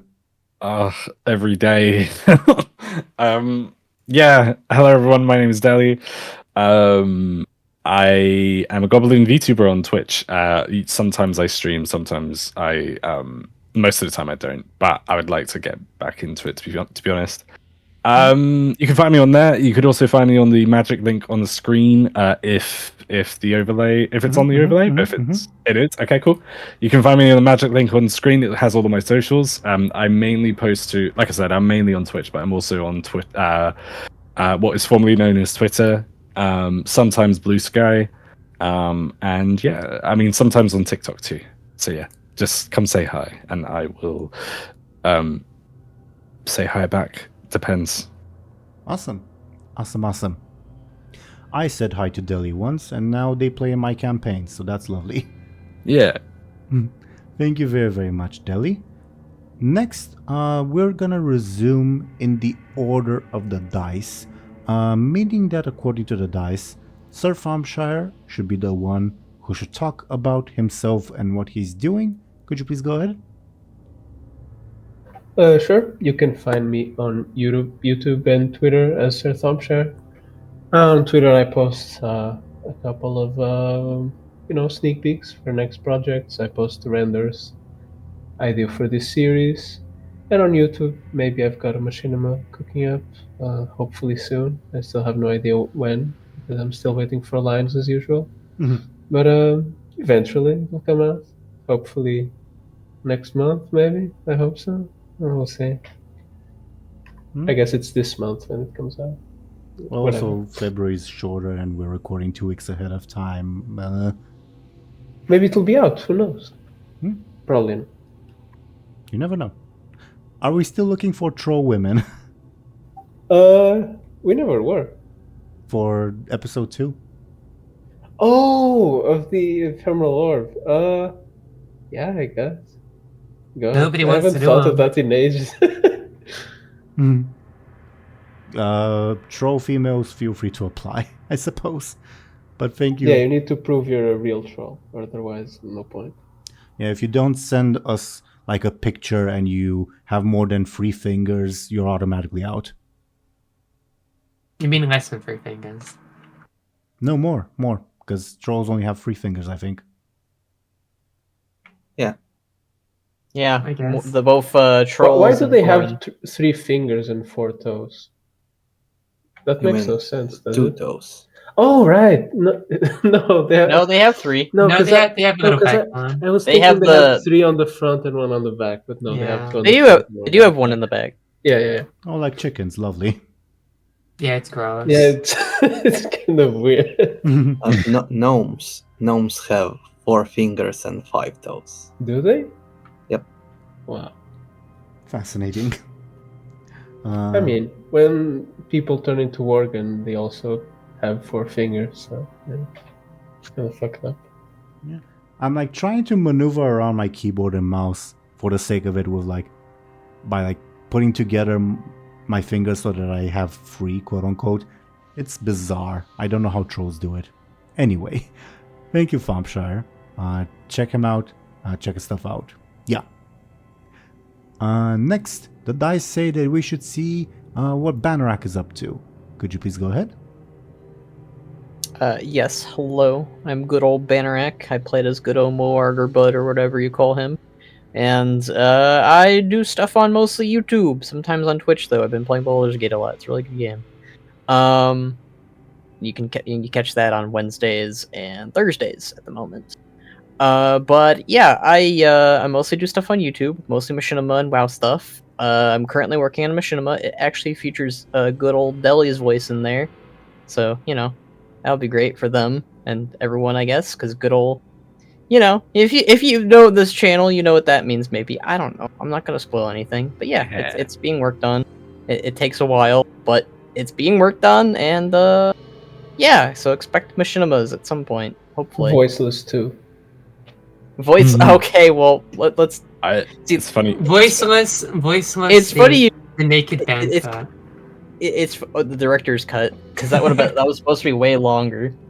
I actually rewatched that video today. Funny you mention it because Voiceless 2. The first one, sorry, not Voiceless 2. There's no Voiceless 2. Yeah, that's what you think. That's what you think. They keep telling the audience that. But yeah. No, it was cool. It was nostalgic to watch again. I've also Yeah, been good watching times. all of Banarak's Machinima these last couple weeks, Mm. and it's Hoping. oh good. I'm hoping to get done with episode 2 and get to episode 3, and then it's Dragonflight time. But yeah. Teehee. We don't owe anyone shots here. Teehee.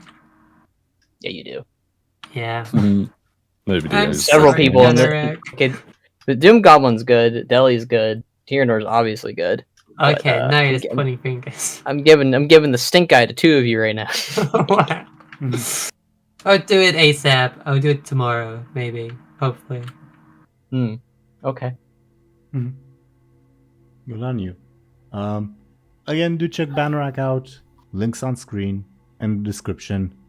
Thank you very, very much. Next, the dice say that we should see what Zelrin's up to. Zelrin, could you please go ahead? Mm-hmm. I can actually talk about this now because the video is coming out in 2 weeks' time. And the video should be out by now.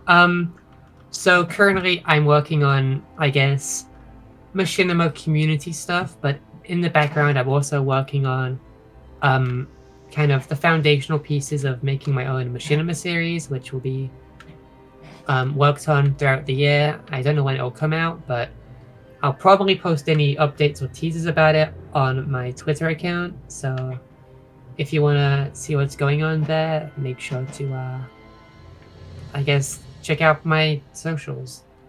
But apart from that, I'll be doing the usual and such. And yeah. Indeed. Thank you very, very much, Zelrin. Do check her out. Next, we would have DoomGoblin. Could you please go ahead and talk about yourself and what you're doing? Yeah, I'm DoomGoblin. I draw stuff. I'll probably be updating Morg's and Benjamin's family tree now that we have more members added. All right. So Good on you can you. expect that from me. But yeah. That's awesome of you to do that. Thank you, DoomGoblin. Yeah, and do check DoomGoblin out. And yeah, I guess that's everyone except me. I, dear viewers, was your Dungeon Master and Game Master Teeironor. I do this series. It's a lot of fun. I also do another series, Dely's part of it, called Legacy of the Rimland, set in its own little universe. And there may be some very interesting additional content for it coming very, very soon. How soon? I don't know how soon. I guess you'll have to see. Other than that, thank you. Not that overlay, my bad. Thank you very much, dear viewers, for watching and listening to us. We should probably be back next week. Almost certainly. Probably not with Dely though. Unless Dely you want to be a random casino goer, I guess. But yeah, I guess we'll see you when we'll see you. Goodbye, everyone. Bye. See ya. Goodbye. See ya. Goodbye. See ya. Oh yeah.